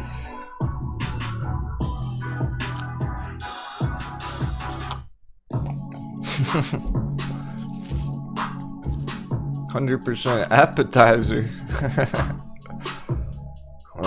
Behold the power of the hot bevies. Let's fucking go. Hot beverage. This time I'll start getting excited again because they're doing things. They're doing glorious, targety things, profitable things.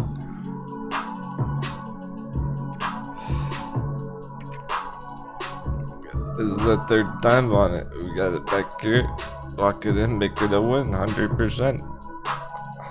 2 weeks ago, 200%. Third time's the charm.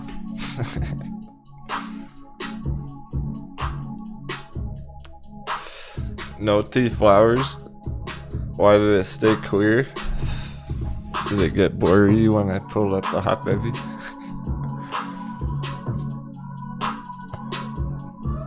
It's a sacrifice I'm willing to make the screen blurry for confetti.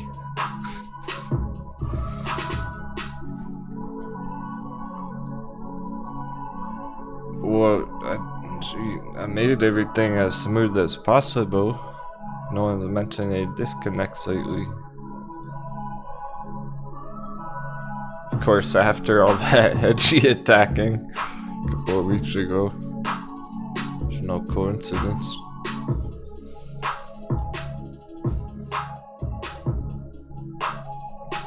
Oh, it looked clear. I'll have to check after. Maybe it's fixed.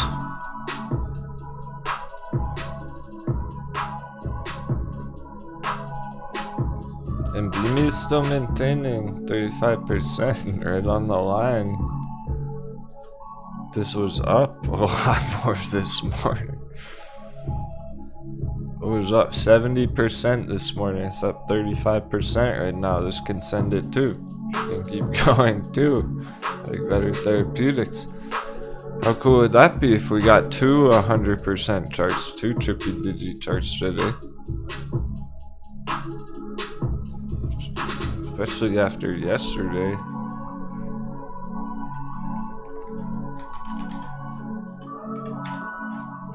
On Catalyst, and that's maintaining still going. We're not done with CPIO.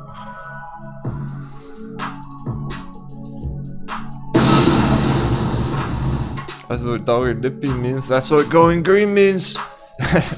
Pushing up S&P means we're sending pirate wedges.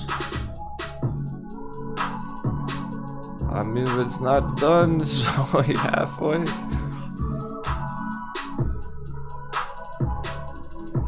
If we're taking dollar damage, if we're getting market hammer, it'd be dropping down.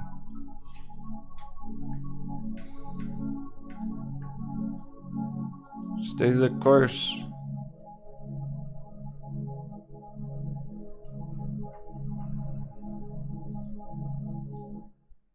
We're probably gonna get a lot more double digits end of day.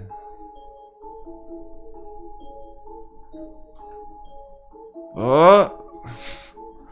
AGRX double digits therapeutics.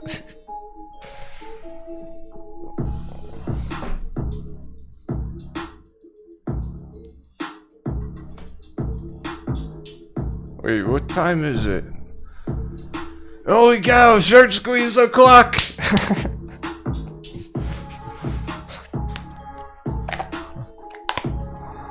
The edges are feeling squeezy today, guys.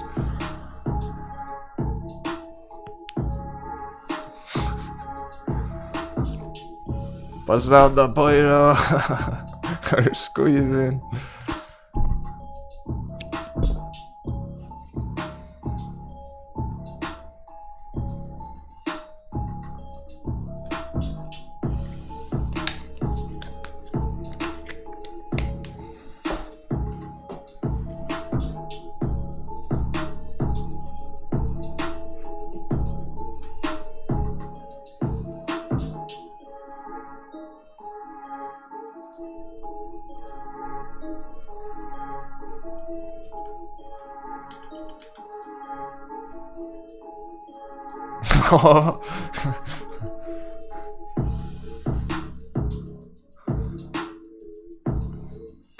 What a spark.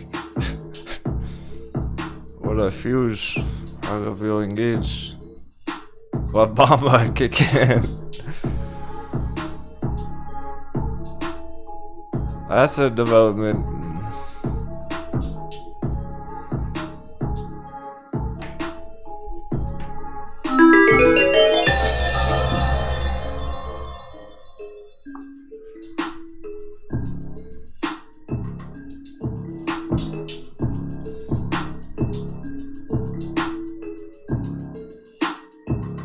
Know what this is.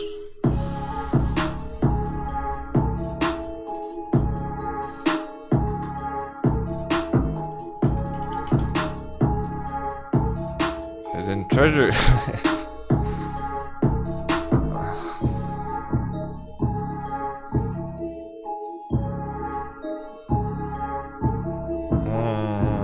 $10.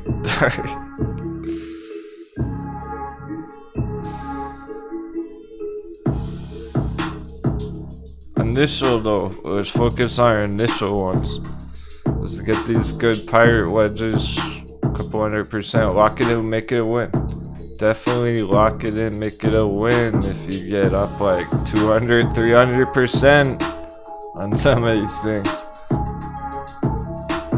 And then you can try and ride the rest after that if you want to.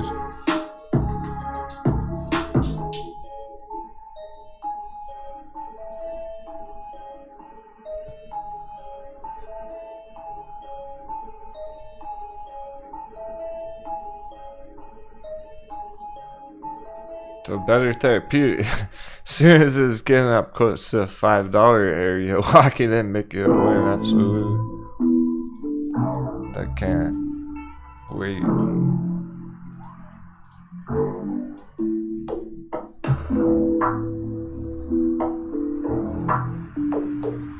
So let's say we stay green on stuff all week long and we hit these huge targets and lock it and make it a win.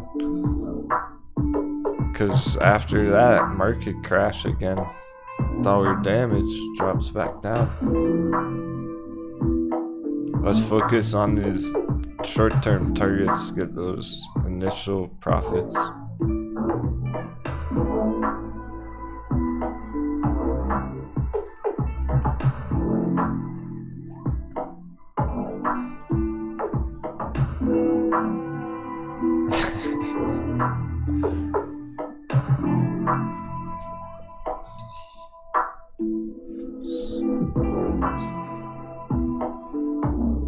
It's pretty spicy. There's lots of potential after what happened yesterday.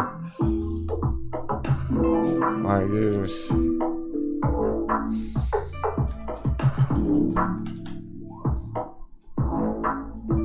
We can get more of these kind of moves. Catalyst bio 250% yesterday.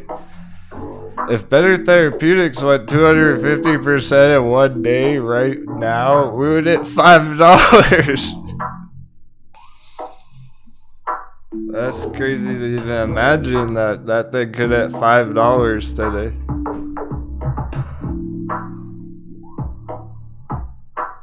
But short squeeze. Short squeeze therapeutic. Man, so whenever it were to hit $5, lock it in, make it a win. Especially if it happens power hour.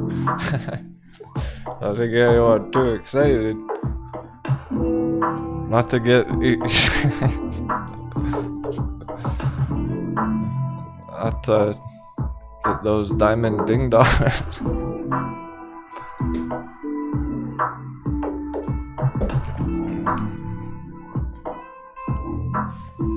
It's more like end of week. It's, see how far it can go today. Time's ticking. An hour, 40 minutes. See how far we can make it today. Get some good progress. Head in the right direction. Continue tomorrow. Into the rest of the week. Hit the target soon. And lock it and make it win.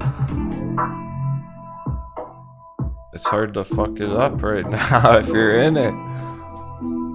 It doesn't matter where you're gonna take profits, not down here. Allegedly. Strategic. I mean, who said that? I mean, I wouldn't take profits down there. I would take profits at $5. Make sure it's worth your while, all that bravery. This means you picked the right one.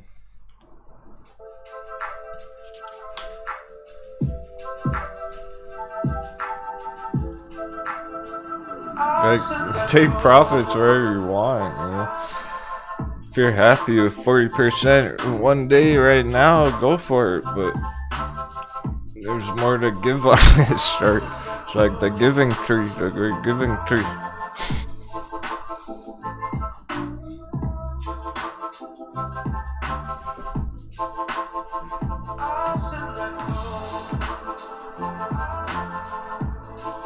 We're trying to go for the gold. That's the point of catching him at the bottom. They have a lot of growth potential.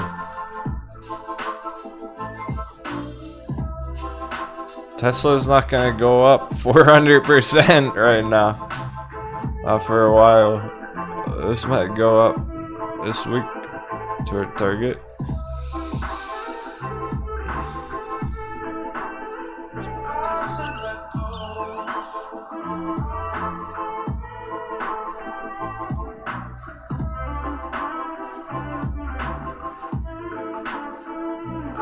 All three of those are explosive right now. Top of us, they're therapeutics, agile therapeutics.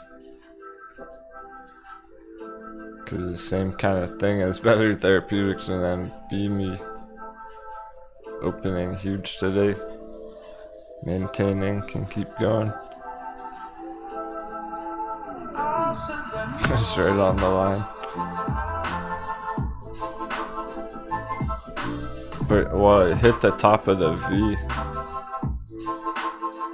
So it's just processing, developing.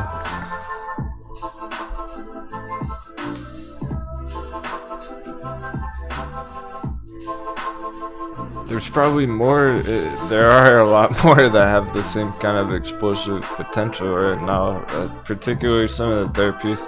I never fully finished answering the question earlier about why these certain charts are on the watch list. Some of them, like EMVB, I mean, Native, I know he's been just holding this for a long time now, so I'm kind of keeping up with that one for him, but like,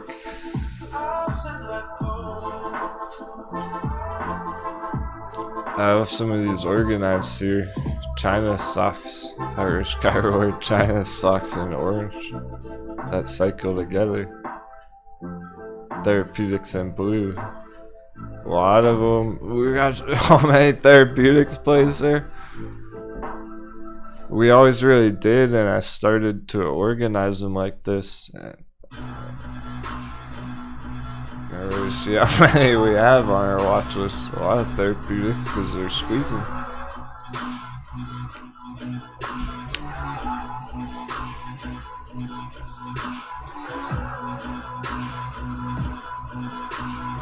So those ones have the explosive potential, like better therapeutics.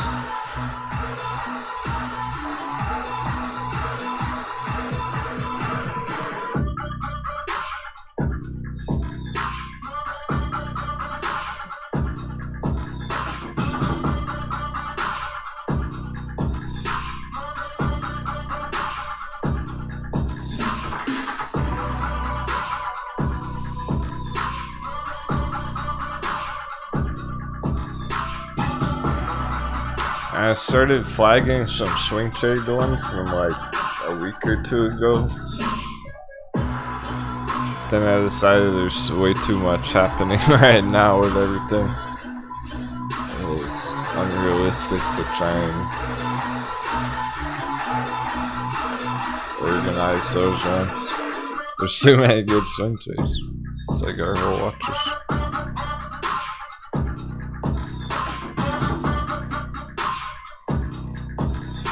But yeah, a lot of these therapeutics are slam dunks right now. Let's see if there's any perfect setups right here. Legos, LGS. Okay, this is one of the biggest pirate wedges target we have as well. Full 10x pirate wedge.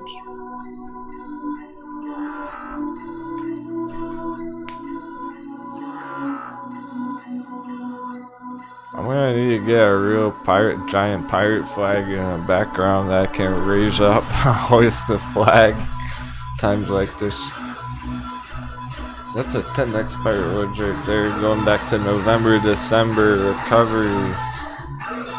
November, December. 10x, $1 to $10. Therapeutic short squeeze, the real deal.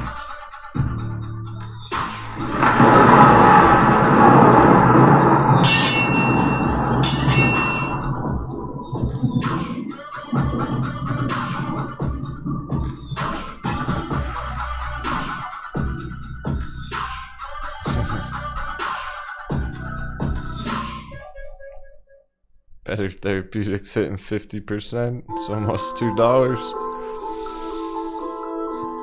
Booming. Oh, I'm sure. Yeah, that's Legos is looking completely perfect.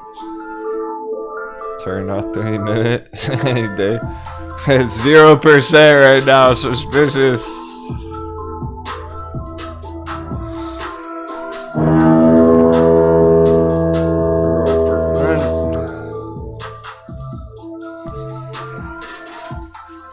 She threw that.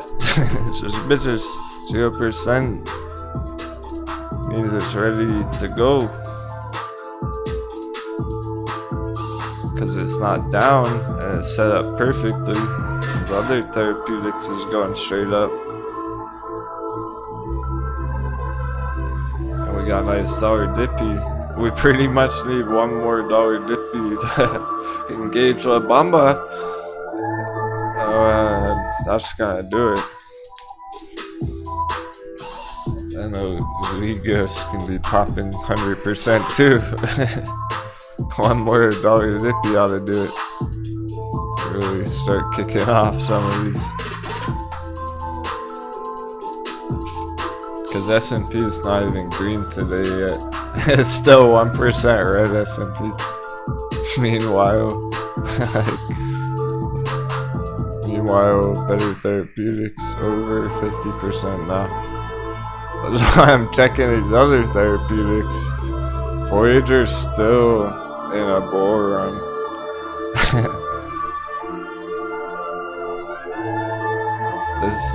It's just been a retracement. Not sure if anyone's still holding that because it already hit like hundreds of percents. But it would be still a decent hold right now on Voyager. Maybe not so much an entry, but it is ready to continue. Way better if you're holding Voyager Therapeutics from back here though.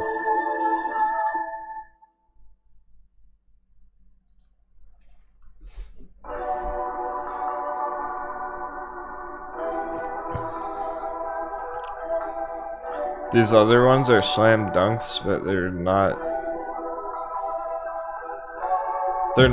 looking set up to blast off tomorrow per se. Oh, by or that's another one. It's 0.7777 in the chat now. 777.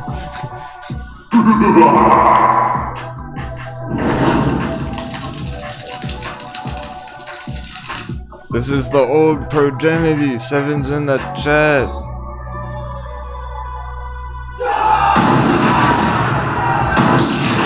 Remember crushing Progenity like 10x last year? Oh, we're looking for right now has got the magic number. And that's one of the ones. Epic double dunk is right there, ready to go. My goodness, by Therapeutics.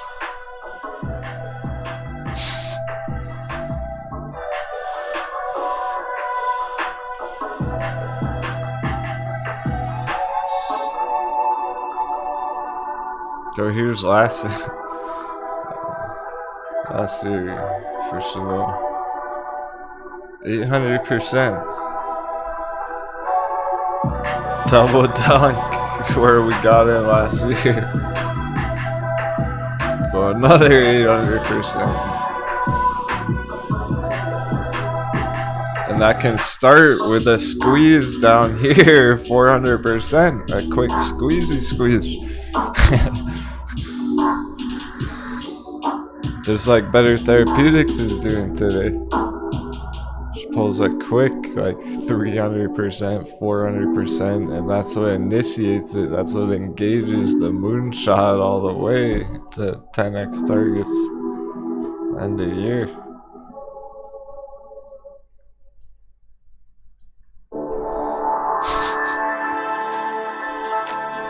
Yeah, the hype just keeps coming. This is getting better and better. Oh, very cool. Keep that real. It's funny. She's got my voice playing throughout her house while she's doing things around the house. With her battle gear in hand, yeah, get the the weapons prepared. Our trading much. We got shit come hold shot. Get this treasure back to town. This would be the worst time to give up on. Like, this almost looks for certain. And there are people who FOMO back here who are paper handing right now from like a huge loss.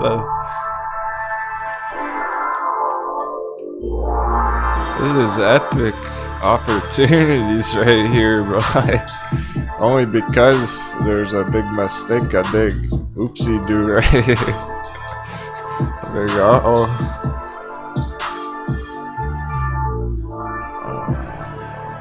That's what it is when like big mistakes are made and then new opportunities arise. The full bubble cycle.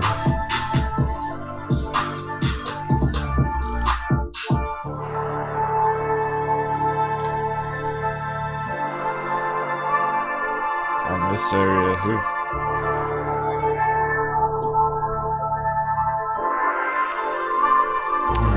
popping up, returning to the mean would be hitting that first target hundreds of percent. We've certainly hit despair. It's set up perfectly, double dunk. It's got the magic number. The other therapeutics are popping.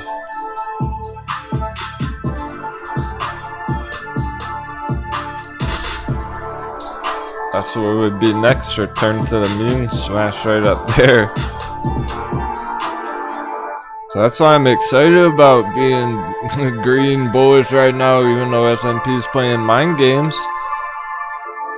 We got over $2. Better therapeutics.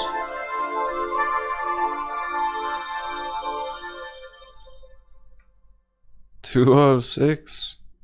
A new psychological barrier smashed.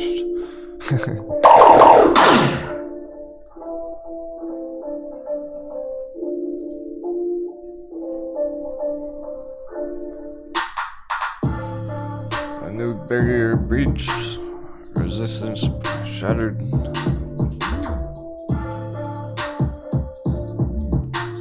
So now, once it's popping, it ain't stopping. Like, it's looking almost certain to hit this target. Especially if we get dollar dip.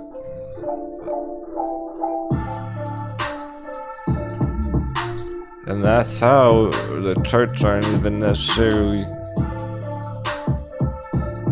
to predict.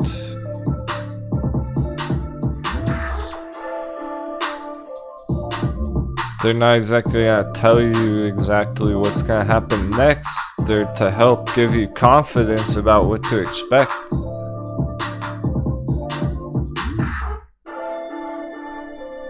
$65% better.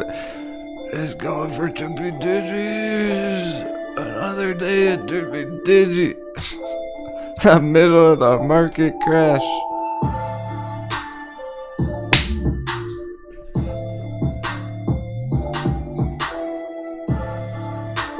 Well, you guys killed it. Congratulations, better therapeutics.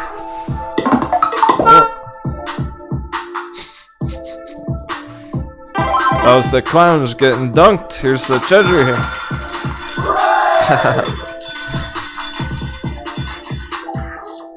You already won. I did it. You're riding that up.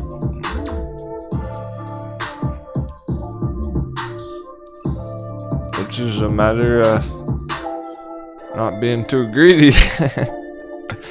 Locking it in, making it all win. Further up it goes, the more sketchy you should feel about it.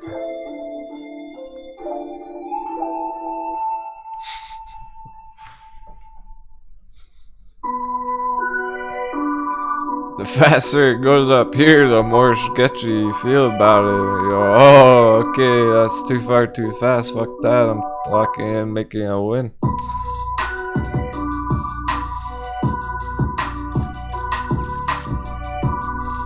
Get ready for that. If it goes way over 100%, like it might not stop at triple digit 100%, it could go 177%. Get that treasure.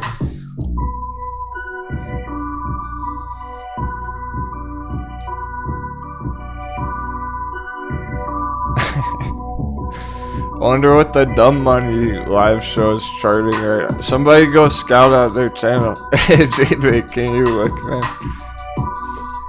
I'm gonna look on the break. We have our Let's Coffee intermission coming up. One more mind-blowing thing for your concept. What are you gonna think about while I'm gone? JB, go scout out Dumb Money channel if they're even streaming right now. See if they're staring at like 5-minute Tesla chart or some shit, I'm curious. I know they're not crushing better therapeutics. People are oblivious to this therapeutics action. These short squeezes going on. For real. Yeah, well, it's like, I don't even want to step away, because by the time I get back, it'll be up 100%. I don't want to miss that. I'm gonna watch on the break. I'm gonna pull up the own show. Put alerts too. I'll run back. It's sitting there right now. I can't walk away. They're not even live right now, says Kelly. Dumb money. Box boy or whatever. Whatever his nickname is. Coors Light. Like, I made that. What the fuck? Wait. Stop the show. Stop the show. Let's talk about that for a second. Remember, like, early on last year, AMC, when I was teasing it, like, taking shots at him, fucking. I came up with that nickname Coors Light, and now it's his real name on his fucking other channel. What's up with that? He must have heard me say it, right? Like, he came up with that too himself, but why would he ever come up with that? It's stupid. I remember making fun of that, like, months before he ever changed it to that. I was like months and months before he ever did that. So he must have been watching back then. Just wanted to remind everyone that. Meanwhile, I was up 7%. He's probably watching right now. He stopped streaming because he's like, oh, I gotta see what therapeutics are going up on Denwo's show. I gotta see what real traders are watching. 73%. I can't walk away. I was about to step away and make coffee. There's no time, it's right now.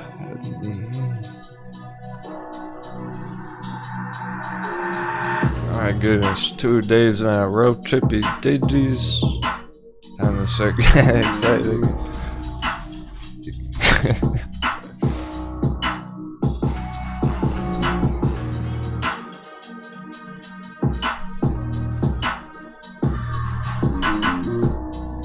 Well, they had to start talking about crypto because they started talking about dogecoin and screwed everyone over on it. They convinced everyone to FOMO in dogecoin.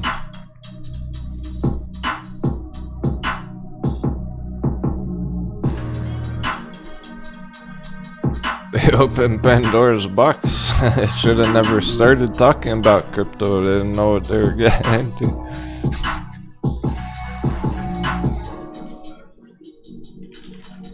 Doge is probably one of the ugliest charts in crypto right now. Let's check. Yep. Down again.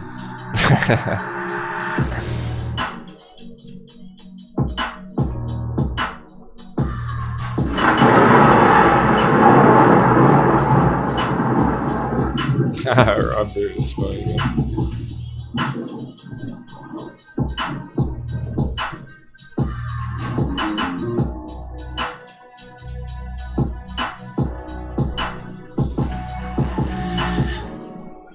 I imagine that's what they do, right?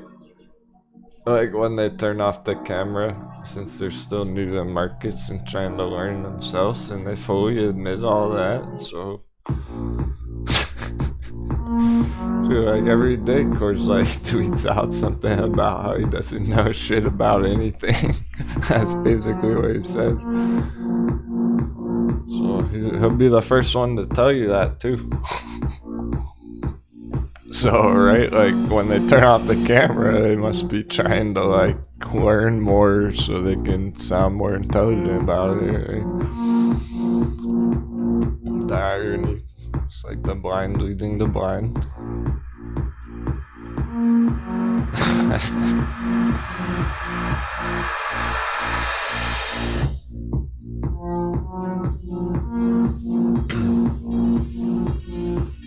Yeah, well, how about...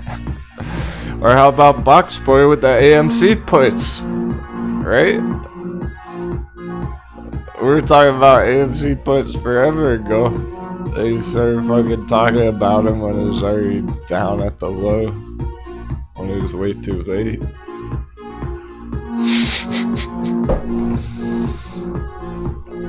Market madness is like that kind of stuff's not gonna endure through the markets in the long term. They might have made some money last year on AMC, whatever, but like, how are they gonna get through the rest of the market crash in one shape, in one piece? Like, they haven't got their peg legs yet. They're gonna be screwed next year when everything's different. Like it.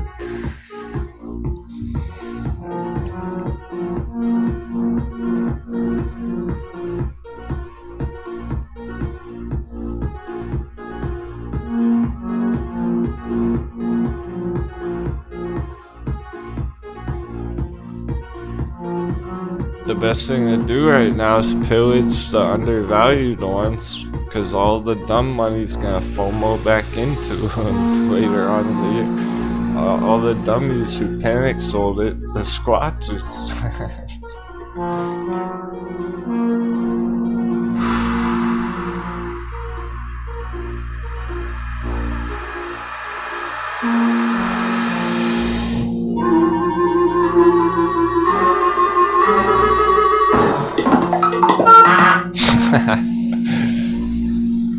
All those squatches who paper-handed all their crypto, they're gonna be FOMOing back in when Bitcoin's going straight up at the end of the year.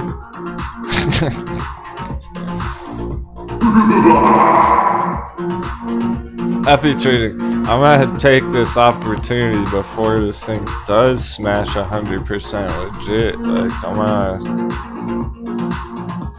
get that coffee going real quick for a power hour, because the longer I wait, it's more likely to keep hitting to hit it.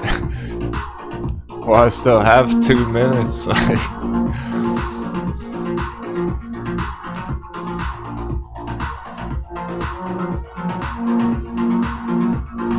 Let's use this quick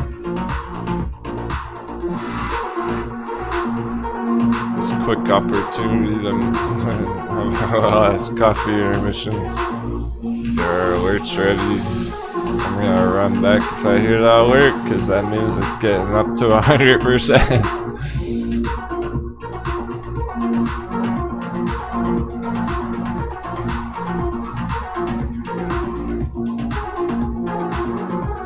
BB dropped down a slight bit there.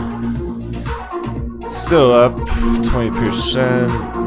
The other one, we're not getting any double digits. S&P's still red, so we'll see power hour how explosive things get if we hit 400. Like, everything's taking as long as possible.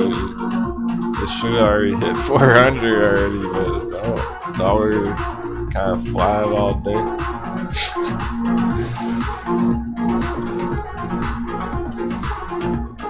Happy Tuesday. Like, it is kind of random Tuesday. Still huge developments in action.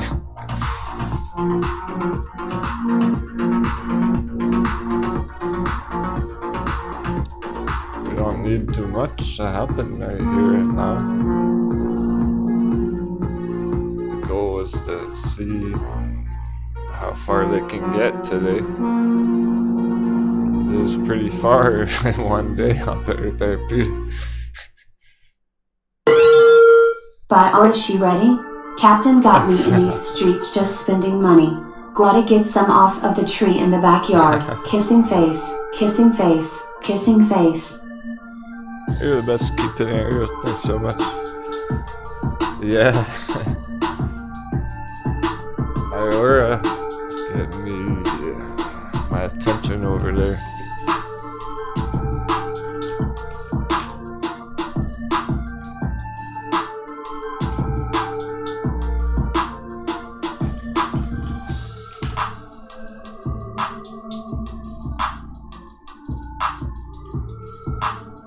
This is one of the more attractive therapeutic centers. This one and Elliottician.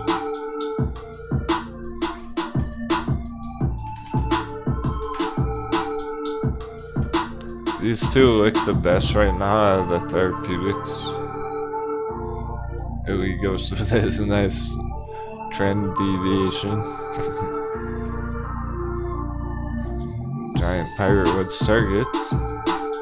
And then Biora with the long-term double dunk. And it used to be Progenity. So it's still the same old Progenity that people were excited about last year. Please take your break. Heart, orange heart, yellow heart, green heart, Yeah, blue sounds heart, good. purple heart. Heard the charts be a harsh mistress. When you're married to the charts.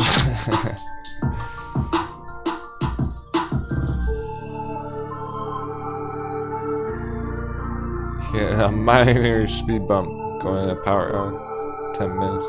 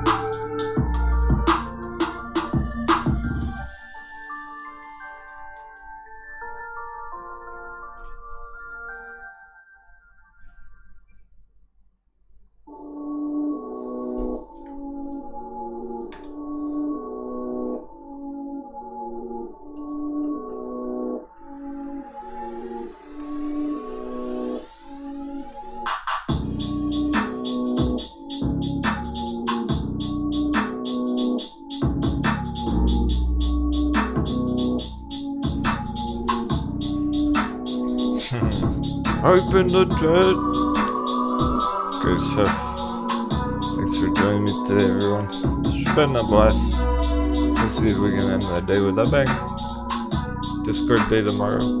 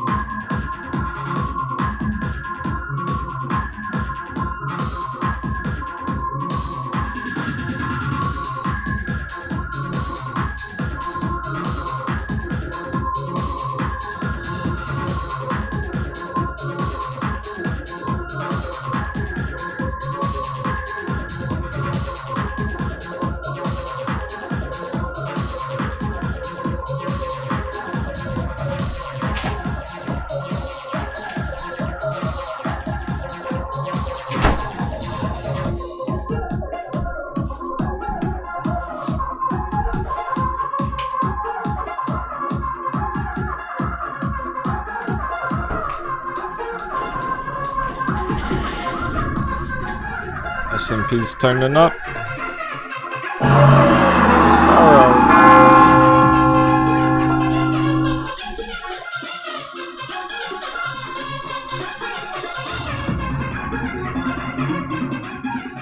It would be ironic if that was the top of BTTX today.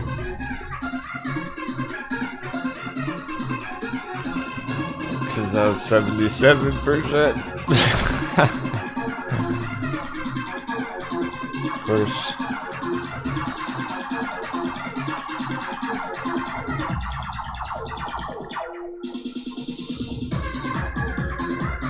That's cool though, because it didn't go too far all in one day where it can keep pressing up towards targets toward the end of the week for the next few days instead of just one day up down.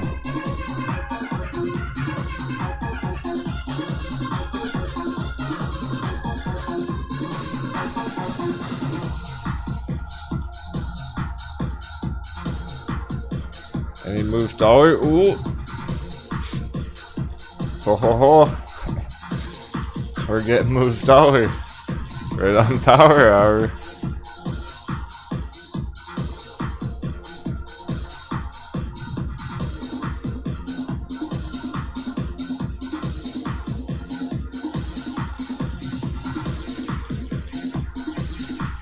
Mothership calling all fleets. Get the reinforcements. Hold the backup.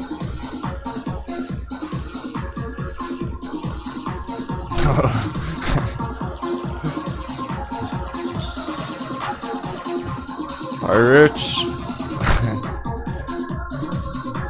We need to engage La Bamba.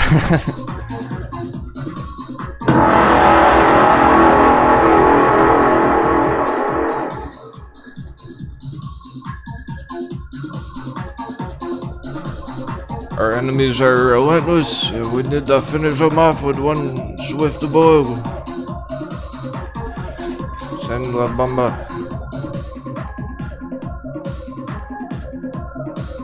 That'll do some damage.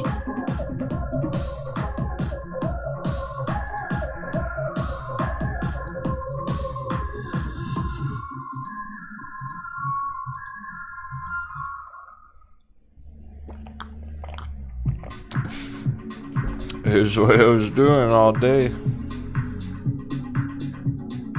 Really, this part. Now this. Power hour pivot. Dollar dip.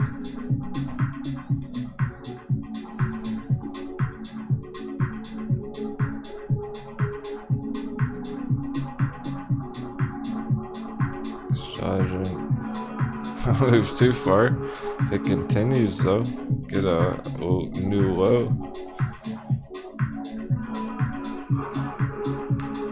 Then there's no reason for S&P to be red and S&P trying to finish the day green.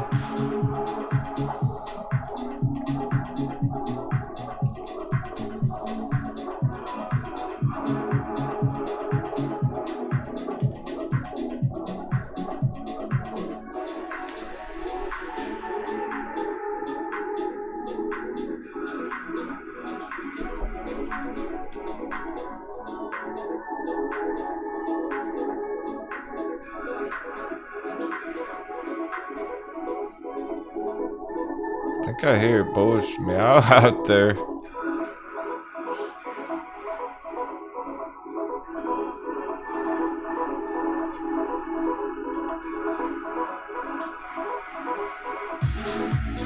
There's Washington.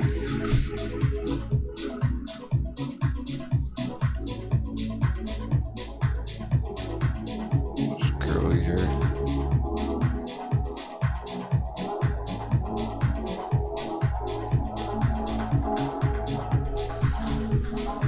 Is that bullcat?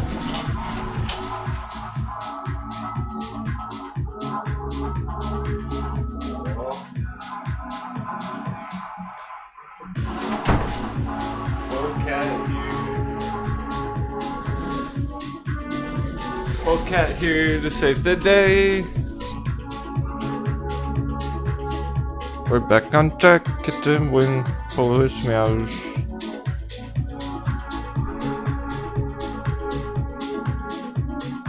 That's all we needed.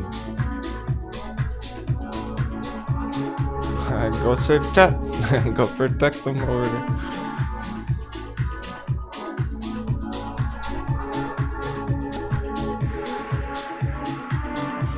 Hang out and channel some energy. Looks like it. Alright. Good to go. Power hour it is. We got all the signals.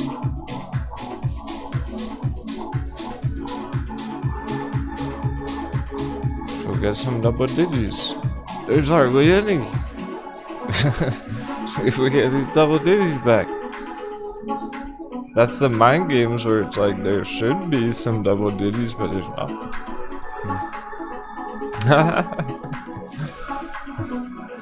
Crew's getting as lit as the church. Got been feeling pretty lit too, which is good. Where it's going.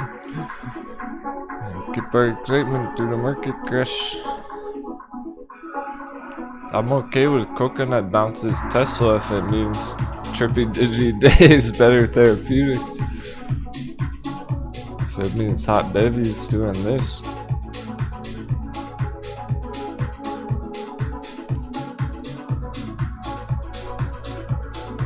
All of this is leading into end of week, like rest of the week right now. So it's still Tuesday early in the week. And because it's nothing too much has happened on the major charts yet.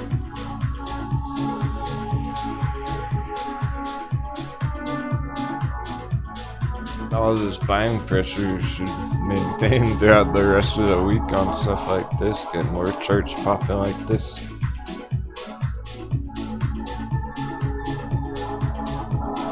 There's not really any dollar damage going on. Our bullish watch list, so all those charts are red today for a different reason, like everything just opened red essentially.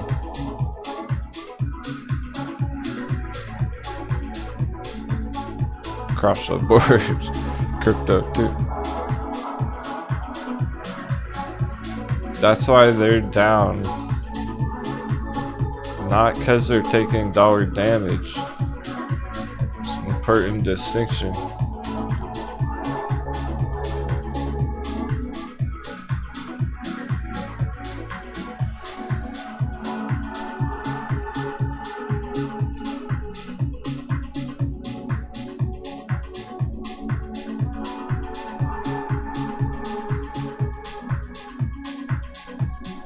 Well, I think it's just taking a couple of days for the coconuts to gain some confidence right now. They just took major hits on Tesla and stuff.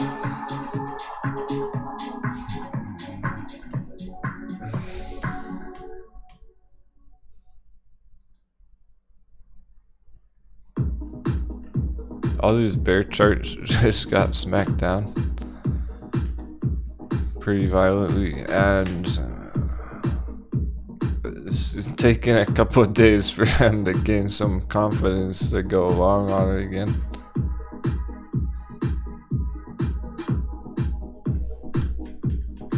After that Tesla drop back there, it's down a new low. This is why S&P is still red right now, is because Tesla is a new low.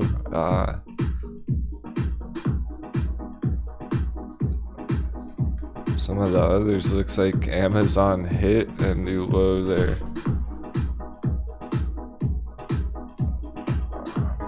Some of those ones, S&P,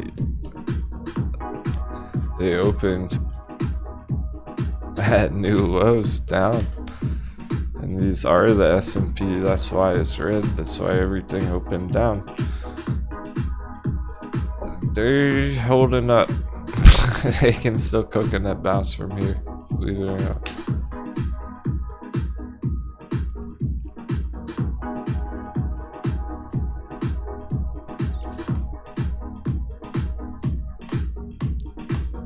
They did have a pretty weak opening, kind of dragging everything else down with them.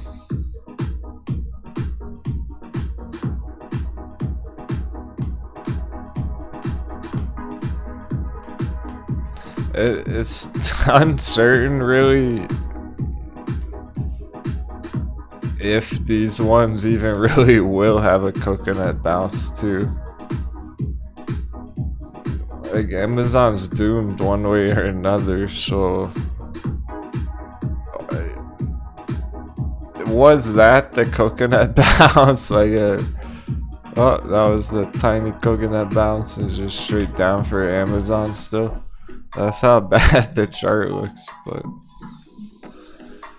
I still expect that these are gonna coconut bounce too throughout the rest of the week. It's just gonna take that much time on them.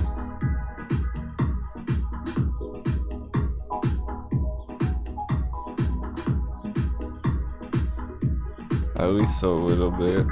I think at least a little bit. Because we are getting massive dollar dippy action.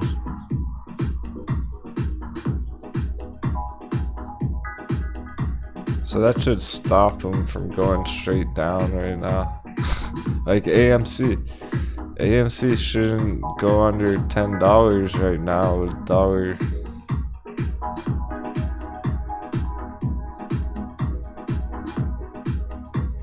And that's the beauty, when dollar's going down, we're catching wind, and it actually helps all our charts. Hey, boy. Yeah, ultimately it feels that way. Gotta be patient on those slam dunks on AMC. We're really gonna have to let the dollar dictate where we're heading in the short term here. If this continues down through the next like 40 minutes, we can stay confident and bullish on a lot of these charts, even AMC, GameStop.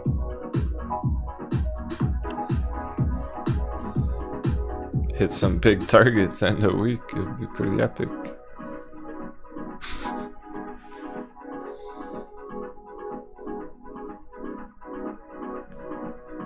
So it's almost like, doesn't even matter if S&P's red or green today if it doesn't move much right now, power hour. We're gonna trust the dollar dippy. It's been trending that way. It's more than just a random dip on dollars. Continuation of the same trend here, down, down, down. Kind of stair stepping past week. It doesn't look complete yet. There's further to go down here on dollar. It's here right now. This being the 105 top. And we're here at 102. But see this parabolic run right here? It's pretty much gotta go all the way back down to this area on dollar towards the bottom.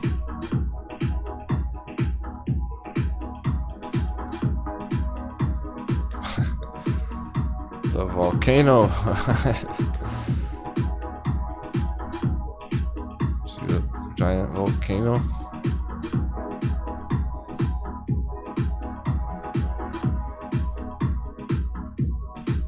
Oh, okay.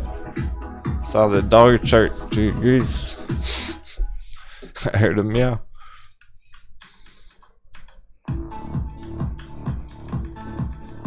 Short squeeze confirmed. This is the catalyst for Catalyst Biosciences going 250% yesterday. This is the catalyst for Bitcoin holding 30K every day.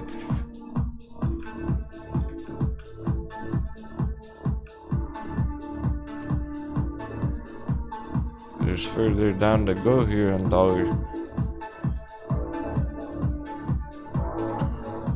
There's some mind games, choppiness, market uncertainty in this area today, this morning. Well, last couple of days really.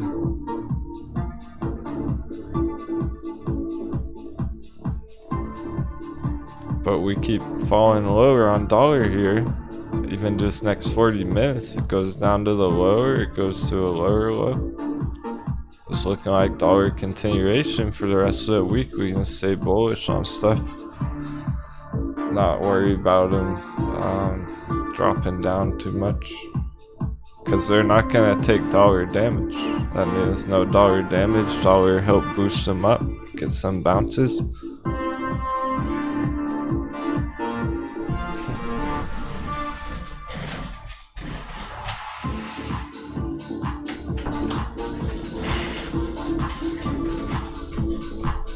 Yeah, it's confusing over abstracted, and there's lots of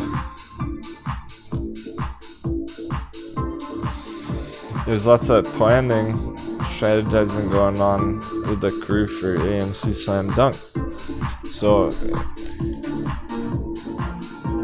I'm glad you're keeping your eyes on the prize, thinking about AMC $5. Like, that's a good area to target it. With what's happening right now, everything I was just saying, believe it or not, stay the course. Coconut bounce bullish right now. It can still bounce from here up to $20 first. You gotta be careful because it's still trying to have a rally like this right back here. Do that again right here, and then dunk down to 5 by the looks of it.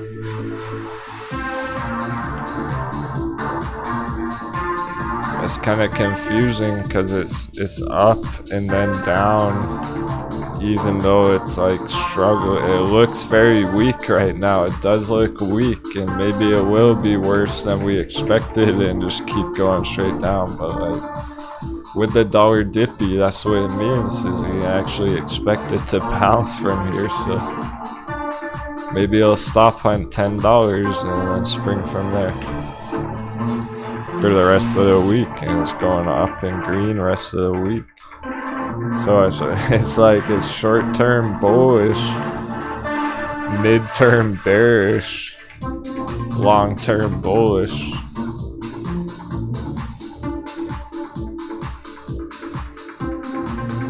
Up, then down, then up. Because we're gonna trust the dollars. It's AMC's red right now because it's following S&P. S&P's red on the day. It's still 1% down. But we're trusting that S&P is still bullish. It's going into the rest of the week because we're trusting dollar dippy's gonna help. Dollar dippy is gonna lead to coconut bounce. In theory, like, well, it would, as long as dollar dippy continues. That's what we want to see about end of day, how far down this gets, leading into tomorrow and the rest of the week.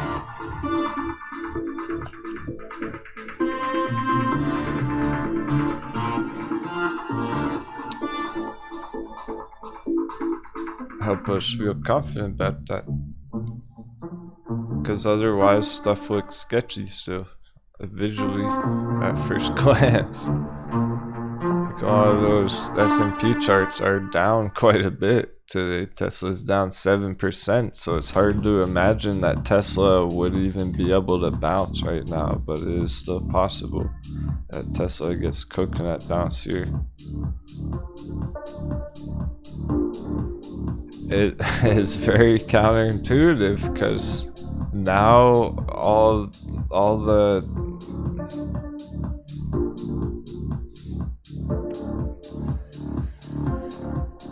the traders who are always late to the party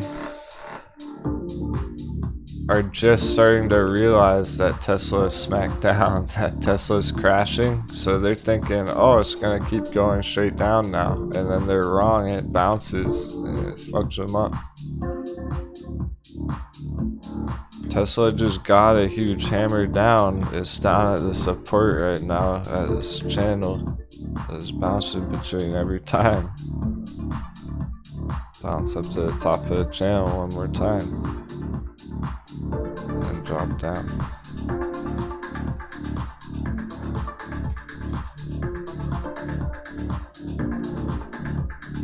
It's just gotta have one more mindfuck in there, you know what I mean?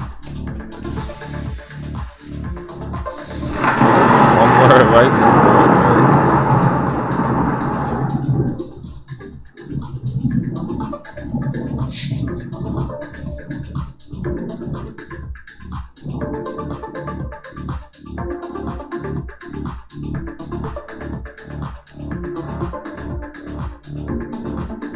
So stay the course on that. Even though it visually at first glance it looks terrible. It looks like a tanker. It is crashing and it is doomed. Still looking like we're gonna get some coconut bounces. Dollar dip. Trust our dollar dippy. As long as dollar dip continues, that triggers the coconut bounce for the rest of the week, but it's not moving too much. I'm sticking 30 minutes.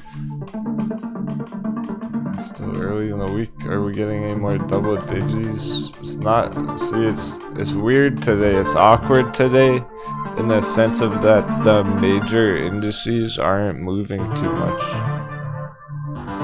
Like the S&P, Bitcoin, dollar, they're pretty flat today. Our hot bevies, we almost hit 100% on better therapeutics. So that was pretty epic. Maintaining 50%. Oh shit! Yeah, that just bounced again, major. Damn. 777. I hit the wrong button. Apparently, it's time for sevens in the chat. Robot says sevens in the chat. Look at that. Balance that you just got, sheesh. After it dropped down, like, so here's the 77% move today, like exactly that measure, right? And then it just dropped down power hour quite a bit. I was like, oh, okay, we're done for the day. Nope, straight back up. 25% instantly.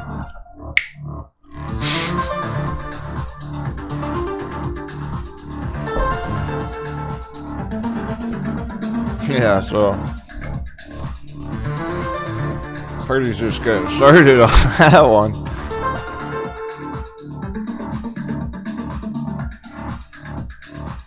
We didn't feel confident about continuation going into the rest of the week. Plus, Swift mission. You got me with that one. I think, translate that. Try and translate those emojis. I think he's saying insert the pill. Plug the hole.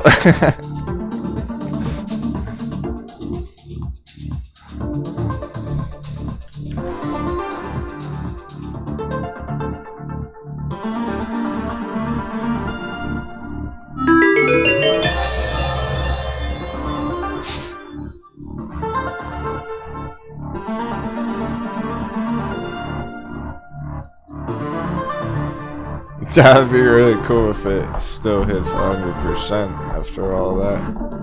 Up, down, all around, and it still hit 100%. I wanna believe, but time's ticking. Under 30 minutes.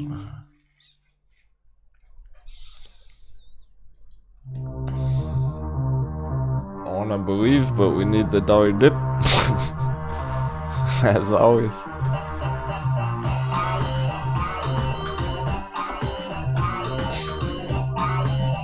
Yeah, they'll probably close like 99% and then hit 100% after hour.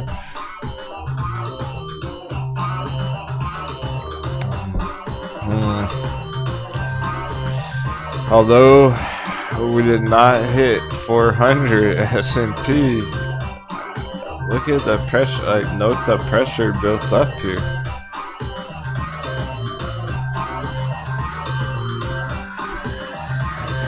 It wants to hit 400 anytime. It's ready to hit 400.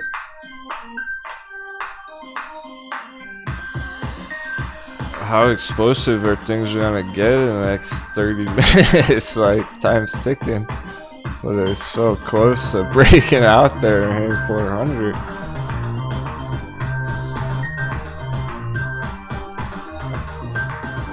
This was the critical line this morning that we needed to bounce from. That was way successful.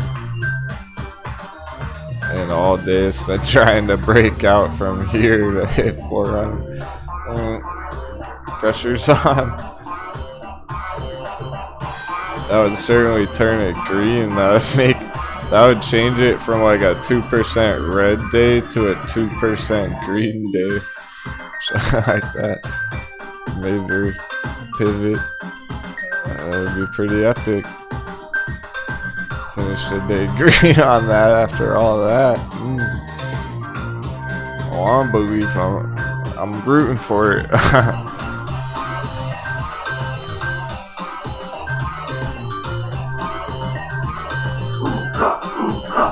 Go, go, go, go.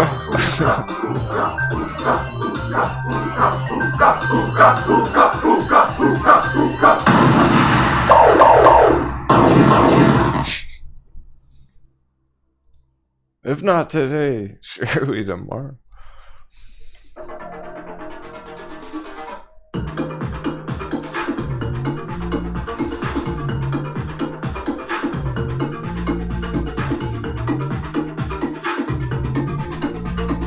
Surely with this breakout right here right now, it's gonna continue tomorrow. Let's go for it.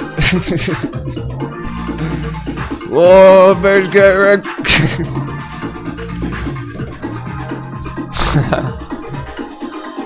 What is that? Oh, have a great day. Whose laser was that? Is that you, Samby?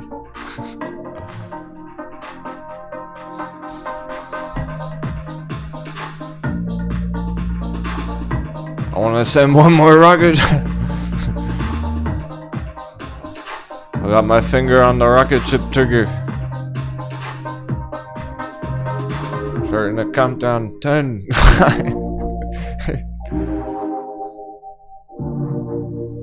7, 7, 7. Oh!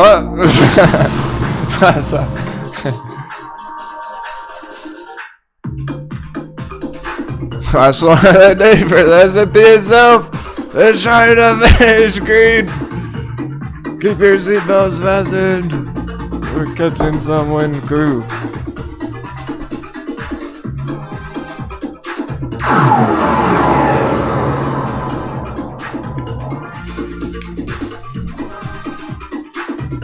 Reach the anchors.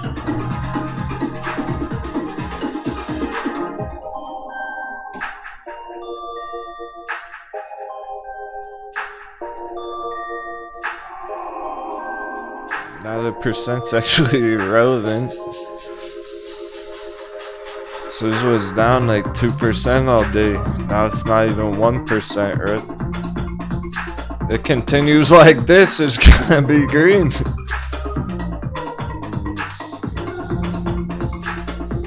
It's not even down that much anymore on that day. Like, oh, big deal, S&P's down 0.5% today. Even though it smacked down in the morning. It's like it never even happened. Look at it wiping out the red. Holy fuck. That was so much pressure built up. We don't have much time. It was only 20 minutes. And I was doing it very end of the day. Man. Like, that's how much market madness there is lately. Confusion and indecision, where it's like it wanted this since yesterday. I didn't even get it yesterday. It took all morning, all afternoon, the last 30 minutes. Fucking send it.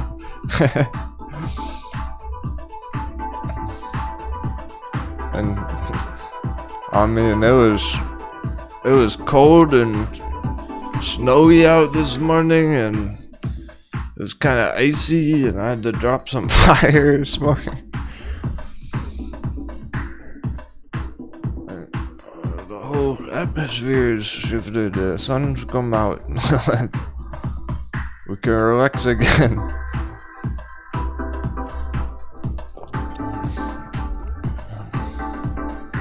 Like this morning never even happened.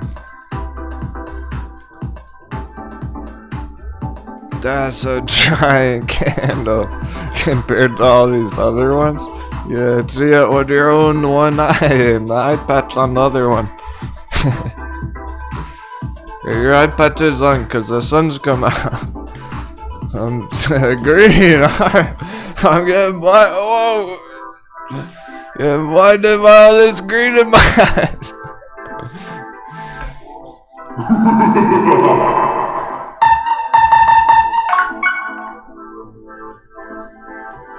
Oh yeah! Oh, we're cruising into a treasure storm. We must be getting close to that treasure tsunami. A treasure hurricane tornado. A money tornado. Fucking go. It is gonna be glorious. Where'd I go? Fucking it's 400 after all of that. That's epic. That's why we're sticking to the plan. We're staying the course.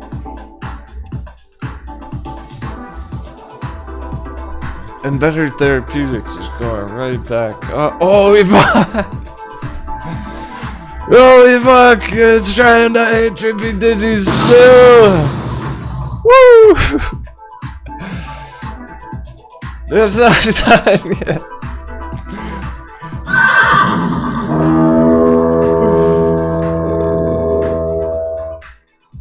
Alright, bro, guys.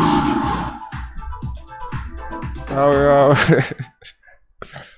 The real deal, man, eh? That's what power hour should be like. Well, almost triggered though right there. After that's selling off.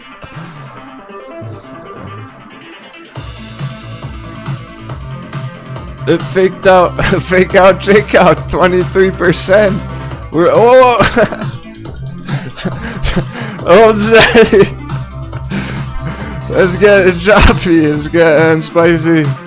That was a big red candle. We just gotta hit our target in a week.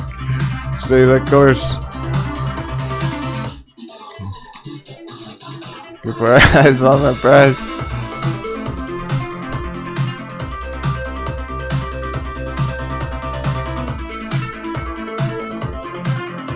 Alright, we'll keep cool on that and just wait for our alert to trigger. We'll get excited when our alert triggers. That's today or tomorrow or end of week. The chart will tell us when to get excited, because that's when start thinking about locking it in and making it a win.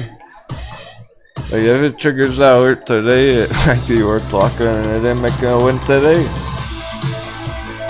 If it smashes 100% very end of the day, that's worth it.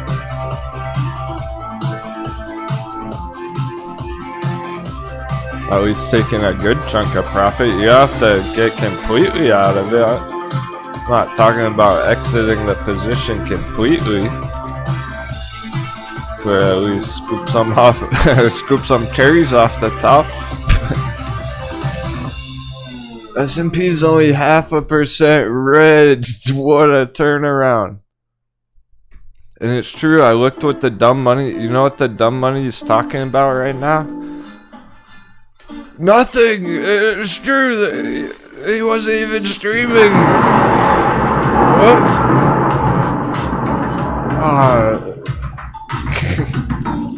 The market crash is more brutal than we thought, but like in the best way possible too.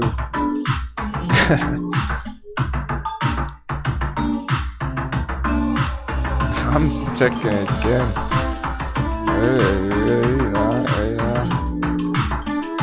I can't imagine like saying you're trying to help your community keep up with the markets and you're not live streaming right now. Wait, I'm gonna check. It wasn't as of an hour ago.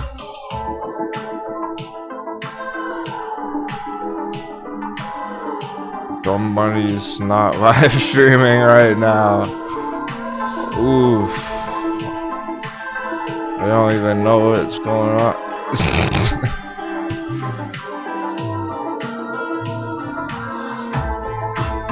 So he's probably talking this morning like, oh, the stocks are all red, market crash, and now instant reversal, get wrecked. Blindsided. That's why this morning I was dropping the fire and be like, stay no corners, no squatching, stay confident about our dollar dip. Because you could have got blindsided today by that.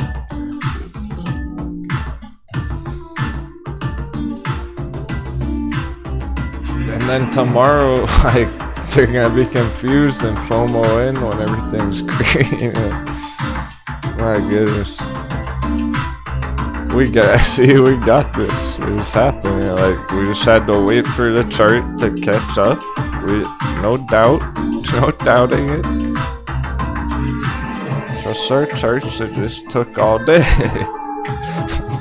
So it really tested our patience, and nothing happened or really changed or went wrong or asway. It just tested our fucking patience. So it was like within ourselves, so it was the hard part. The chart wasn't that bad, we just had to stick to our confidence. That's what it's about lately, like the past week or two. Gotta really be confident about what's happening right now. There's no if or this or that. By the time you see what's happening, it's too late. Like, you can't even put your orders in by then. It's going straight up now. There's no time to even place your orders, change your mind. Like, people who panic sold this morning.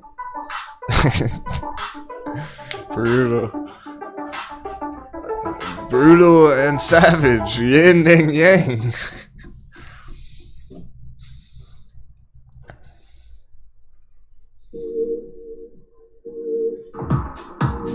I can't wait to see this on the altcoins. This is what altcoins trying to pull. And before the Sasquatches on the altcoins even know what happened to their crypto, they're like, whoa, where'd my crypto go? Shit, the stock buyers got it. They're gonna be looking around the plank for their treasure, their crypto that they lost.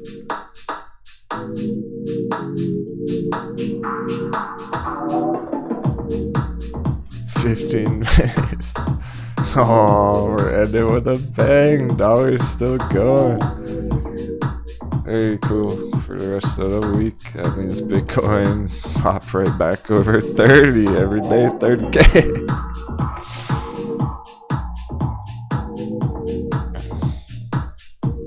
Epic stuff.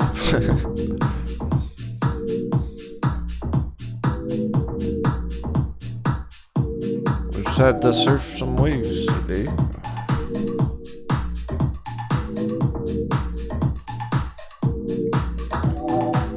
And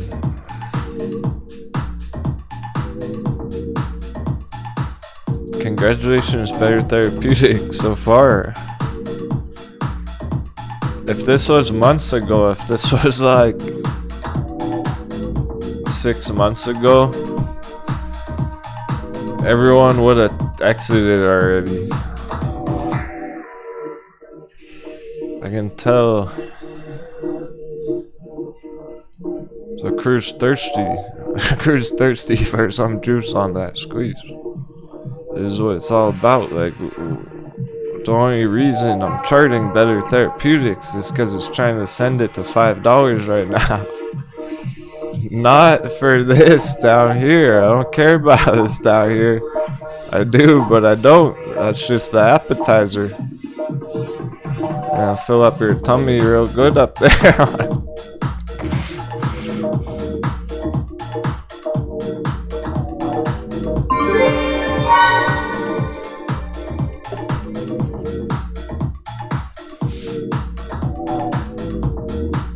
Crew's getting more experience and more battle ready.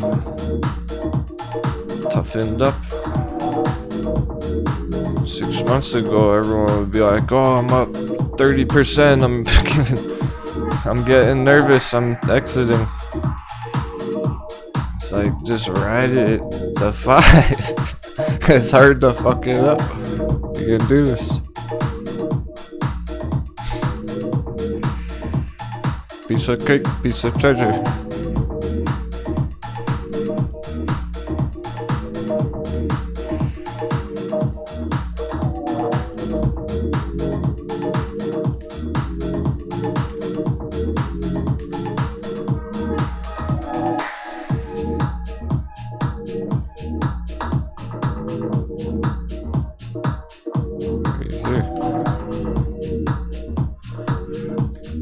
Better Therapeutics target.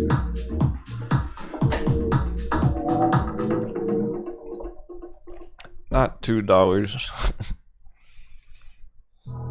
It's just getting started. This is what it can do with the dollar dippy.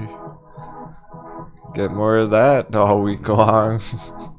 I'm expecting him to smash on big targets real soon. Yeah, T5. Damn. The noob tubers are like, "Oh, the market's boring today, nothing happened."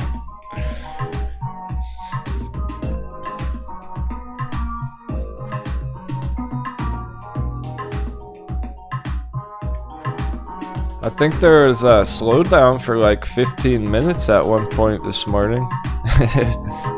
It got boring for like 10 minutes at one point on the charts. And we started noticing a lot of developments, a lot of puzzle pieces. That's what it's about right now. All these puzzle pieces are lining up to hit these targets still on Better Therapeutics. Keep fucking going tomorrow. It's up over 80%. There's the alert. Woo! It still wants the trippy. There's only 10 minutes left on the bell. Gonna hit 100% in the next fucking 10 minutes. It certainly can, but what a sight to behold. You're in the middle of market crash stuff.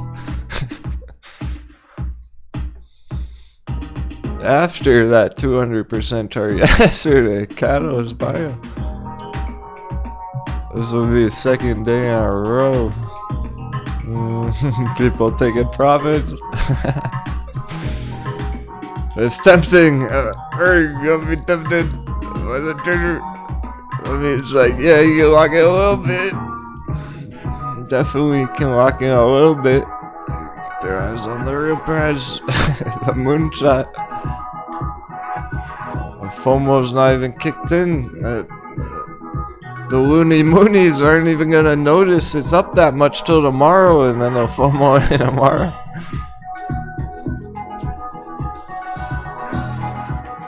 We're gonna need to raise the roof, but I know a word.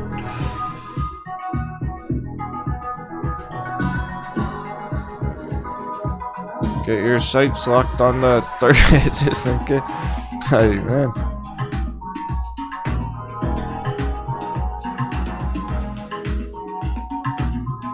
Let's just say it happened to smash like 120% the last 2 minutes of the bell. Get ready to press that button. Just in case. Because then it's like most certainly gonna open the morning lower back down here and then continue. Catch it back at the low tomorrow. Not with all of it, just a chunk, just an idea, just one strategy. Just keep being focused on the bigger prize though. Where do I start? Okay, so there's only 7 minutes left. S&Ps. I'm not sure if it's gonna be able to get green. Like, there's hardly enough time. Still got ways to go. If it were gonna flash green, turn green there, you can do it, but it's not gonna make it very far even if it does, so that's basically as much as we're gonna get out of it right now. That was a perfect puzzle piece. That was a perfect signal for tomorrow. We know it's still strong, ending the day with a bang there.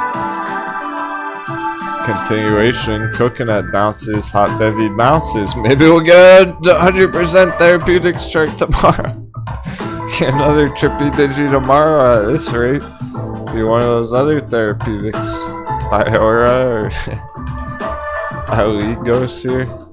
I wouldn't be surprised one bit if ALGS is up 100% tomorrow. Does the same thing.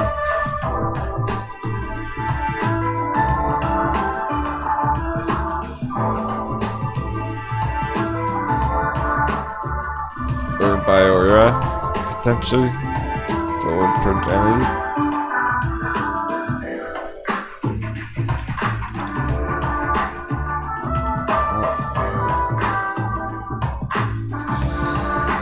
Pull it up later. Smoke time.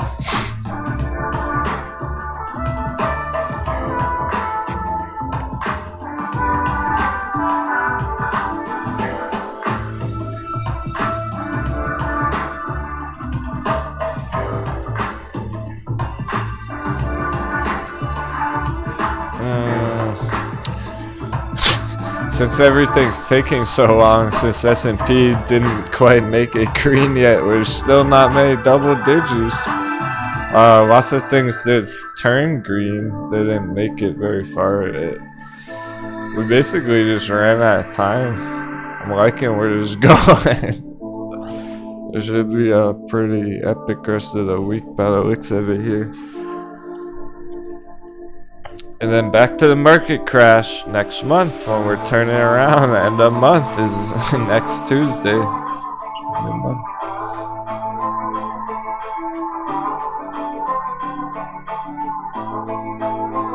New month, new trend. So we can be nice and green all week, still hit those big targets, stay the course. It just basically we ran out of time, but we got all the nice developments that we were looking for. It definitely didn't need to hit 400 by any means, as long as we're heading in the right direction. Right back on track, as if that support dip never gonna happen.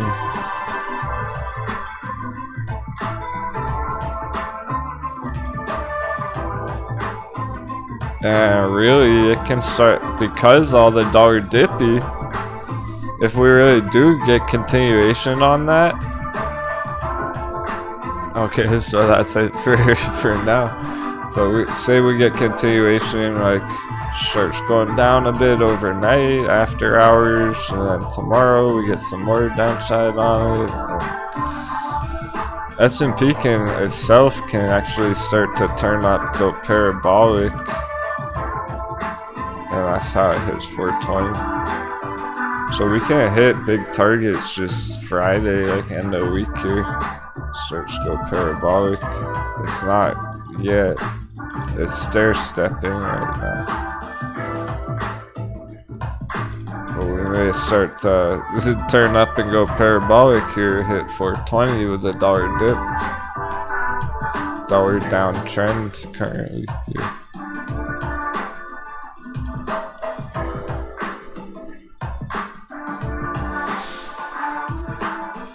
Very interesting setups for tomorrow and the rest of the week. It's getting me excited.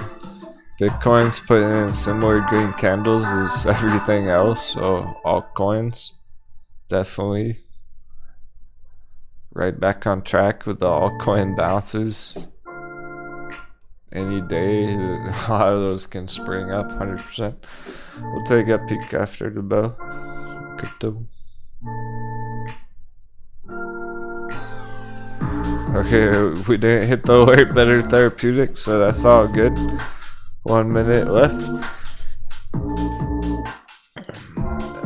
That's really perfect because it didn't go too far too fast. It went just enough to keep going more tomorrow. Oh yeah. Great job everyone. You're doing it. Seeing through the fog.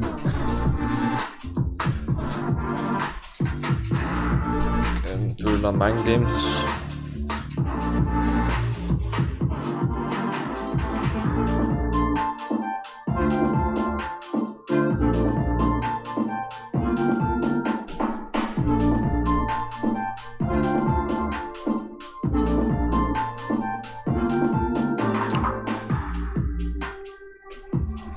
The most critical line right now is AMC at 15 or 10. 10.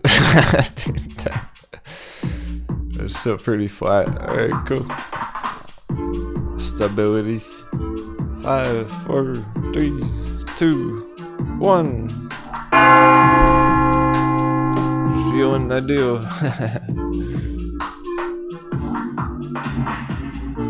Another epic day. Call that success.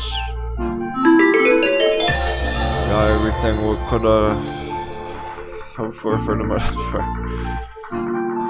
Yeah,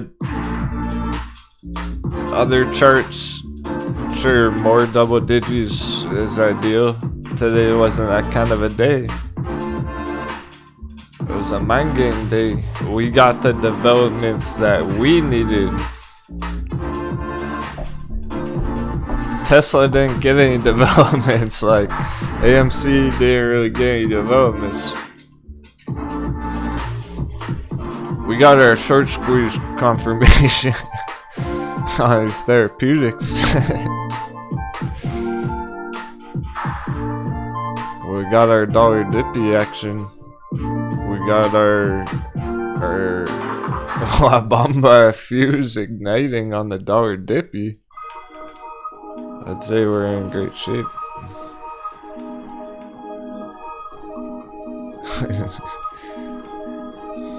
Things are looking explosive in a week, in a month, and then next month. So dollar keeps trending down. We get nice rallies, hit big targets. Get some nice 100%, 200%, 300% rallies on our bevies. Pirate wedges during this.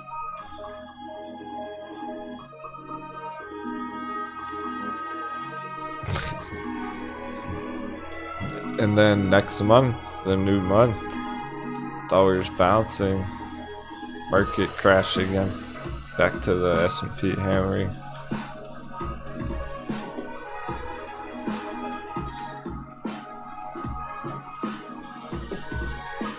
So good to go right now till we get down here and things are going wild.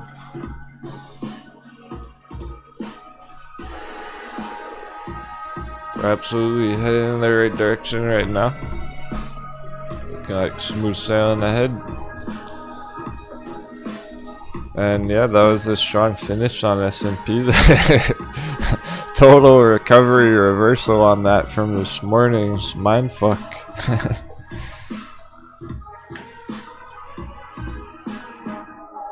Well, hopefully we don't get too much of a mindfuck tomorrow morning there, but I mean, that's pretty standard right now. It's looking like it'll just continue though, spill right over to morning nice and strong and trigger our 400 alert. Trigger some Moon Boy FOMO coconut bounce. So coconut bounce still on. That's what we concluded.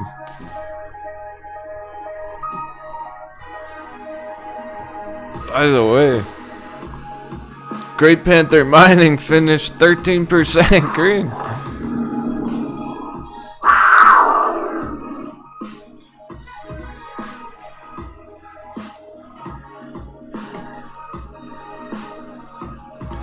Attractive Ventures GPL. One of the few charts that finished double digits. I'm impressed, Great Panther. It hasn't had double digits like this in some time here since the dollar was topping out. Now that dollar's hit the top and dollar's going down, just hit the bottom and starting to go up.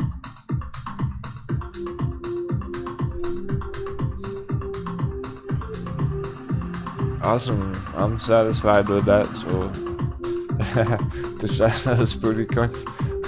No 400 today. S&P is looking like tomorrow there. It feels that we basically just ran out of time because it's a Tuesday.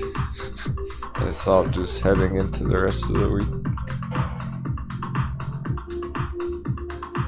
It's not like we were gonna hit $5 ride target today. Just not quite ready for that yet.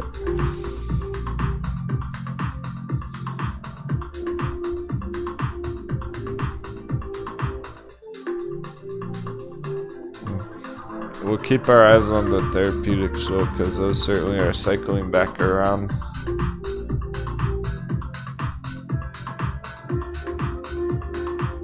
Hit more trippy digits on all those ones soon.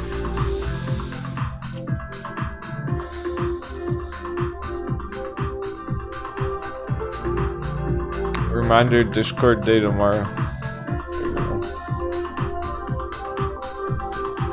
Hope to see you there.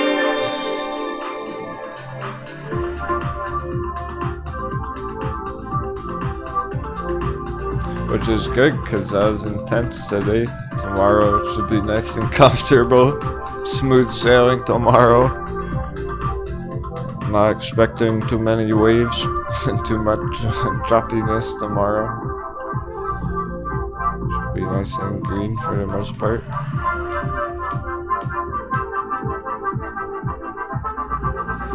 Cool, so what? There's the booty coins. Protect your booty at all costs.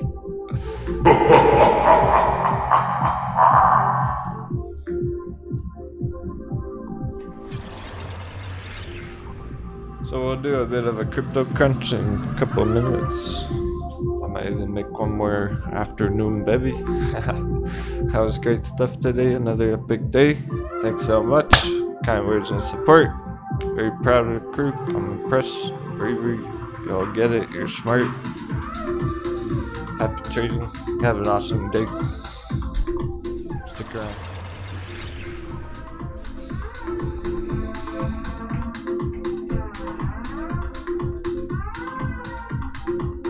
Congratulations, Bear Therapeutics, too. If I killed that one.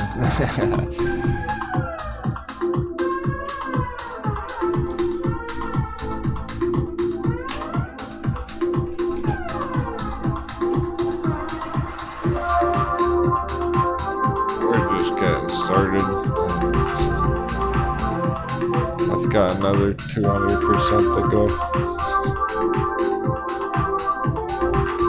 Crypto crew, get ready. The spiciness. See what those therapeutics were doing today? That's what the altcoins are trying to pull.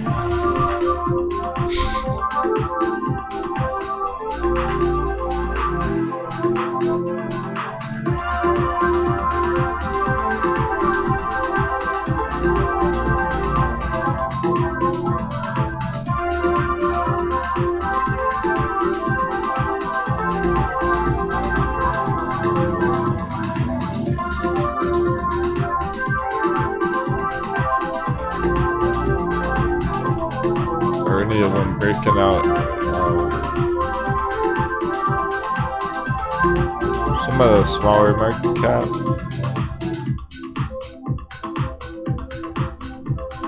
Pretty much just maintaining after that panic today.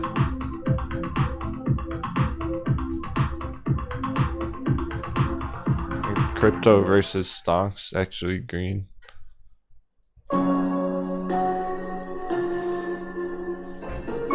Alright, well, let's just see if we get any kind of green candles rolling in Bitcoin for the next 20-30 minutes. Get it back. That's gonna force our patience too, of course. SOPA had a nice finish there.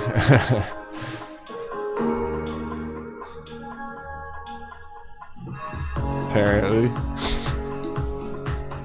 SOPA's lit still, by the way.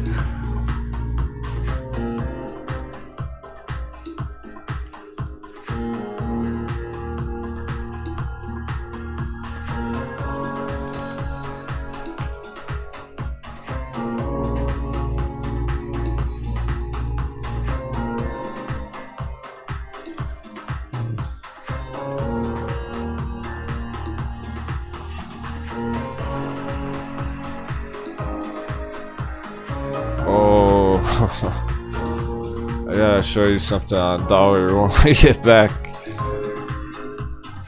Let's take a couple minutes. Lower ourselves.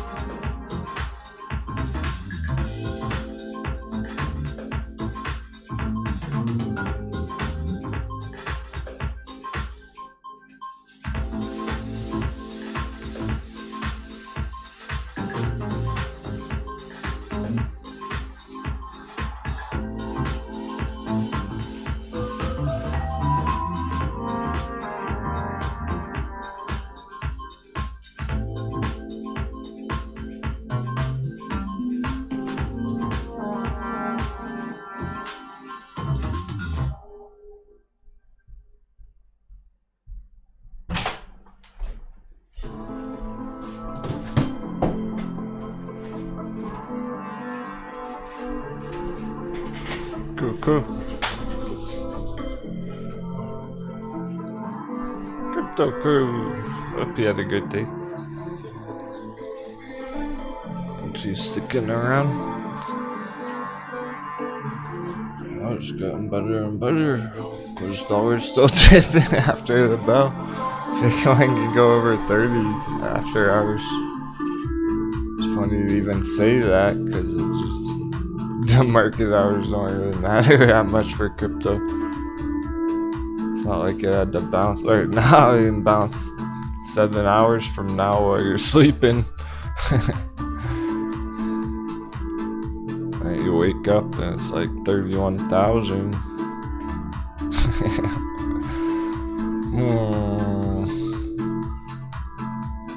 I don't think altcoins are gonna stay slam dunks for very long. That is right. We're not really gonna be in crypto bull run just yet, exactly, till we're getting over 3, 4, 5 breakout. Like we get over here over the next month or 2. Let's say, like, damn, it can smash 3, 4, 5 this week. So between now and then, this timing is the hardest thing to predict in trading. Too many variables. We don't know where dollar will be at by then exactly, and how far down S&P will be and whatnot. All those other variables with the timing, but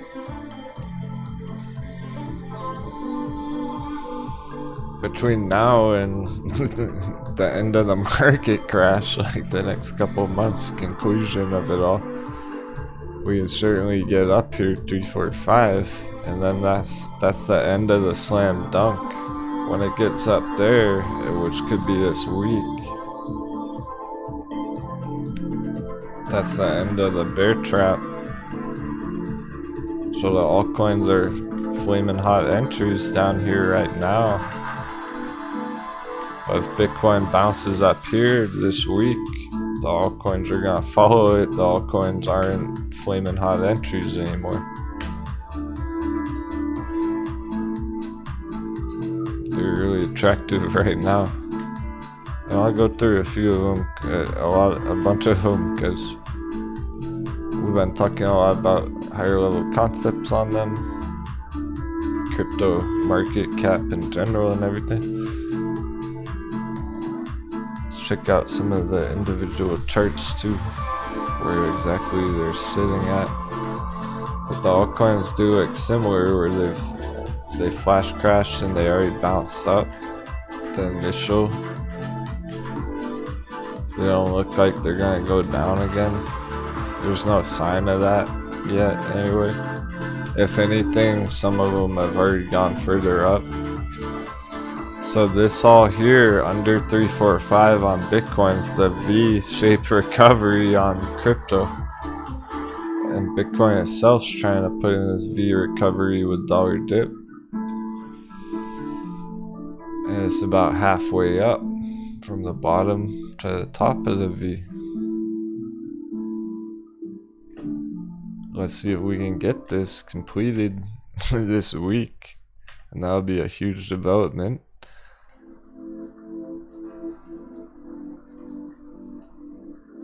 As soon as we're seeing that, alright, so as soon as we're getting to the top of this bull box on it, a bull box is buying pressure, is where the bulls are strong. So we get up here, that's like a breakout. But it's really about this line up at 40. So when we hit 40,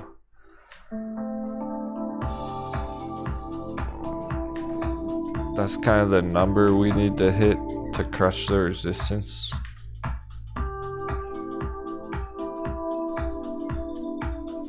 That orange line. So 3, 4, 5 is the development. That's the first step. Can crush 40 resistance there.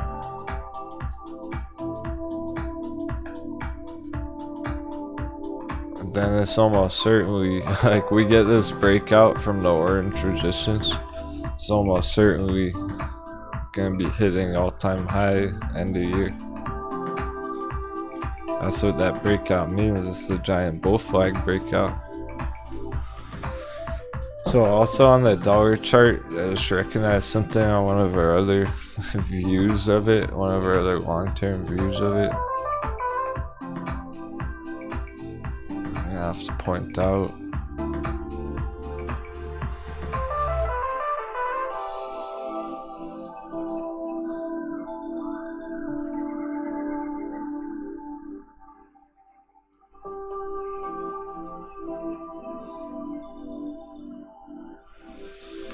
Yeah, the way it's drawn here isn't exactly.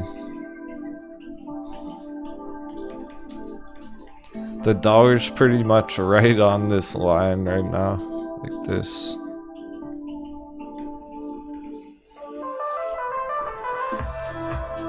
Let's see if we can do a clean view of that. On this chart, we're heading down to that. I have it drawn more conservative, down under 100.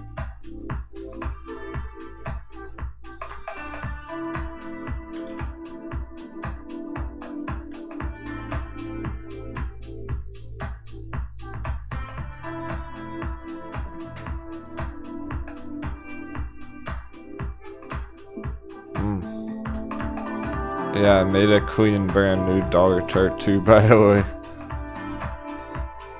I made this one, it was topped out green up there. Looks very nice. Here's the 3 icy peaks.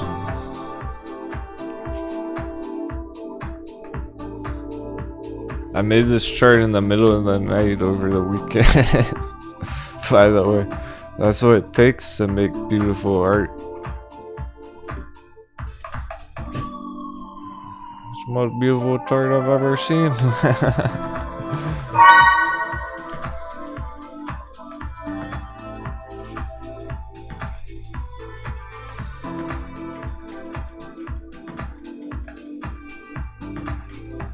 The 3 icy mountaintops on $1.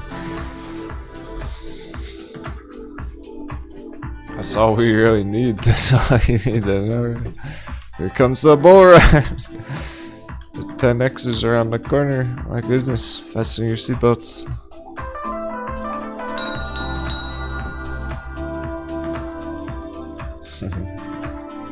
Here's 2020 altcoin bull run, the Wall Street bet squeeze action.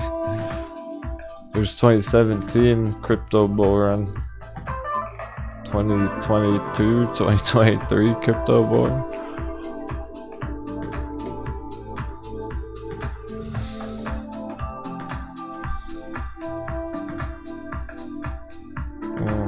Anyway, if I draw the long term, very way far back.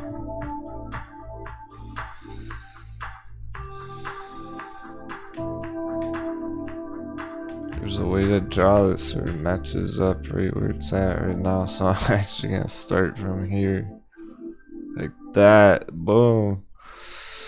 That's actually where the dollar is right now, so it makes sense that it stopped today.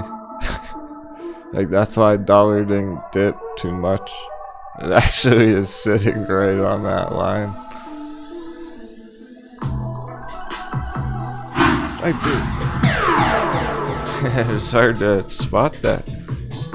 I have it drawn that way on one of our dollar charts. So it's kinda sitting right there right now. Just, are we gonna get this huge dollar dippy? Everything looks good. Crush some big targets end of week and continue into bull runs after that. I still expect choppiness.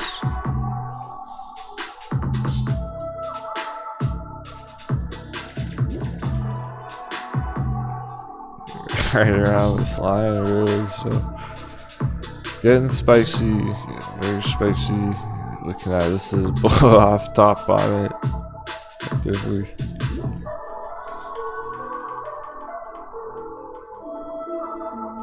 This is what we've been waiting for. Dollar crash. It's topped out. Bear charts are still in trouble, so just cause dollar's heading into dollar crash doesn't mean we're done with the market crash. And therefore, you could argue that Bitcoin's still at risk. Good thing there's so many bullish puzzle pieces about it. I would agree that Bitcoin's still at risk if there were more bearish things about it. And even the the crypto versus stonks correlation was even green today, which is interesting. Because both were red.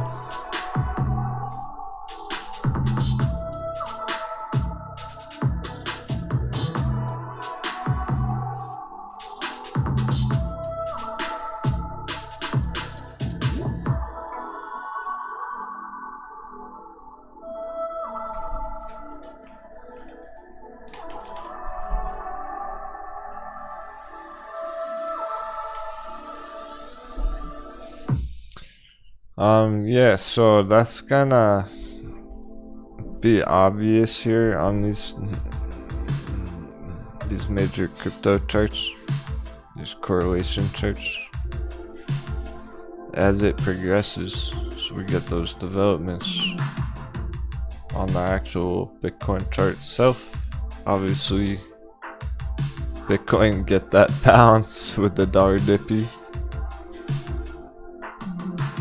It doesn't need to be 30k right now by any means. I almost hope in a way that they stay lower for a while. Because right now it's looking, alright, here's Dash. Perfect set. Dash about that mega mad dashboard. That looks incredible. Well, the whole V-shaped recovery on Dash here. Go up to $135 in no time at all. Get out of the shower because Dash isn't done yet.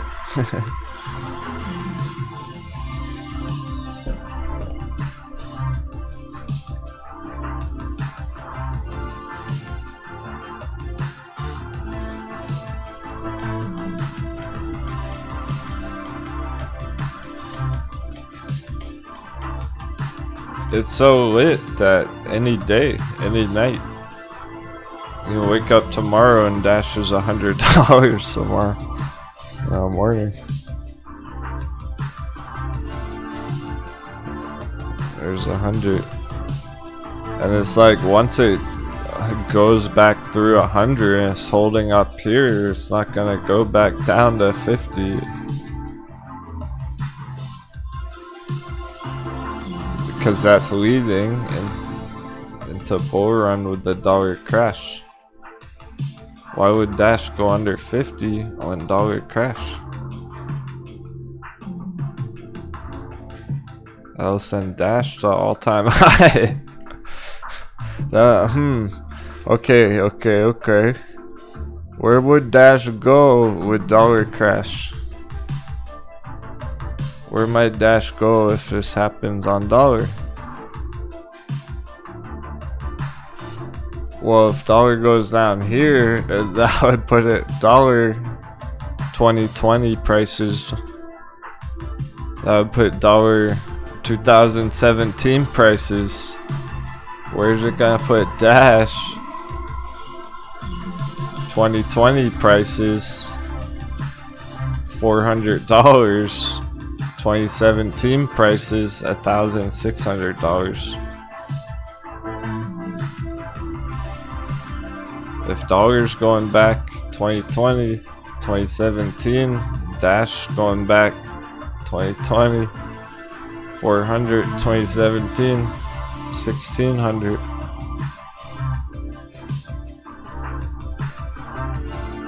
If dollars topped out, Dash is bottomed out.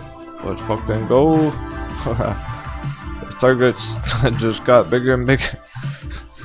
That's why things are getting better and better.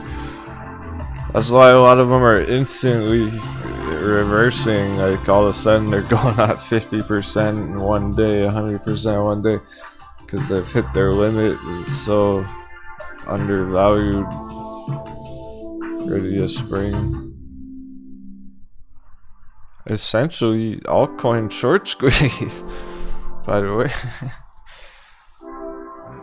did I mention that part? It's not just therapeutic short squeeze. This is leading to altcoin short squeezes. Potentially, all the short trades.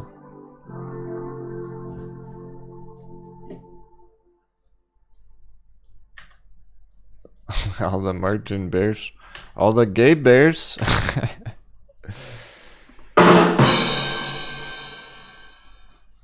That's what they call themselves. Have all those altcoin gay bears from last year. And they're probably thinking of closing those positions now. Because they're seeing dollar dip. So short squeeze. Not even a joke. Altcoins, that's all over there. Okay, so Dash 90% from last year's top.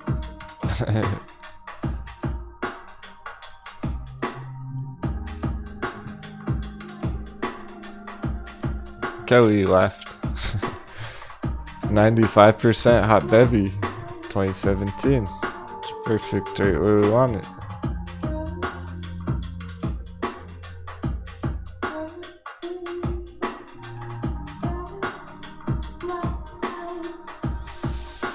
And it's interesting because a lot of them dunk down exactly to like, okay, where exactly on Dash?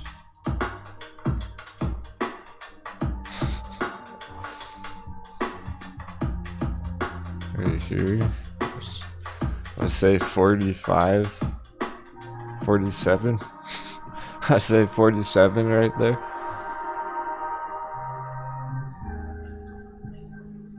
Flash crash slam dunk 47. 47 times 10, 470. 47 times 10, 10x targets, $470. That's this top right here. That's why I'm saying that the charts appear to be cooking up some 10x bull runs right around the corner. Dash go from 47 to 470. 10 times, like they all were like perfectly 10 times, kind of trippy. Not all of them. A lot of them. Perhaps even Litecoin. Where did Litecoin dunk exactly?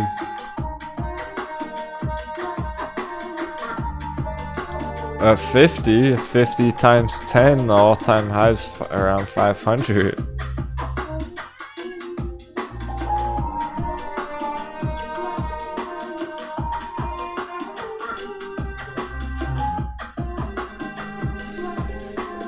Let's start wrapping things up soon. So checks. I want to check the hidden treasures. Jasmine.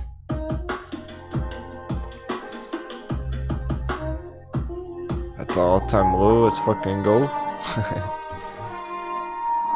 Bottom of the bull box, remember the lower they go, the stronger they are, unintuitively. Yeah, Jasmine. Yeah, it's hard to believe, I know. 777. It really is. No capping. Capping ain't capping. Jasmine really is set up to go 10x here. So here's the last bounce a couple weeks ago. Wait, a couple months ago. It's been a little bit. A couple of months ago on Jasmine, we got that 350% bounce, and we got our double dunk, slam dunk. So at least 350% on this bounce, just like last time there, a couple of months ago. But it really is set up for bigger and better. So what would be bigger and better? Well, let's say it hits this conservative area. So here's last year's top on Jasmine. That was 30 cents.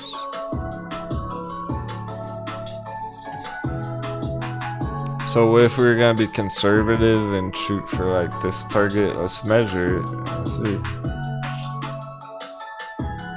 That's the 10x right there. It doesn't even have to go up very far, it'll be up 10x. So it really is like, have a nice impulsive wave, a nice hype rally here, and go 10x right here before we even like really start the crypto bull run. Like that's the appetizer on Jasmine. So I'm expecting that.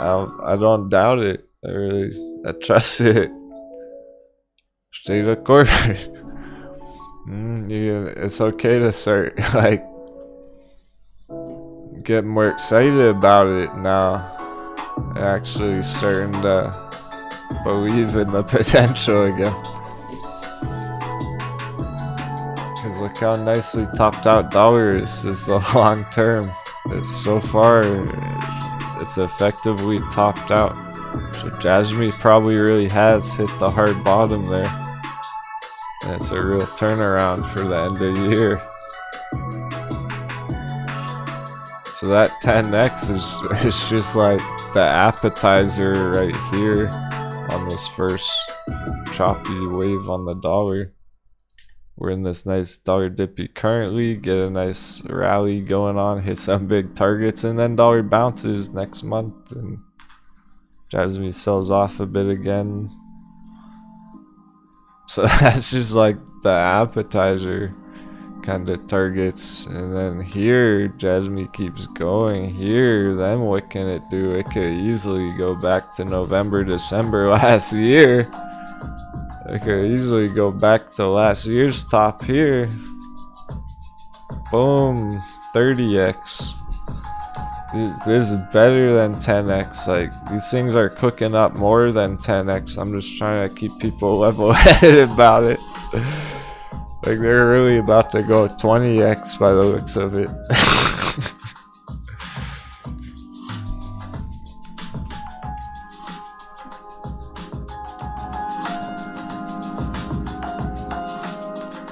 So you can start to get excited and feel pretty confident about those 10x targets. If it's about to send it 30x, we should at least be able to hit a nice 10x soon. From down here.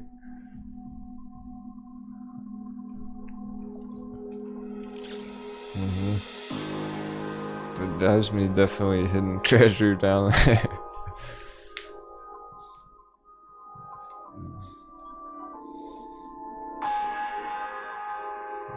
You know, I wouldn't say shit like that if it wasn't how the charts really look.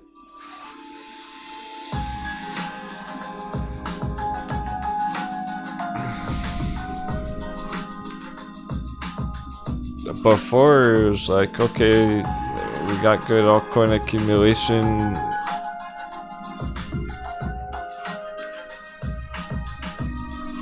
That was about it. Now it's like, oh, Jasmine wants to go 10x next week. It can happen quick.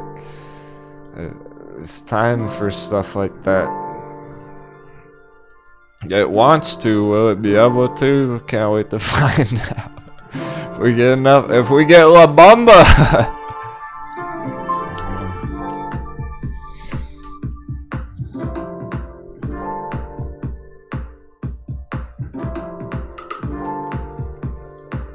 In the future, we're dropping La Bamba, then Jasmine can go huge right here, right now. Right. Hundreds of percents. Maybe that full 10x just right here. One step at a time. Like, we'll shoot for these nice, almost conservative. Can't even say it with a straight face. Calling that a conservative target, 10x. The appetizer. We'll focus on that for now. Lock it in, make it a win, but yeah. Things are gonna be way different end of the year. We're getting to the ending cycle of the market crash. It really is all starting to conclude. It's like the bear charts have a ways to go. The bear charts still look terrible, and they're gonna slam down another month or two. It's fully expecting Google to keep melting for another couple months, however long that takes. Probably not that long. It's straight down.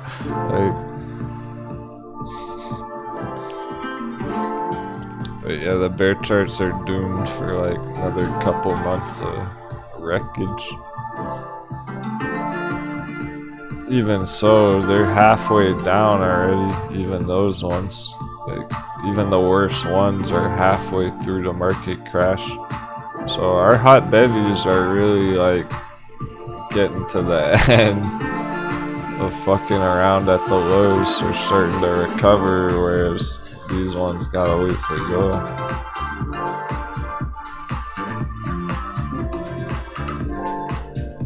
So I think with that flash crash on the altcoins,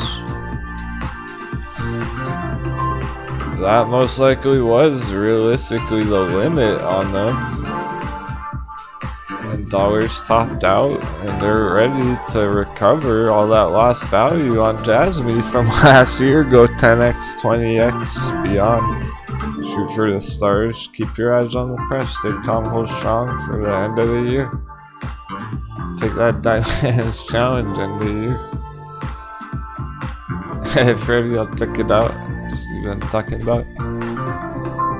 Sherwin Williams puts. It looked like it had gone down a lot. That's the catch if it's... Well, there's our old bevy.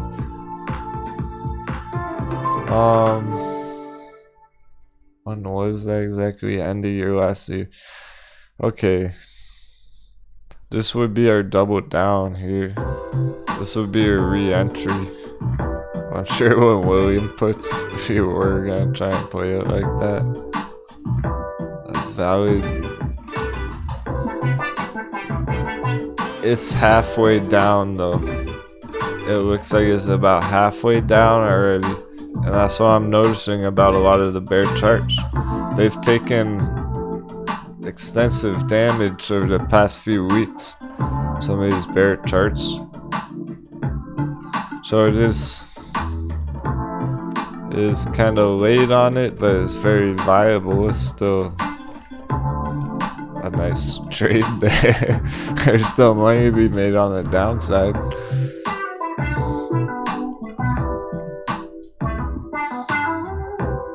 So it's exactly like a hot bevy bull run, like one of the pirate wedges.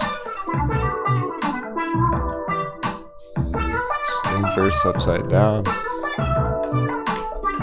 The old switcheroo. Gravity.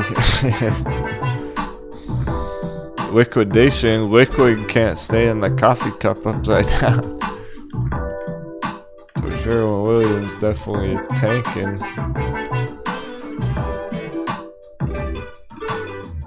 There are better setups where some of the puts are more up here, like Hershey's and John Deere. Actually, John Deere. I think about it. This is gonna be a nice re-entry on it with the coconut bounce. So just beginning early on this one.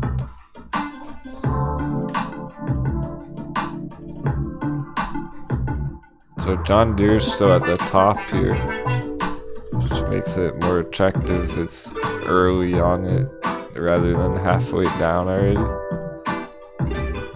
Breakdown is doomed.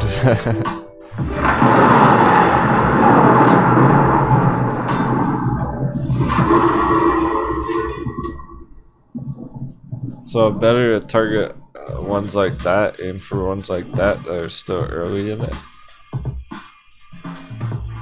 50% crash targets. So it took a week to target some put entries. Like, let's say Tesla has a major coconut bounce just because it's Tesla. Moonboards FOMO into it when it goes green. Let's say it goes major coconut bounce and it hits $1,000 this Friday. That's a nice double down for puts. If you're trying to get in some of those bear charts, get ready for that. Up then down. Tesla hits $1,000. Just gonna get a huge rejection and just go straight down right after, so that would be a good entry on puts. Not down here so much, it's already halfway down.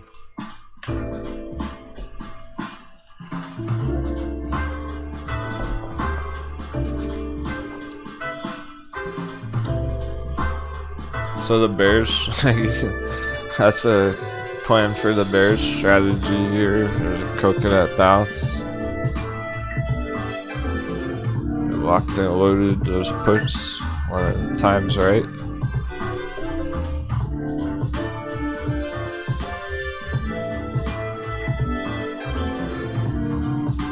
Let's check out a couple more altcoins. Call it a successful day. Successful random Tuesday. That was pretty eventful.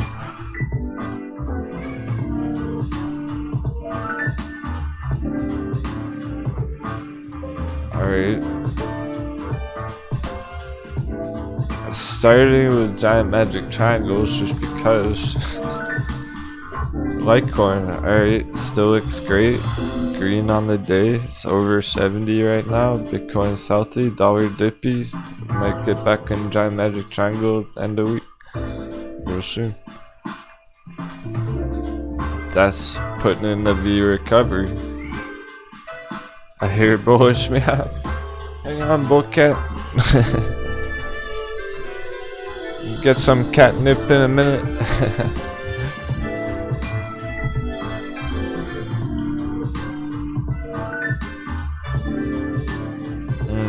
Thor's the other.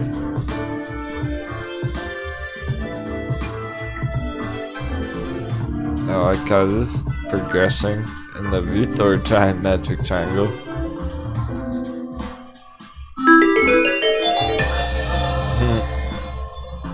This is the kind of cool stuff we come up with on Discord Day. Wednesdays. See what we get into tomorrow.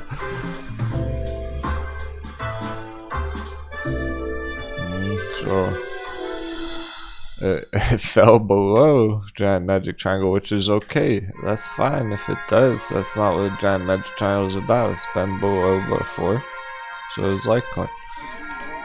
It doesn't have to hold above that red line every second forever. That was the flash crash. That was the drop opportunity.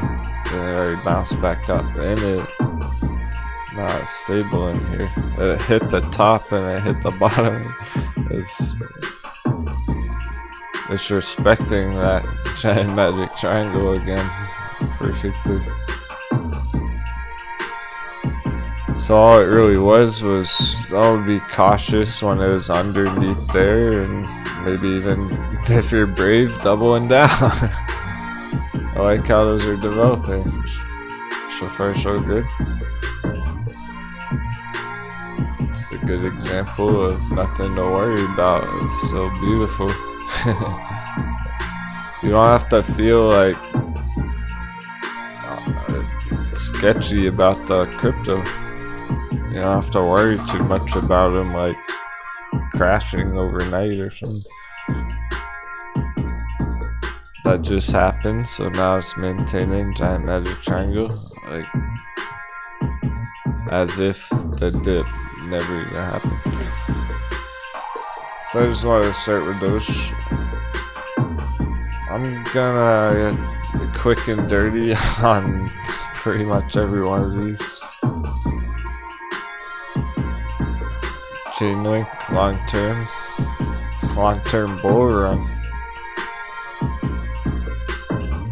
We're monitoring this green trend line for the V-shaped recovery.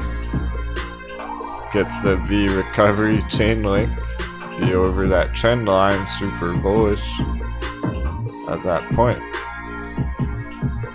There's wiggle room here, giant channel, boom. I'm not doubting that. It's been maintaining since 2017. We got enough reasons to suspect it's going to continue to maintain.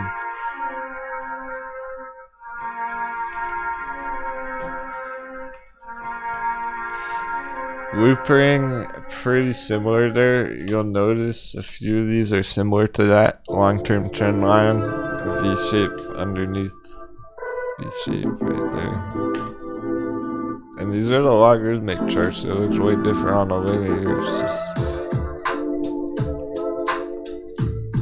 It's even more lit than they look, a lot of them.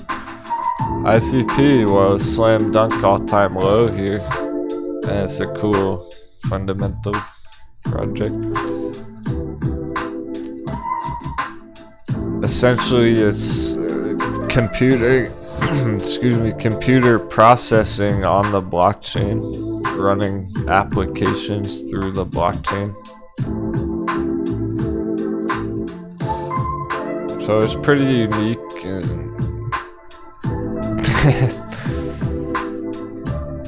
I don't think it deserves to be this low, and I expect it to recover huge because it's still a popular project. It's still up there on the market cap. This may be relevant for if you pull it up. I'm gonna breeze through them though. No dilly-dallying, no scallywagging. Rank 38 is still a popular project. It's not like a random tiny market cap shitcoin.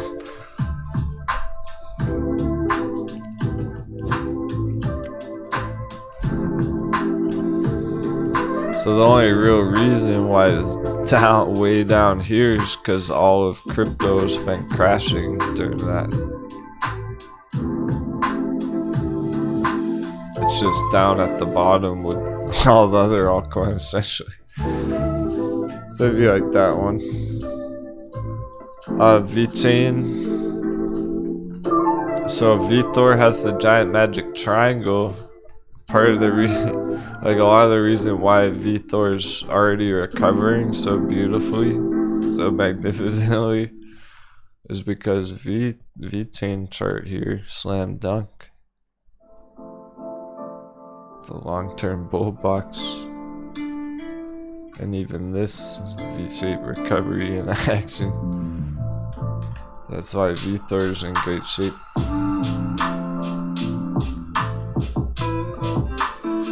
AMP is some hidden treasure. Look how low this is. There's only one time it was underneath that green box, so that's like a long-term bear trap down there on AMP.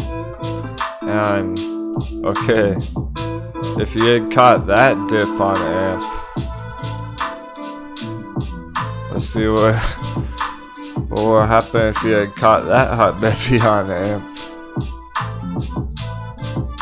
100, it's over 9,000. I do not scar. The power level is over 9,000.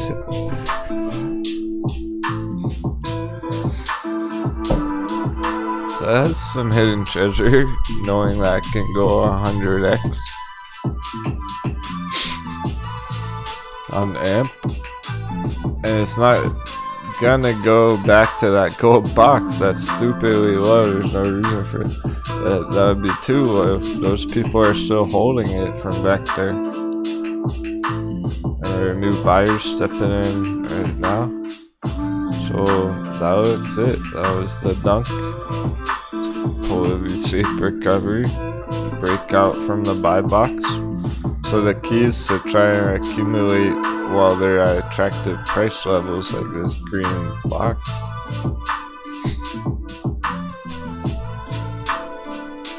And then it can recover to last year's top.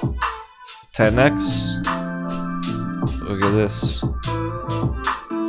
10x off the plank. 10x out the window about the tippy top.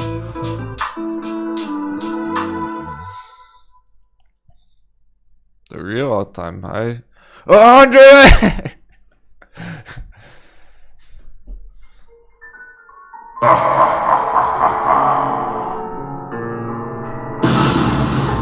Another 100x! That has the potential. I trust the charts.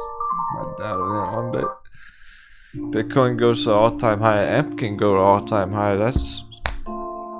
Baby, please. 10,000%. Percentages. That's a lot of percentages. Hidden treasure. Epic pushing right now. That's why I wanted to show you each one of them right now. Maybe you wanna take a Tiger Sky reward.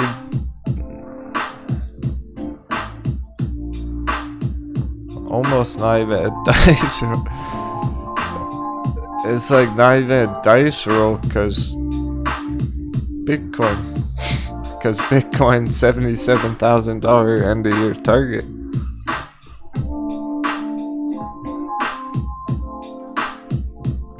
You'd expect it to do that with the rest of the crypto market. Digibyte, beautiful V-shaped recovery just like 2020.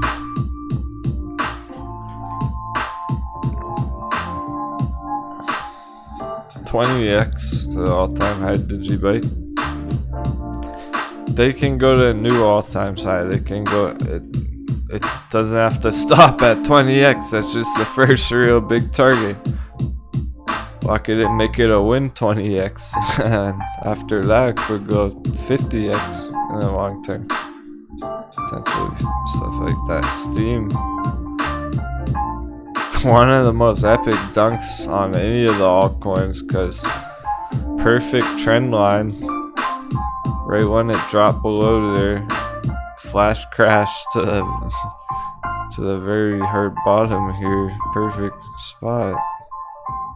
That confluence, bottom of the buy box, and it already instantly sprung back up 100% on Steam. Steam's one of the biggest bounce backs yet, holding 100% from the dunk.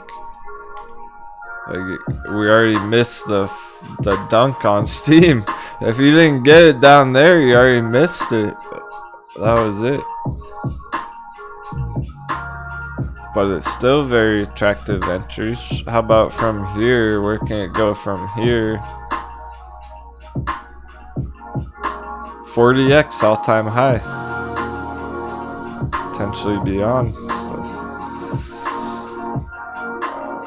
Dash is always going to be one of the nicest examples of it. I expect Dash to be one of the quickest recoveries up to 100. That's 25x. Balancer at the all-time lows. Popular DeFi project. It's kind of like Jasmine down here, ICP. If you like that one. Then there's the slam dunk here where it just recently smacked down 40% like all the other cryptos. So that puts it at really the bottom from 2020. It's kind of like getting in these things a couple years ago before they ever went on a bull run. It's just as good as getting in them a couple years ago. Of course, Jasmine. Also one of the nicest bounce backs yet.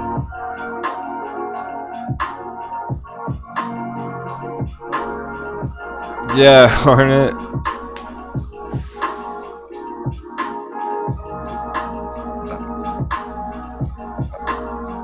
It's funny, but like Dogecoin. Yeah, make any good trades on the last crypto bull run 2020? Yeah, definitely. I traded some vechain back there, like fucking Dogecoin and stuff, but now that like the OGs, now that you've seen the full cycle and everything, it'll make more sense. I was pulling profits out of crypto to put it into stuff like AMC. I have some air to clear tomorrow. 777. Thanks for the 7, JBig. No idea what you mean by that. That's cool. You have to fill me in some info or something. Got some brainstorming some big ideas. As always, I trust. Yeah, Discord day will be good. Some more one-on-one time with the crew. So yeah, like to finish that thought, now you probably would understand why like crypto was getting topped out last year. Bitcoin was getting up all-time high 50,000. I was getting out of crypto, getting into stocks like AMC and Lucid and stuff before you guys joined the ship, joined the team. So that's how I got into AMC in the first place. I went from crypto to AMC, back to crypto.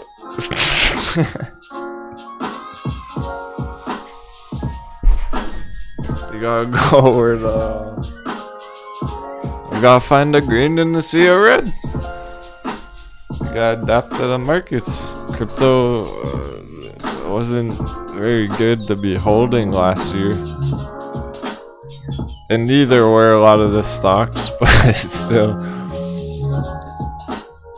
Let's say you FOMO'd in Jasmine last year.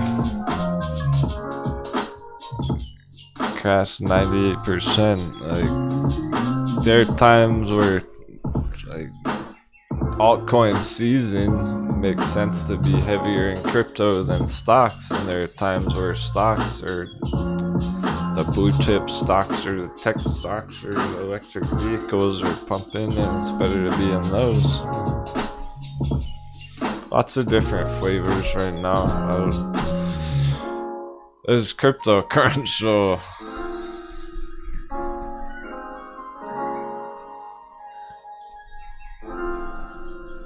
pick your favorite flavor of the ice cream. Like, I'm liking these crypto bevies. Not sure what flavor bevy you're into, if you got like some nutmeg or some cinnamon in there. What's in your bevy? I got some crypto in my bevies. Oh. With those kind of targets, guys, Jasmine about to go 10x. Can go 40x. It's getting me excited. It's time to be back in crypto, basically after all year last year. Downside. Well, started shifting back in August. Like, that's when I started making the transition back into crypto from stocks again.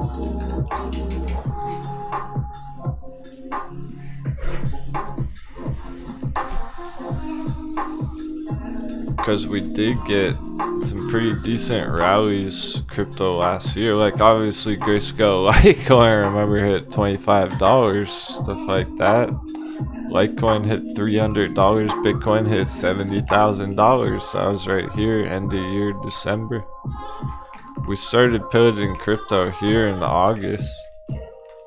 We had a nice epic run on crypto already. It's just a double dunk. So I already was excited about crypto back in August at these levels. And then it started going too soon. It started leaving Earth without us and we all wanted more crypto.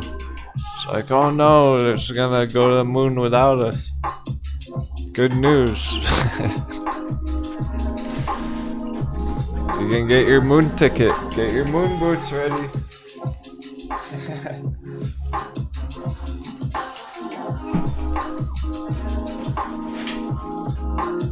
Nano, obviously. I'm liking Nano. I always did. I always have, I always will. Nano $1. That's always been a good entry on Nano for the last 7 years. Last 5 years. Same with Nem. Done. Period. Slam dunk. It's only been here once in the last 5 years. And right here, right now.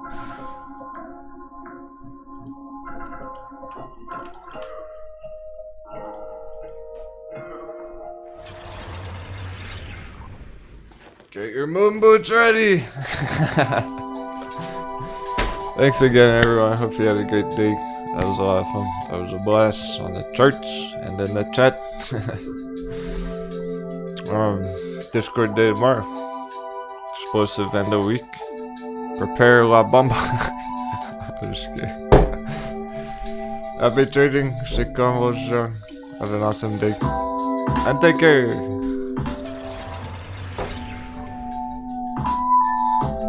Keep fighting the good fight. You're doing it.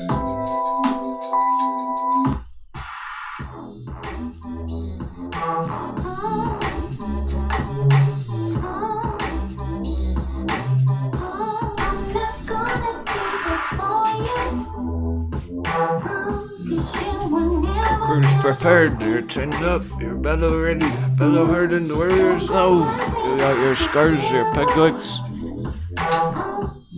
So in the head, we'll take on any krakens. Bring them at me. We'll fuck up those krakens next year. Why don't you just let it be?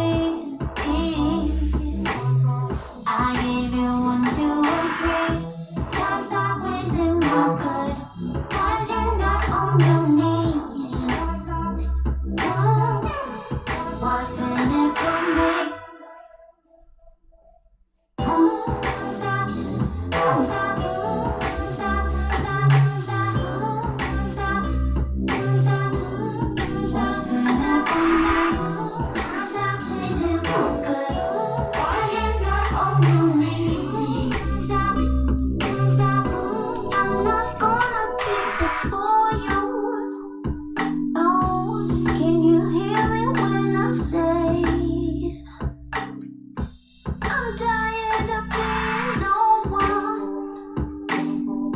Something